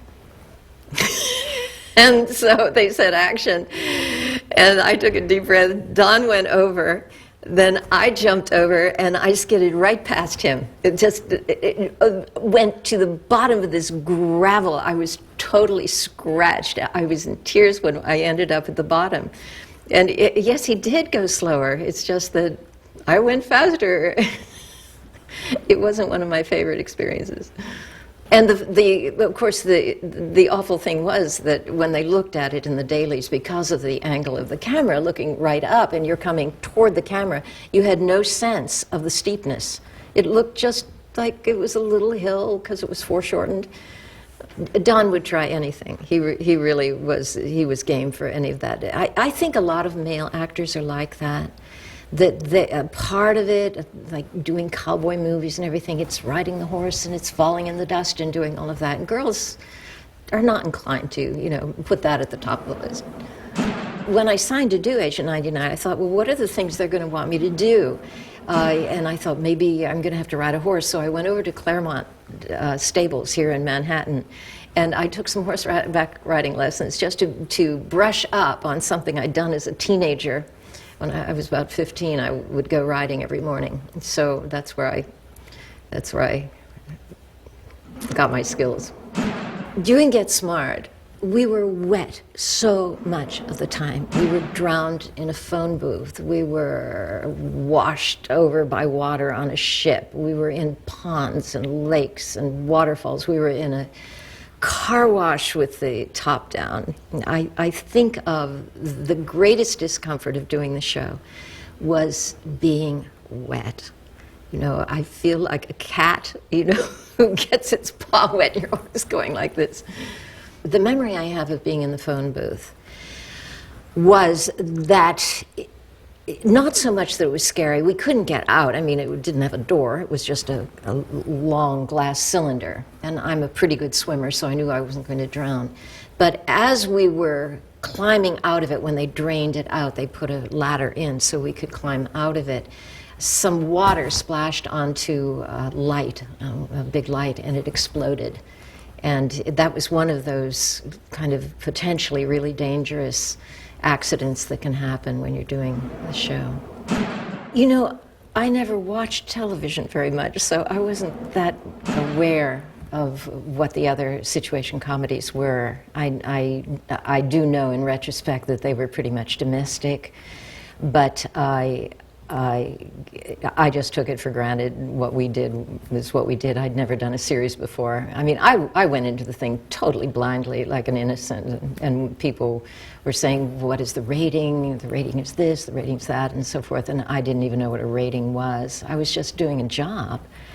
So I never really compared us to any of the other shows, and they were shows that I didn't watch anyway, so I had just never gotten the TV habit. We were in a very inept environment in a control headquarters, but the chief was had some gravitas, I thought, and Agent 99 showed some modicum of sensibility. Then from then on, as they went down, now her number was 99, so she was the top, right? She was the top agent. As they went down the list, 86 and the other agents, I think that their ranking said something about their abilities. I think that the show came out of its times. I mean, at that time we were very aware of the CIA. It was the Cold War. We were very aware of the KGB. And I think that one agency was probably fascinated with the other, and I think that showed up in Get Smart too. I was recently invited down to Langley to the CIA where they were having an exhibit of KGB death instruments, you know, spy equipment and so forth. And so they're putting it almost in their museum, the other side's, you know, equipment. And they also had, adjacent to that exhibit, they had an exhibit of all of the spy shows, Get Smart. They had the shoe phone and, you know, some of our little trinkets, and 007 and so forth. Yes, I think there's a mutual admiration going on among the forces of good and evil. So whether that was deliberately tapped into by Buck is anybody's guess. Maybe he doesn't even know. I did a commercial for Revlon, lying on a tiger skin rug, sort of aimed at all you tigers out there, and she growls and rolls around in this rug. That had been conceived by Gray Advertising, and at the behest of Mr. Revson, who had seen me on another commercial where I was actually rolled up in a rug and then unrolled. And he was looking at that time for a young image for a product of theirs called Top Brass Hairdressing. So they hired an outside guy to write a few commercials and do a test, and they did it like a screen test. And that was the one that tested the highest, and they put me under contract. And I was still under contract to them when I began doing Get Smart, and continued working for Revlon for a couple of years into Get Smart. I almost lost Agent 99 in about the second week of shooting the show, because I had done a deodorant commercial for Revlon 6 months prior to doing the show. And the sponsor of the show had a deodorant soap and thought that that was a conflict of interest. And to Revlon's credit, they just did everything they could to talk the sponsor out of firing me. And they signed papers saying they would never use me for a deodorant again, and that a deodorant is not a deodorant soap. That's an entirely different thing. And there was a day when NBC was coming down to the set to actually take me off the set because the sponsor was insisting on it. And I have no idea what turned it around. I don't know who got to whom. And finally they relented and said it's okay, she can continue playing the role. The other thing that would limit my role was my condition that I would not sign a 5-year contract, because I thought I would be ancient by the time the contract was up. So I turned down the role of Agent 99. Because of that. I didn't want to move to California, and I didn't want to sign for 5 years. So they said, you can sign for 2 years. and you don't have to do all the episodes. So they took me out of 2 or 3 episodes the first year. And of course, by the time the 2 years was up, I was not about to relinquish my number to somebody else. And in fact, the episodes I was not in, they put in someone else. And of course, I was very unhappy about it. But that was something that I had insisted in having in the contract. Agent 99 got very jealous when there was another woman. And you do, even as an actor, it's so funny because you know it's not real life. But I didn't love it when he was doing scenes with other women, and that was a little bit of 99 rubbing off on me, I think. Actually, I plan to live to at least 100. However, if it doesn't work out that way, I just want to say now that I don't want a big funeral. I don't want a lot of flowers or eulogies or anything like that. I'd just like a few of my close friends to get together and try to bring me back to life.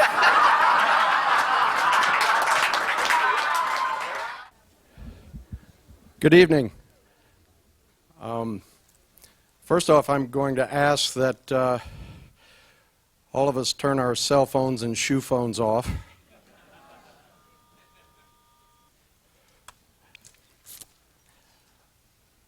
Good evening. My name is Jim Beaver, and on behalf of the unbelievably large family of Don Adams, I'd like to welcome you and thank you for coming this evening to this celebration of Don's life.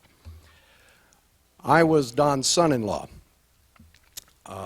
Until her death last year, I was married to his daughter Cecily. I knew Don for 20 years. Of course, I'd known him for much longer than that through television, and to me he was an icon, a legend. So when I started dating his daughter, I was, of course, a little bit intimidated.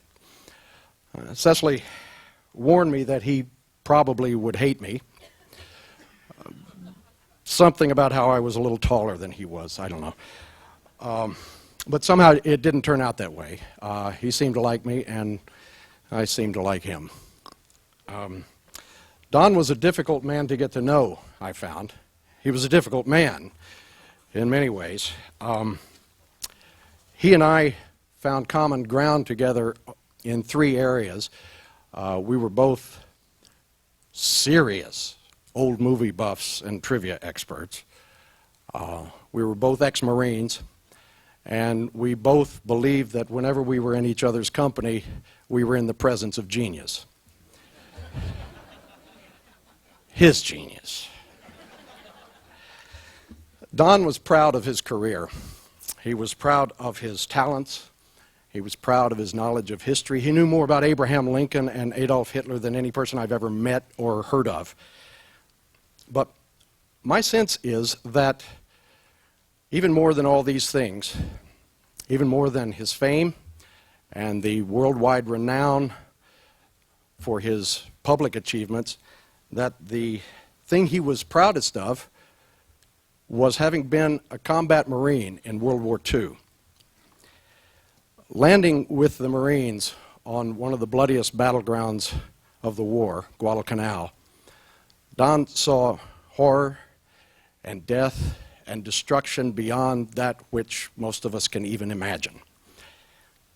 Virtually all of his rifle platoon was wiped out, and Don was spared this fate primarily because he fell victim to one of the deadliest tropical diseases known to man, blackwater fever. He was written off for dead, and he survived, I believe, primarily through strength of will.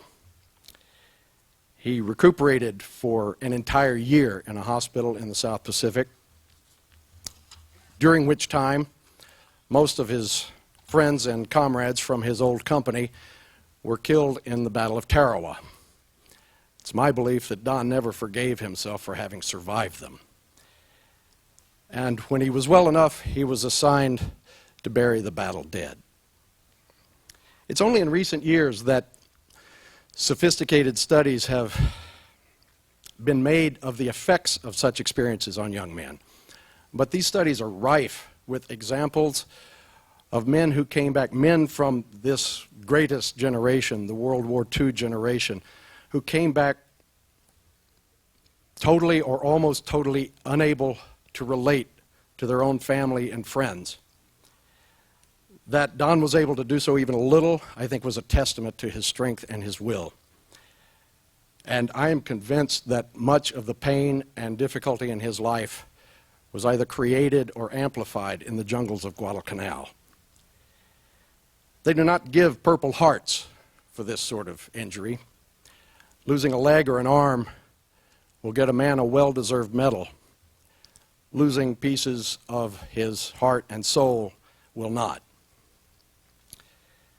Till the last landing's made, and we stand unafraid on a shore no mortal has seen, till the last bugle call sounds taps for us all. It's Semper Fidelis, Marine. There's another poem that was dear to Don's heart. 2 years ago, when Cecily was diagnosed with cancer, he came to her hospital room. He was in a wheelchair.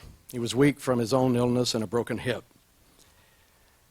He held her hand, and he cried, and he recited from heart the words of William Ernest Henley. Out of the night that covers me, black as the pit from pole to pole, I thank whatever gods may be for my unconquerable soul. In the fell clutch of circumstance, I have not winced nor cried aloud. Under the bludgeonings of chance, my head is bloody but unbowed. Beyond this place of wrath and tears looms but the horror of the shade. And yet the menace of the years finds and shall find me unafraid. It matters not how strait the gate, how charged with punishments the scroll. I am the master of my fate. I am the captain of my soul. A dozen years or so ago, in happier times, Don and Cecily were returning home from the lovely resort village of Santa Anita, where they had gone apparently to encourage the livestock and to deplete their fortunes. On the way back, Cecily, who was driving, pulled into a gas station for gas. She sat next to the pump for a moment or two, and then she said, "Well, Dad, aren't you going to get out and pump the gas?" And Don said, Tus trailers, visita "Look at me, mi canal." Cecily.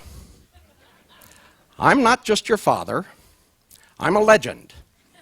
And legends don't pump gas.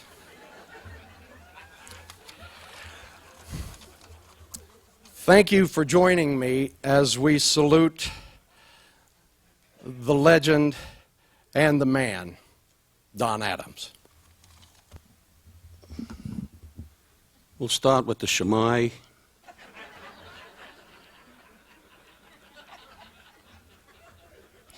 Those of you that are Jews, move up. We'll clear something up now. Don's father, rest his soul, was Jewish. His mother wasn't, and I kept saying, "Your father was Jewish." Why do you keep bringing that up? Synagogue to him was a bad stable in the Bronx. We knew each other for 50 tough years.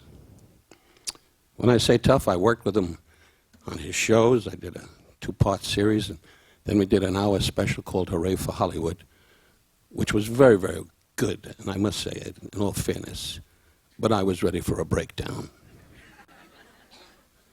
When I said in the sketch, whatever I would say, "Hi, the men will be here shortly," he would say, "Is that the way you're going to say it? Are you going to screw up this whole goddamn show by saying it like that?" And then I had to kiss his ass for about an hour. Pardon my language, but up there he'll understand. We go back to Washington, D.C. when I was working in a place called the Wayne Room, which 40 striptease girls and me. And Don was working across the street in something worse. And he'd come over every night with a tape recorder and sit in this Wayne Room. And I'd say, what are you doing with the tape recorder? I want to catch how you insult people and get away with it. You're a rude son of a bitch. Rude. I said, yeah, but I can't talk funny like you. And he said, I don't talk funny. That's the way I talk. And I said, well, you should be in a home because you're talking ridiculous. I think.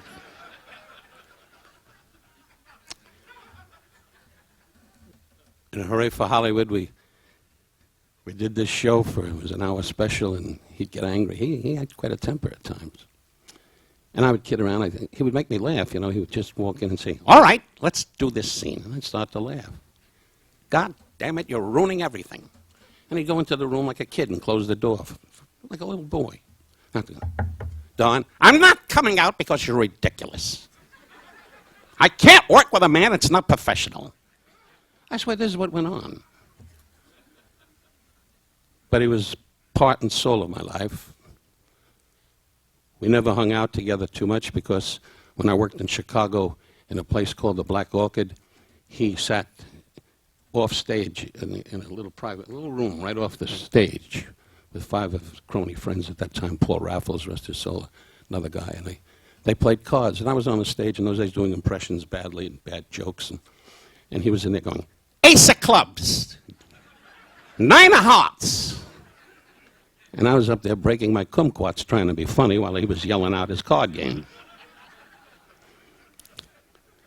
And then we went over to Hugh Hefner's Playboy Club, and Don knew everybody. Hello, Shirley, you're looking wonderful. Hello, Sally, you're looking great. And I was standing in the corner getting pimples.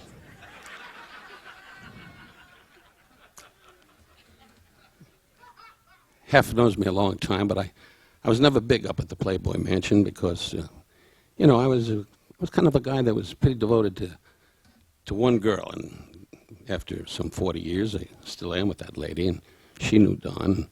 We were very close with Dorothy, God bless her, who was his first wife. I don't know the second or the third. The fourth I met, I don't know, on the highway. I don't know. God bless them all, but he had them lined up. I said, who are you calling? My wife! But the Dorothy days, I was there when Stacy was a little girl. We had great times together. And I must say, in my heart, about a year ago, I think, Barbara, it's about a year ago, I called him on the phone. Just funny how God gives you a push. And I said, because I never really saw him too much. I'd see him on the street once in a while. He wasn't in good shape. And by the way, I knew about told about his terrific record in Tarawa and how he got wounded and shot up and everything. I was in the Navy 3.5 years. I was supposed to do comedy, and they sent me to the Philippines to shoot Japanese people. And I said, I do comedy. They said, keep firing. Anyway, I didn't have the career Don did. I should have got shot so I could have been a big hit tonight. But after you brought up 17 dead Marines and 12 bodies, I figured I'm going to come up here with a Yortzeit candle and just get my... Those of you that do not know what a Yortzeit, it's a memorial candle. You were great, by the way. I got so depressed when I was listening to you. I wanted to say, Don should be dead. He didn't want to hear this, for crying out loud.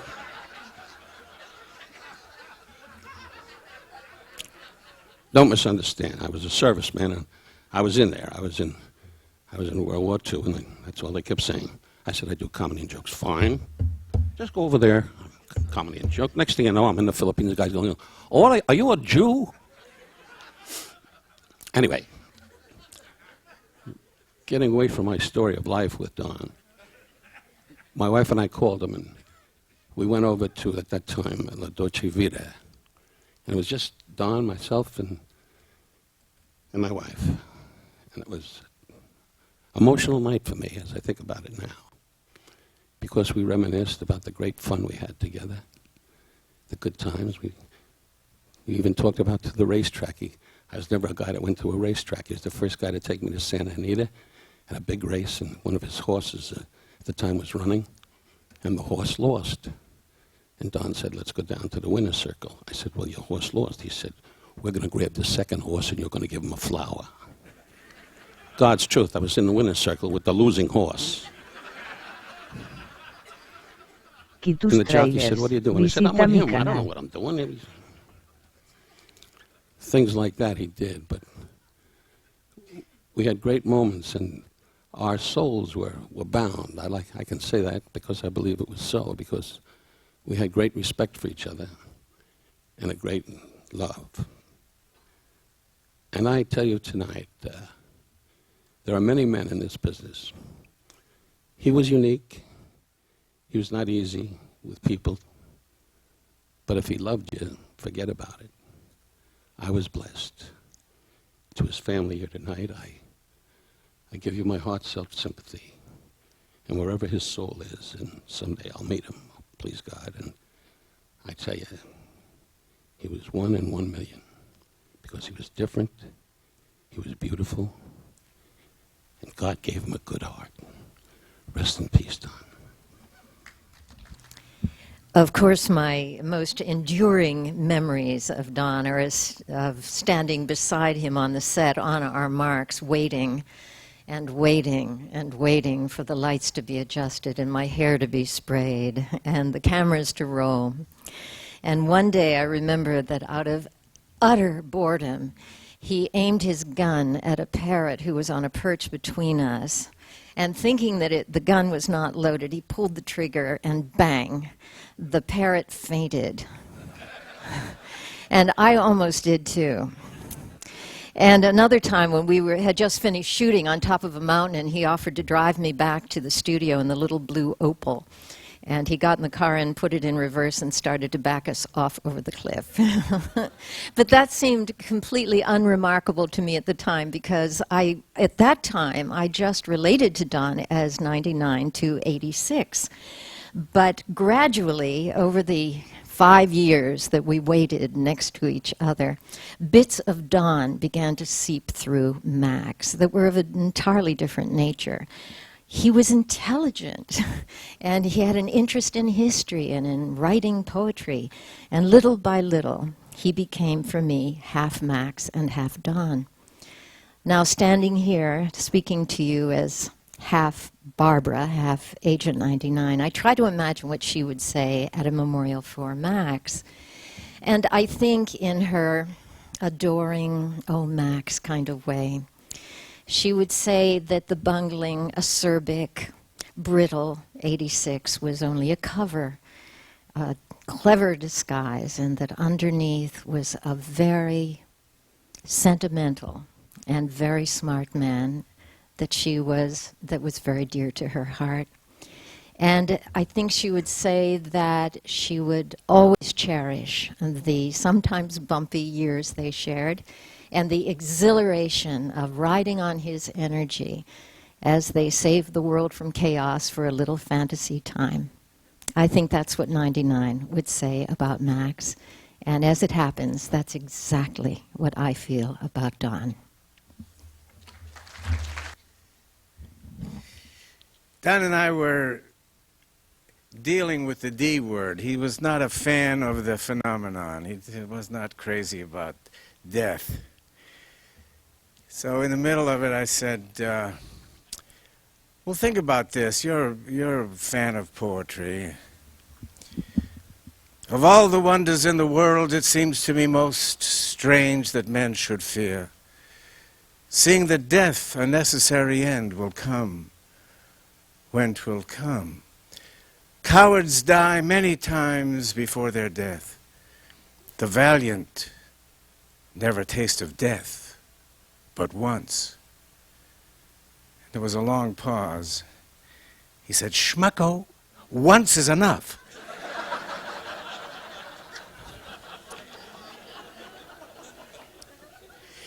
Fear actually got Don and me together. I'd been part of a comedy team, Gene Wood and Bill Dana and Wood, and I was absolutely frightened, terror-stricken Until we got on stage, we got our first laugh, and it was great. Then it was hard to get off. But on and on and on, I kept saying every time I got off stage, I can't do this.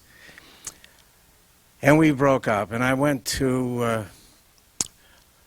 my manager, Mace Neufeld, who was here tonight. Mason Sherwin managed Dana and Wood, and he said, well, you want to write, Helen and I saw this guy at the Ruban Blue, well, let's go over and see him. So this fella comes out, slim, and he scratched his head, and he said,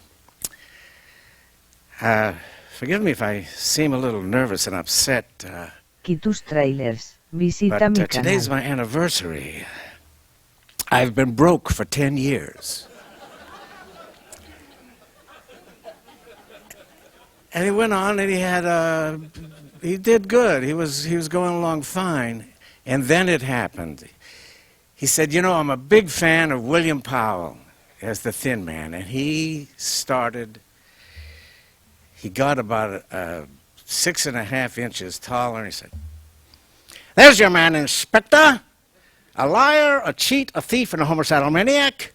But he's my son, and I love him. So I turned to Mace, I said, this guy is good, and we met him, and then Mace and Sherwin signed him up, and we started working together, and it was magic, and it was, that's the word, it was just everything we were doing seemed to work. And then Mace got him on the Steve Allen Show, and he got out there and he started doing the routines that we had written in that voice. Your Honor, ladies and gentlemen of the jury, for the past 20 minutes I've sat idly by while the prosecuting attorney has stood up here and made a complete ass of himself. Now it's my turn. This could be Coral's speech, I know a lot of you. And then we got together and we did the football coach, and we decided then we were going to do an Alfred Hitchcock. We would put his real name and my real name would be in each routine. So it was, now Zathbury, you're a good end, and Yarmy, you're a good quarterback. And a good end and a good quarterback go hand in hand. But not on the campus, giving the student body a feeling of insecurity. And then we were just talking about the umpire school. It's always men. Welcome to umpire school. It's going to be a tough road to hoe. Some of you will make it, others will crack. Those of you who make it will go on to great things. And those of you who crack will be umpires.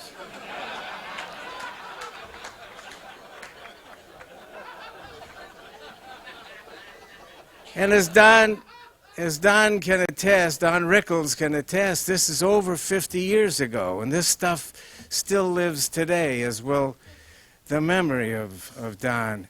It was my total introduction. It was such a paradox that here I am talking about the valiant never taste of death, but once talking about fear, and it was literally fear that gave me a career, that got me involved with Don. It's a fascinating time to sit here with friends and family and think about Don and reach in your pocket and see what you're forgetting. Not much. Wrap it up, it says. Anyway, Don, we're going to see you at a later date, TBA, to be announced. And we'll see you at the angel races, and thanks, Donnie. I ain't scared anymore. Okay. My name is Gloria Burton, and I'm Don's sister. And standing here, I just know that Don is in the chief's office listening to all of this, and I know what he's saying. Would you believe my sister, the worst traveler in the world, got on a plane this morning during Rosh Hashanah and to be here for my memorial and to say nice things, I hope. But I've got plenty of nice things to say about Don. He was, we were so proud when he came back from Guadalcanal, and we would go out to dinner with my brother Richard, Mom and Dad, and he would be in his dress blues, very impressive, and people would come over and want to buy him dinner or a drink or something like that to show their appreciation. Donald was a very artistic fellow. Some of you may even have a painting or sketch of his. I know I do. And he was also kind of quirky. My brothers didn't have favorite people. They had favorite jockeys and horses. And he was witty, and also we were very competitive. We would play games like involving movies. And I remember I would say, I'd have to give him a movie, and I'd say, Rebecca, I want 7 actors from that movie. And then we'd time him, and he'd have to give the 7 actors in a hurry. And then we'd go on until we were out of movies, I can tell you that. And then we loved the book Prisoner of Zenda, and it was a movie with Ronald Colman. And one day we sat down and we collaborated, and we wrote a script called The King Lives for Get Smart. It was a spoof. We liked to write together. And I can tell you that while he went on to be Maxwell Smart, to me, he will always be Donald James Yarmy. Thank you. It's nice to be here with all of you fellow New Yorkers in New York West. I don't know how the Yanks are doing tonight, but I'm going to keep rooting for them. I'm here because I'm lucky enough to still be around.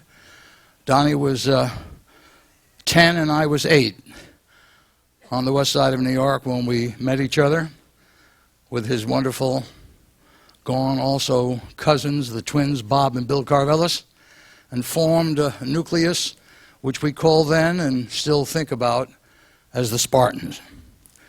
I mention that because I have a notion in listening and seeing and following that those 72 years, one can go back to the beginning and see all the seeds that have sprouted so beautifully as they have through the years. When I read Miss Felden's comments in the press after Don's passing, and she talked of his intelligence, I said, God, I'm so glad people will know that.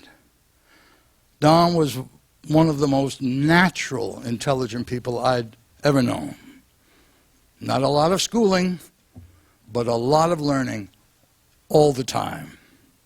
When Bob and Bill, who were our star athletes and the heroes of the west side of New York, or our area of the west side, Don had a lot of competition. He showed it by taking the games we played, Ringalivio and Red Rover, and with that intelligence and that love of history that has been talked about, suddenly our games in Riverside Park were the Crusades, and were Russians crossing the border, made up by Don, performed by all of us under his direction.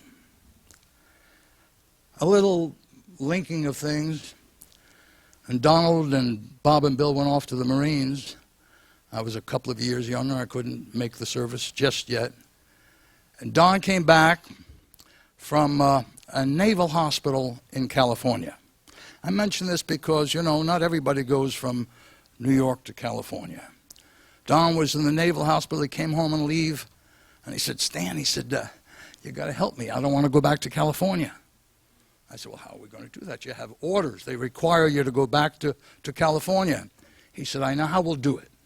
Now, he had had black water fever. I think that's a form of malaria.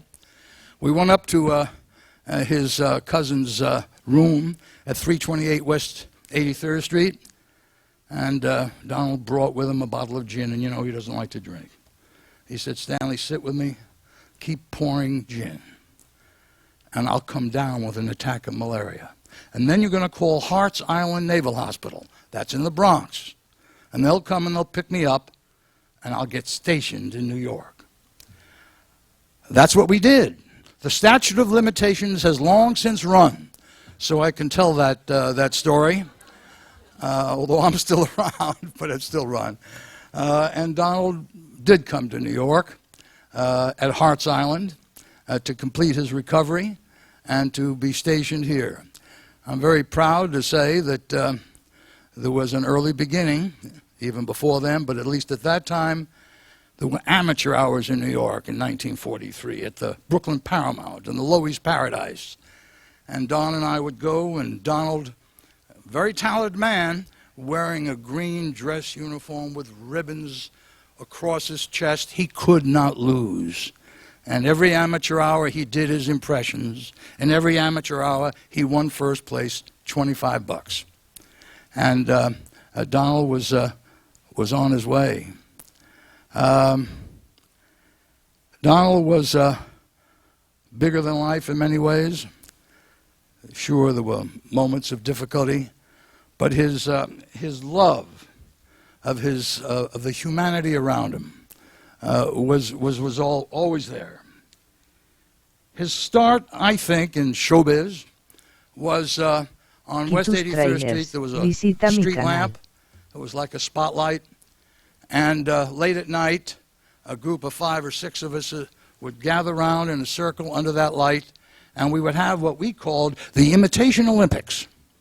And that was quite a group. We could have won world championships. That was Don Yarmy.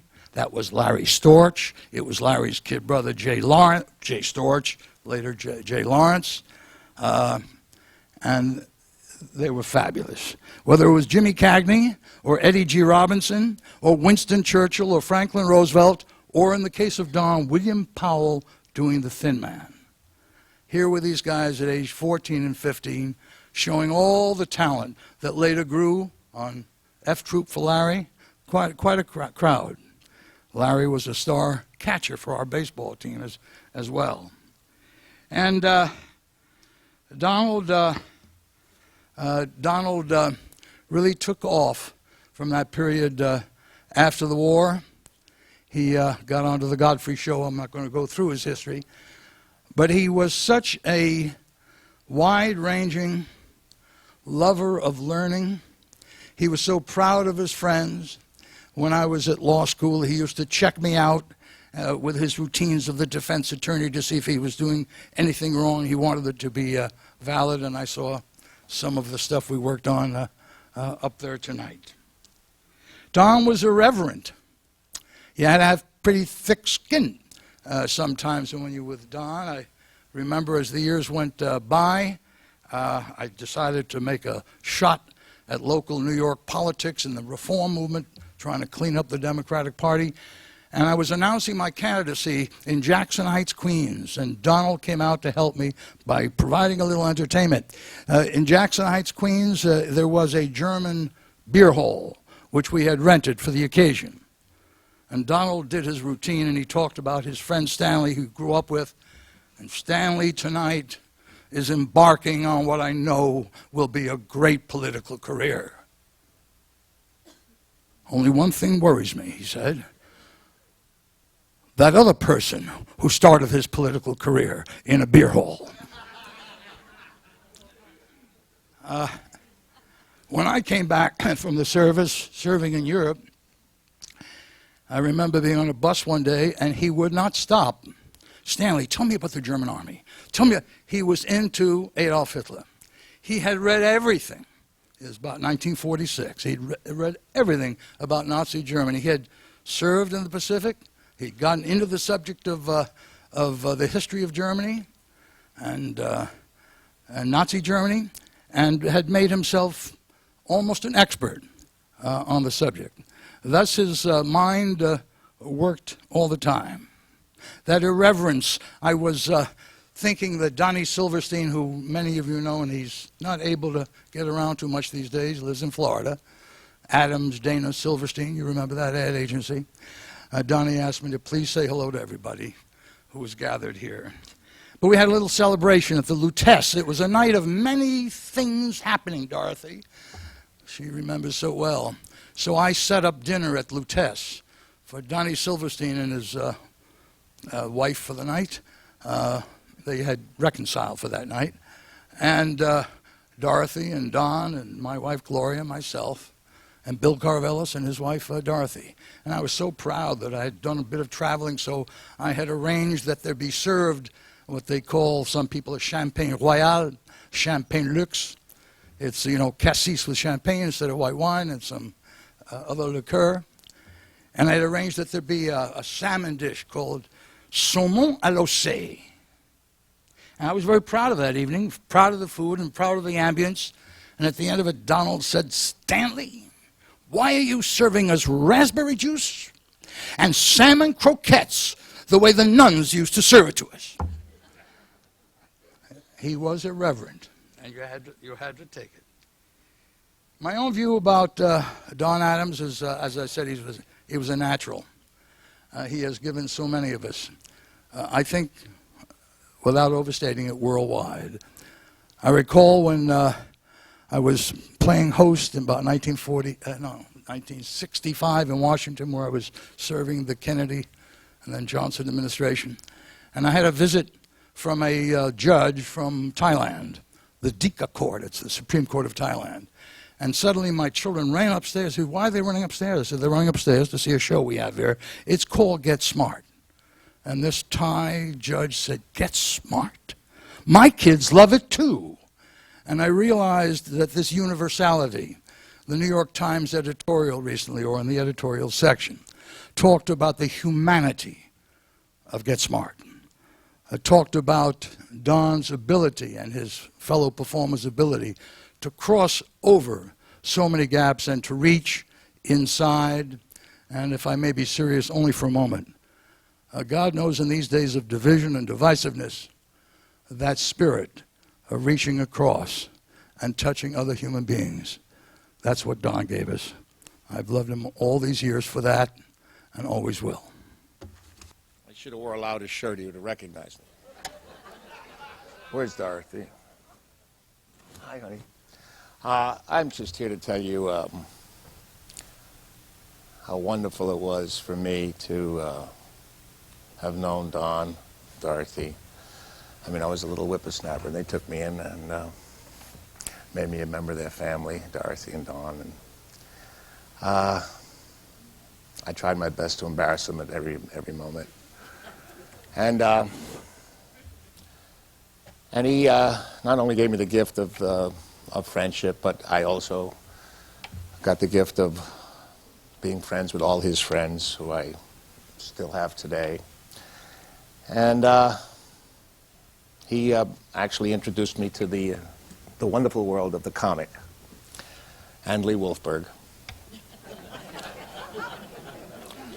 And there isn't a subject I don't think that I can, that anybody could bring up where I wouldn't have some sort of funny thing that I remembered. I mean, any subject in the world, whether that Donnie, something funny he said, something funny he did, something funny he stumbled over. I mean, so I just, I'll tell you one of my favorite, and we were playing golf. I didn't play golf, but I had to play because he said so. Tus trailers. And Visita mi canal. I had played maybe 5 or 6 times, and I guess there was this ritual at Riviera where everybody got on the first tee, and the process took maybe an hour or two before we teed off, because you're going to give me so many strokes, and here are the rules, and of course, little Hitler took over, and that was it. So he said to me, "You're going to give me 4 strokes." I said, "What are you, nuts? I played 5 times. You played 30 years. Aren't you embarrassed to ask for strokes?" He goes, "No." And then I watched him swing, and I thought it was a fair bet. I swear to you, every time the man swung, I had to call up the vet ward to see if there was a bed empty. I have never seen a swing like that in my life. Anyway, he said, we're playing winter rules. Fine, Donnie. And the truth is, this argument went on all the time. Did I mention that Lee was there? Yeah. It went on, and nobody ever got paid. I mean, it didn't matter how long the argument went on, nobody got paid. Anyway, we play, and we played, if any of you who know Riviera, we played the backside first because of the crowd, and we wound up on the front side. The only reason that's relevant is the ninth hole that we finished on was the hole that was sat right underneath where all the members putted and everybody hung out, so you could see down on the ninth hole. Anyway, we got into that last hole, and I had him shut out. I had him 3 ways. So knowing I'm not going to get paid, I was a big shot. I said, listen, I'll give you a half a shot, a shot and a half on the last hole. You got it. Okay. I hit a shot, luckily down the middle. I don't know how that happened. He hit one left, which always happened. Then he hit another one left. I saw it go near the sand trap, and I luckily hit some ball that went up on the green. Didn't know where it was, but it was up on the ninth green somewhere. So I saw Donnie go to his ball by the sand trap, still about 100 yards away from the green, and I took the cart up and around, and as I'm walking down the backside of the green, he doesn't see me. I'm walking down the back of it, and I stood there, and I watched the man move his ball, but I don't mean a little bit. I mean, he was hitting it from this thick elephant grass and just kept tapping it and tapping it and tapping it. And I just stood there and wondered, like, how long is it going to be before he sees me? And he tapped it till he got it on the fringe of the green. And at that point, I said, what are you doing? He says, we're playing winter rules. I said, you can't move the ball from the rough to the you can't move it to the green. That's not. He says, you moved it on the fairway. I said, the fairway. I rolled it over. That's winter rules. Well, he started to scream so that everybody in the neighborhood was aware of what was happening. Screaming at me, screaming. I took it for a little while, and then I ran down the hill. I literally picked him up about to here, over my head, threw him on the green, jumped on his chest, pried his mouth open, and I put a golf ball in it. Now I looked down, and I had never seen anything funnier in my life, and I just rolled. I was crying. I fell off. Everybody was laughing. I rolled over. I was dying. And Don got up, brushed himself off, and took the golf ball and went, remind me never to go bowling with you.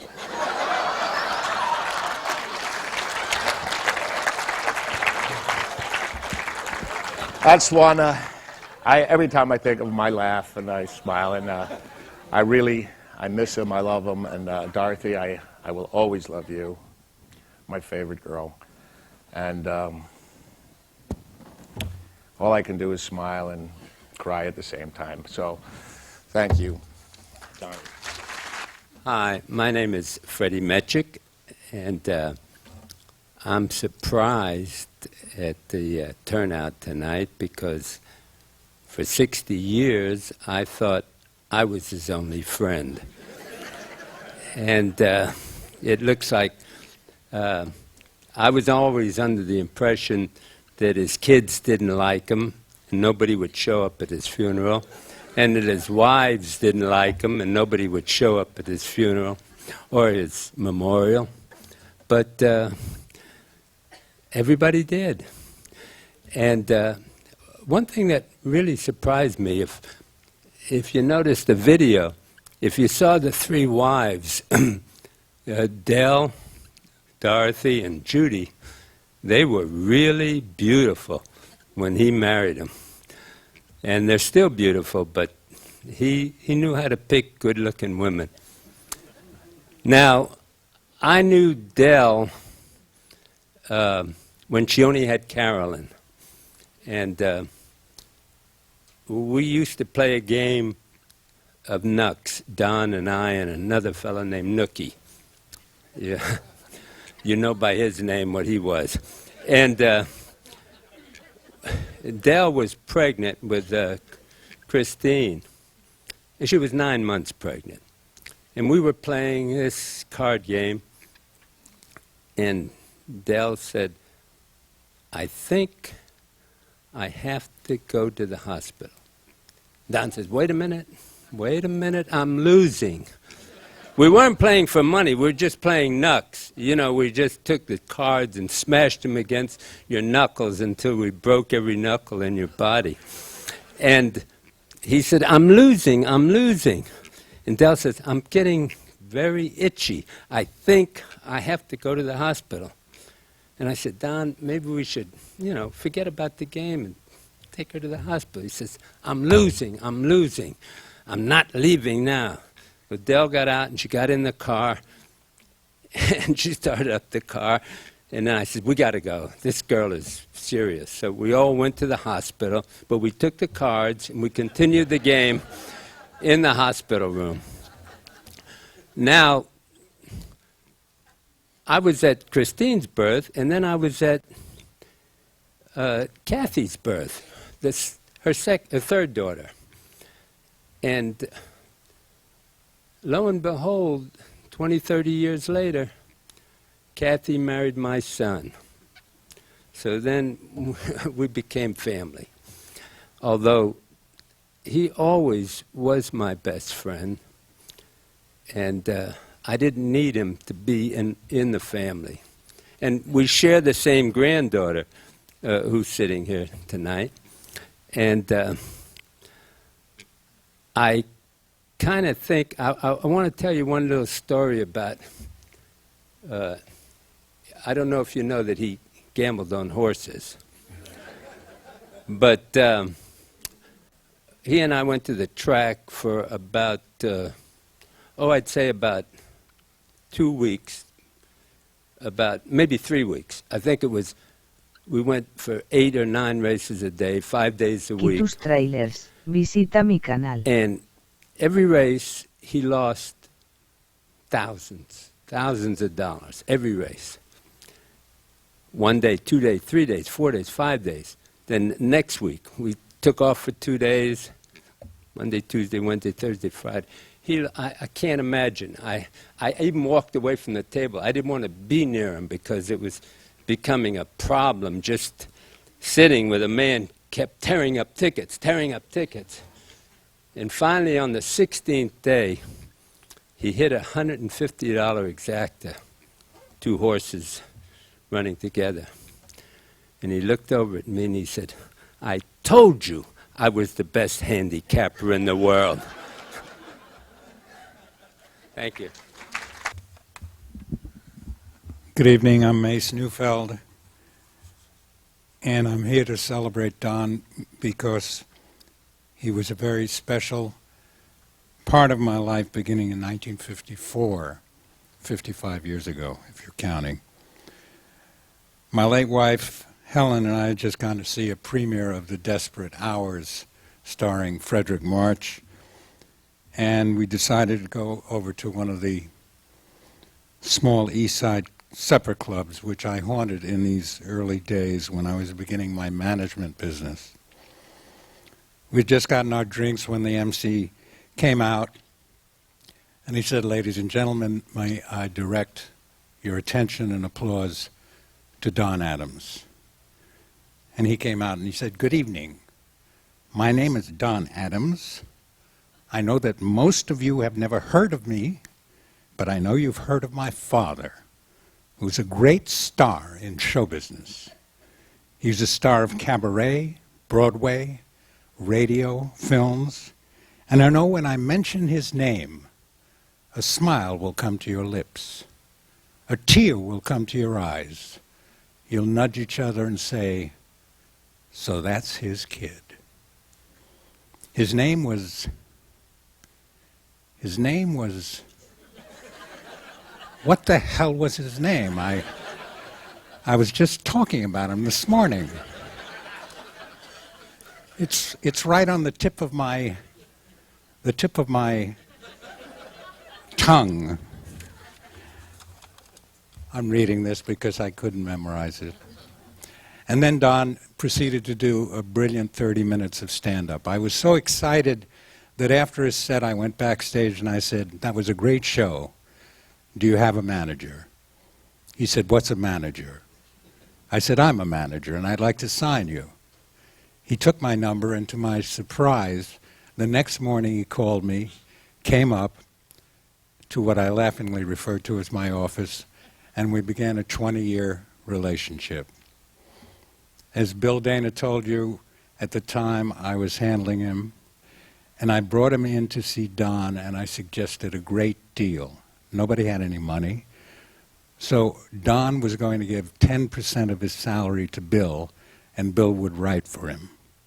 At the time, Don was making $189 a week, and he paid $18.90 a week to Bill. I didn't bother to collect my 10% from Bill. I figured he needed $1.89 more than I did. That collaboration eventually led to Get Smart, because when Don appeared on the Steve Allen show, Steve Allen asked who wrote his material. Don said Bill Dana. Steve hired Bill. Bill became a well-known comedy writer, eventually did the Jose Jimenez routine, got his own show, hired Don to play Glick, the house detective, and that eventually morphed into Agent 86 on Get Smart. The years that Don and I were together were a great time for me, and I like to think for Don as well. He entered the pantheon of unforgettable comedy stars, and my management company flourished as well. But under that exterior, Don loved his family first, his friends second, and in no particular order, cards, the horses, and golf.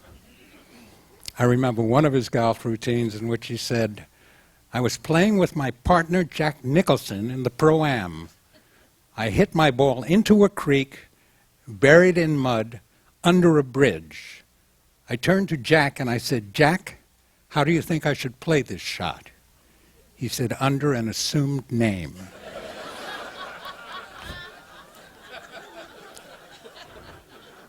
"Well, Jack, what club should I use?" "Have you ever used a one-iron?" I said, "No, only to kill a snake." We had a close personal relationship in those days, and Don once showed up unexpectedly at a birthday party for my son, and he proceeded to spend 30 minutes entertaining a bunch of 8-year-olds. He said he just wanted to try out some new material on a more sophisticated crowd. Our professional relationship ended in 1975 when I gave up management to try my hand at producing full-time. When Don saw my first picture, The Omen, he said, "It was a really good picture, but Dick Donner only made one mistake." I said, "What was that?" He said, "I could have done the Gregory Peck role." Just last month, as things happen, I was having dinner at Dan Tanner's when Don came in with his family. I hadn't seen him for a long time. I got up and went over to the table. We shook hands as if we'd never been apart. He leaned over to me and he said, "When are you going to cast me in a picture?" I said, "As soon as I find one that's good enough for you." What Don accomplished as an actor and a director and a writer, he accomplished seemingly without effort. But behind those roles were a tremendous amount of thought, work, and yes, brilliance. I think of him right now smiling wryly at this entire service and getting ready to get his next assignment from the chief under the cone of silence. Thank you.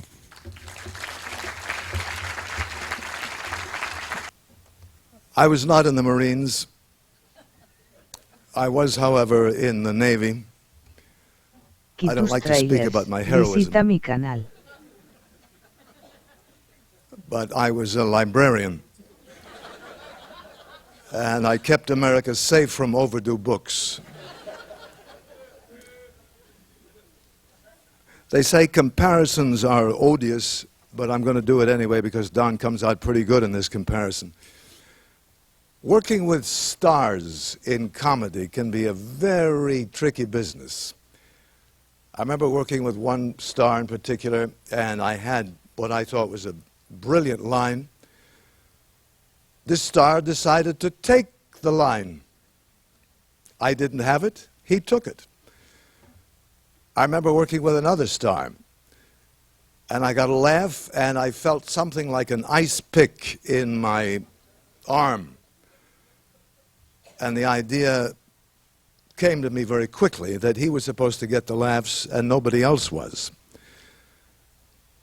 And I wondered when I got the job in 1966 as Siegfried on Get Smart, how would Don Adams react if, God forbid, I was funny? Well, Don had this wonderful generosity of spirit attitude about comedy. And if I can put it into words, it was if they hire somebody to be funny and they're funny, it enriches the whole thing. So let whoever can be funny be funny. That was a revelation to me. And the very beginning of 5 years without a contract, I might add, which was a very nervous time for me because I was doing the Marlo Thomas show and Get Smart, sometimes both in the same week. I didn't have a contract with either of them. But whenever I came up with something funny, Don appreciated it. He respected it. He respected me. And it was a wonderful coming together. And I will never forget that, as opposed to those other comedy stars who didn't have that generous attitude. That was wonderful. I think the biggest problem we had in 5 years was cracking up. There was one episode we did in a Chinese restaurant, and Don was eating wonton soup.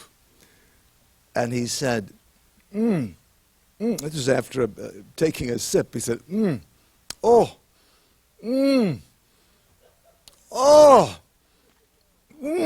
this is the worst kreplach I've ever eaten. And I think Gary Nelson was directing it. I could not get through it. He couldn't get through it. And Gary came up with the most serious face, and he said, my father gave me a medallion, and he took a medallion out of his pocket, and he said, whenever I get into trouble, I should hold on to this medallion, and my trouble passes. Well, that medallion became the funniest medallion in the world. There was another episode we did in the submarine, and Don was going to do something to trick me into putting down my gun. And I got down the periscope and I said, the trick is stupid, the trick is dumb, and the trick is working. And we couldn't get, it was supposed to be a two-shot, and we couldn't do it. We could not do it. So they had to, Gary had to put it, have two different shots, two different singles of it. Don had a big fight with a huge, monstrous oaf. And the guy, this is back in the Chinese restaurant. Every time the oaf hit Don, Don would bounce off one of these this huge gong, and it would just boom, boom, boom, boom. And he was cornered by this big guy, and he looked at the guy was towering over him, and Don said, you moronic oaf, and he smacked him right in the jaw, and the guy didn't move. He kept looking at him, and he gave him another insult, and the guy didn't move again. He gave him another shot in the gut. The guy did not move. Don takes a pause, and he said, gee, I hope I wasn't out of line about that crack about you being a moronic oaf.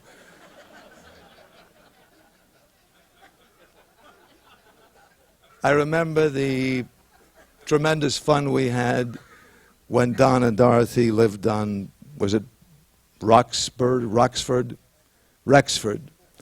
We played tennis there. We had all kinds of fun. Don was probably betting on the sides and the doubles. Tus trailers. I remember Visita running mi into Don canal. at the track. I never go to the track, but I was there with Dickie Van Patten.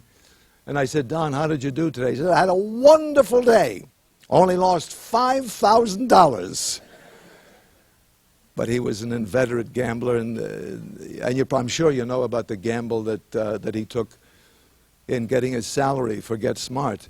He was either offered $12,000 or $4,000 and a piece of the show.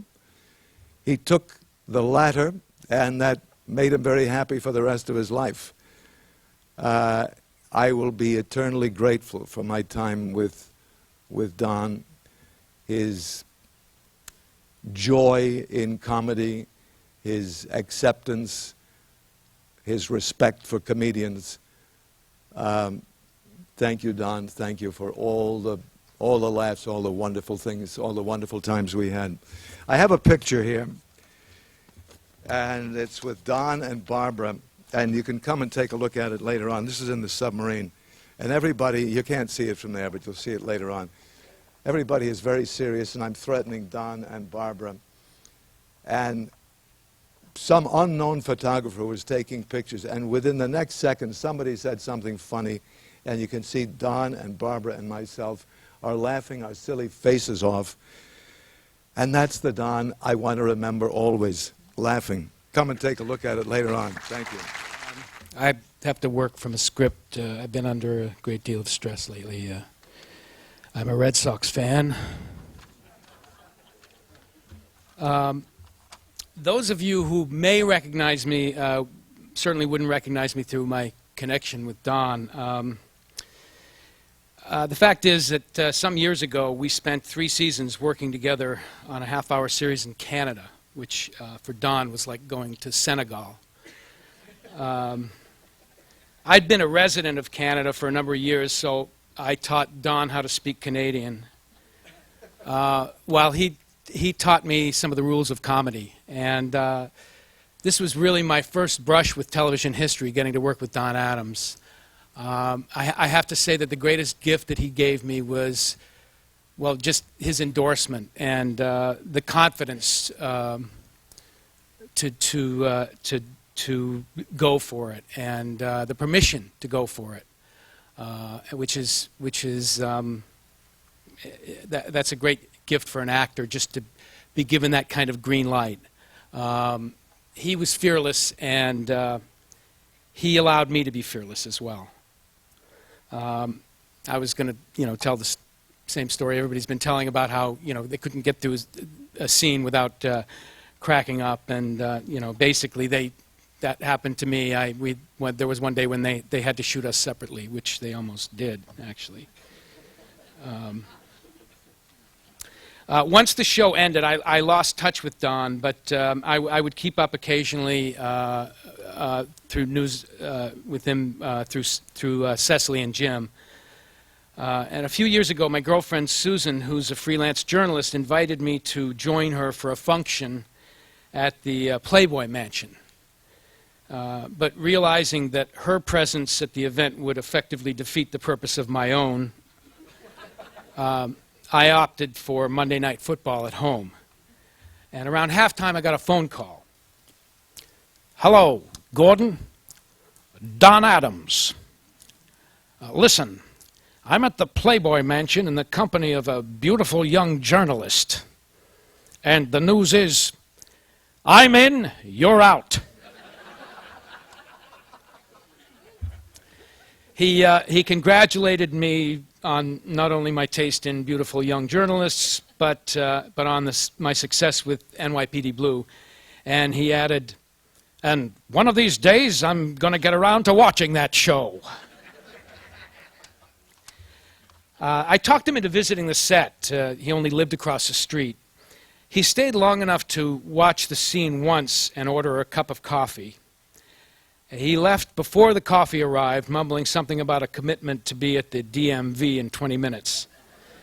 And after that, I saw him once or twice at Norby Walters events, but I regret that we never had our night on the town. I have 2 other regrets. One is that I took up golf after our time together, so I never got to play with Don. But I wore my golf shoes tonight. So. The other regret is I wish I could have seen Don in a dramatic role. I took a 2-month hiatus from Check It Out to, which was the name of the series I did in Canada. That was somewhere in the stuff that I didn't read. I took a 2-month hiatus from Check It Out to do a movie called 8 Men Out. And Don asked if the role of Arnold Rothstein had been cast. And when I told him that Michael Lerner was playing the part, he said that they'd never see him in a serious role anyway. So I told him, well, that's because you're too damn good at the other thing. To the best of my knowledge, I'm Leonard Stern.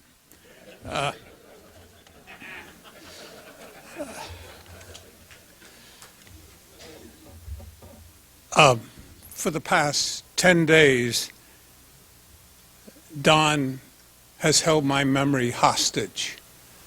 I've been reliving Get Smart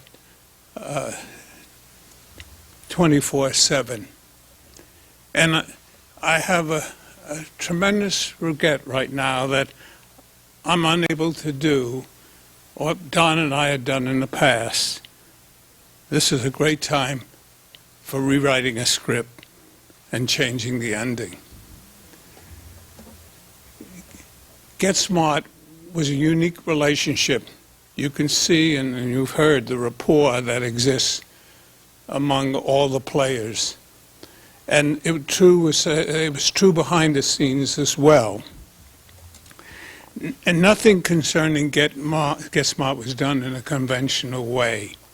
Even our very beginning, seeing Dan Melnick and Barbara Feldon here, brought back to mind a marvelous panorama of strange happenings. Get Smart was, Dan Melnick was my partner at Talent Associates, and he came up with the idea for Get Smart. And he was smart enough to hire Mel Brooks and Buck Henry to write it.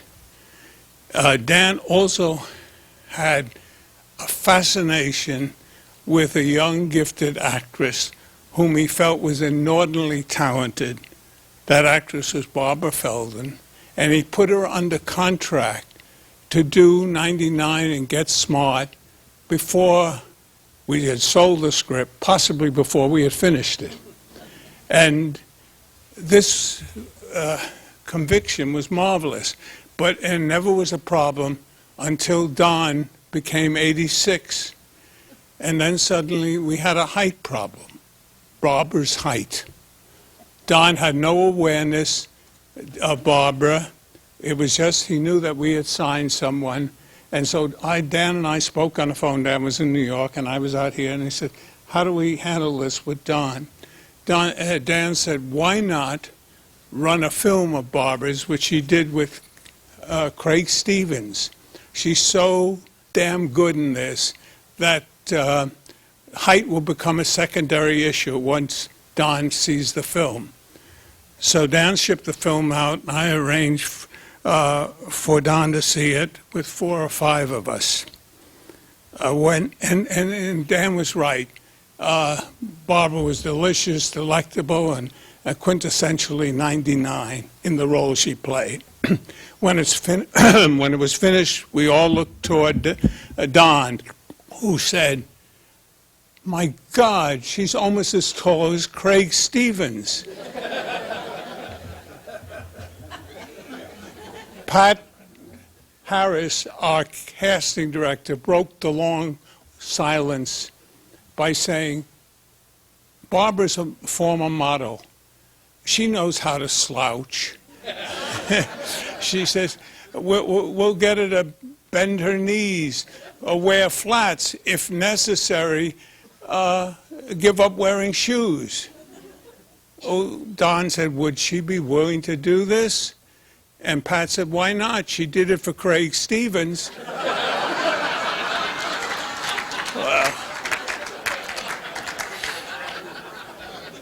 Well, you can hear Don's voice.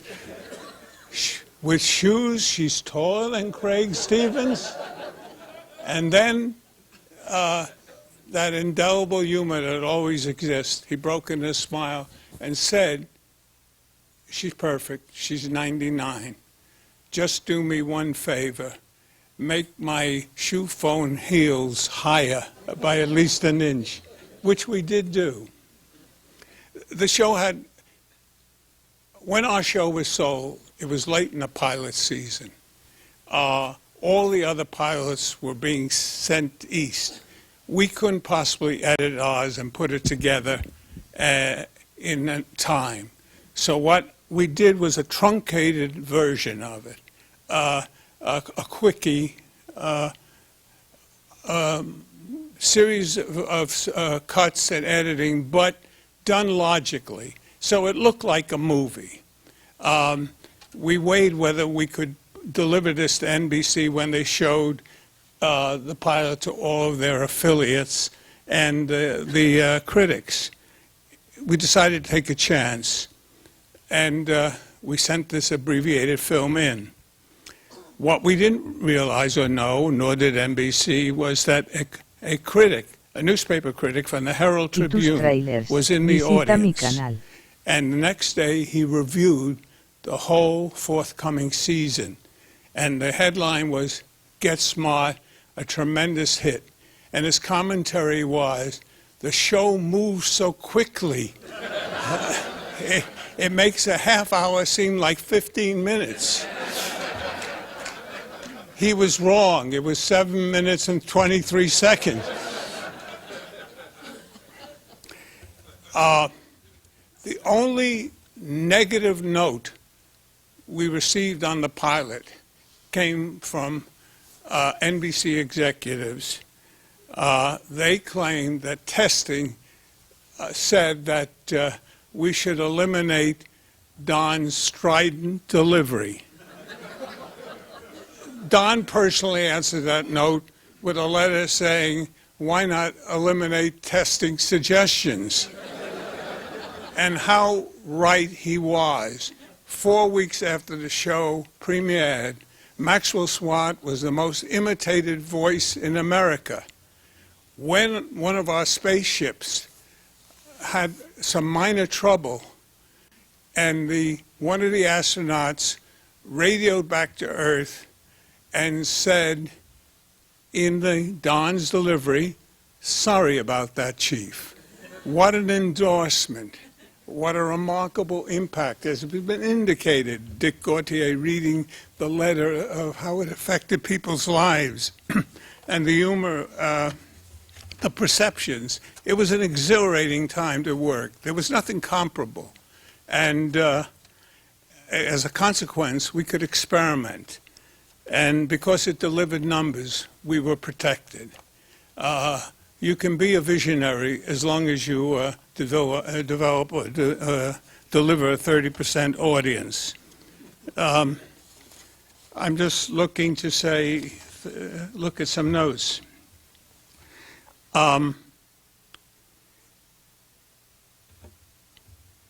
Last night, I spoke to Jay Sandrich, who couldn't be here.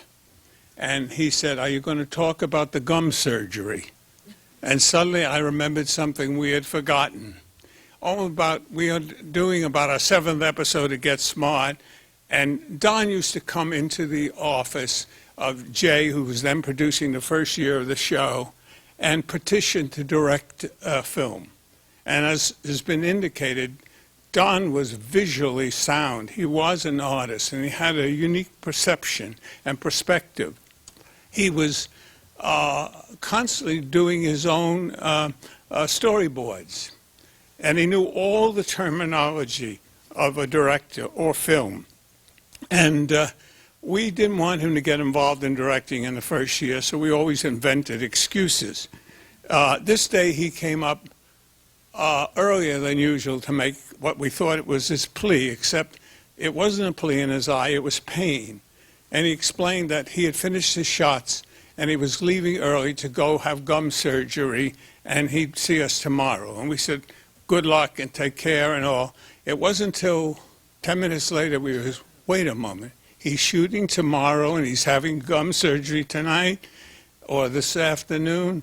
How much Maxwell Smart that is. There's no schism any longer between Don and the character. So we decided to search for Don and get hold of his dentist. We called everyone who was remotely related to Don to get the name of the dentist. No one knew Don's dentist's name. Don had an anonymous dentist. that sounds like a redundancy.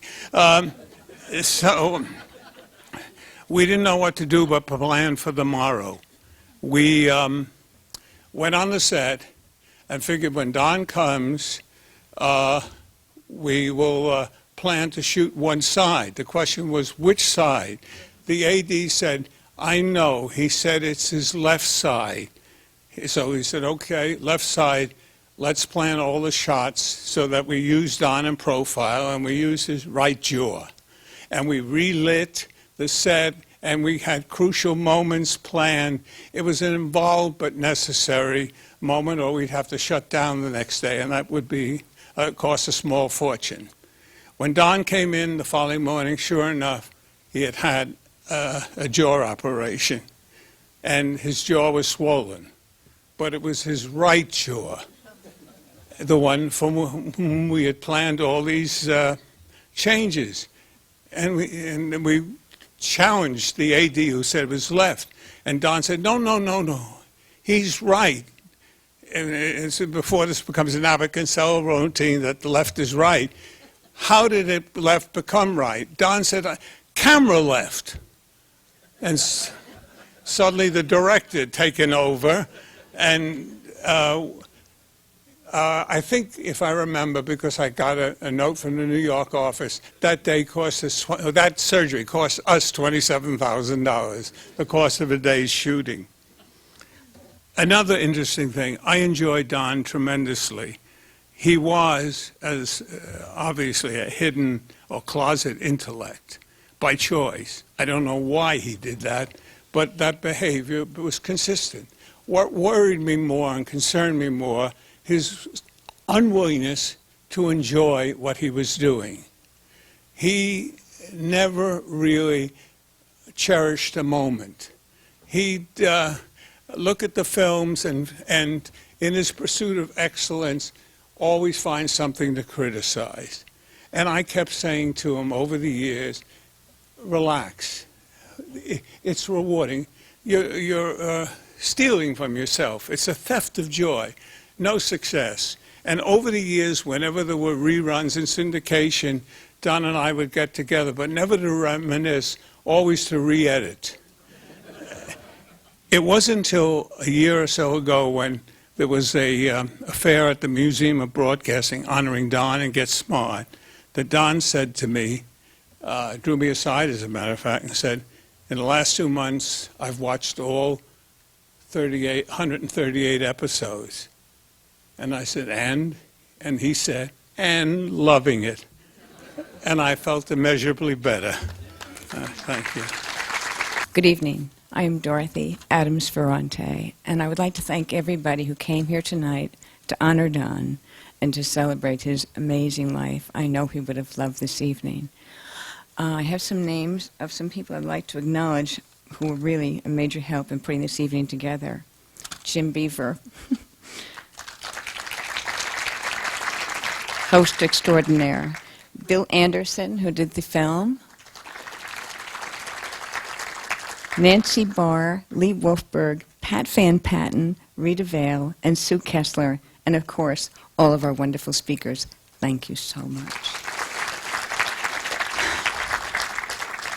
Last but not least, I'd like to say something for my children, Stacy and Sean, and for myself. We thank Don for his legacy of laughter, and we will miss him and love him forever. It's interesting, it's been mentioned the influence that Get Smart had. Just something that occurred to me a moment ago. There's a new program on one of the networks about life in the CIA, I think, called E-Ring. And it's a very serious drama about secret agents and all that sort. In the premiere episode, Benjamin Bratt, the star, goes through the depths of the Pentagon and finally makes his way to his office door and puts his hand on the handprint recognition device and waits for the codes to click through, and while he's waiting, he whistles the Get Smart theme. I hope Martin Landau will forgive me for mentioning this story. He doesn't know anything about this, but before I could ever make a living as an actor, I started out in this business writing television, and I was writing for the revived version of the Alfred Hitchcock show in the late 80s when I first met Cecily. And even then, I knew how very badly Don wanted to play serious roles, to have the opportunity. And I wrote a role for him in an episode of the new Alfred Hitchcock Presents. And predictably, the producers said, well, he's got that voice. And I said, well, he doesn't have that voice except when he's playing Maxwell Smart.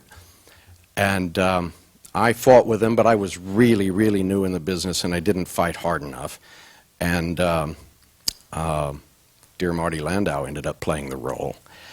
But I called Don to tell him that it had fallen through and it just wasn't going to happen, and how sorry I was. And there was a pause, and he said, "To hell with Alfred Hitchcock. Can you get me a meeting with Martin Scorsese?"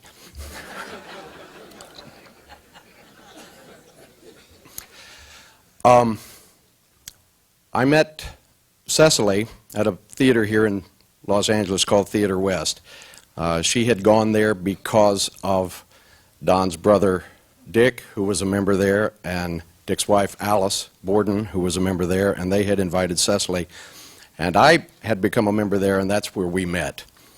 And one of the special things in my many years at Theater West at a time like this is when one of our members has passed, we offer them the performer's greatest thanks and appreciation, and I think it would play very well here if, before we leave, we all give Don Adams one last standing ovation.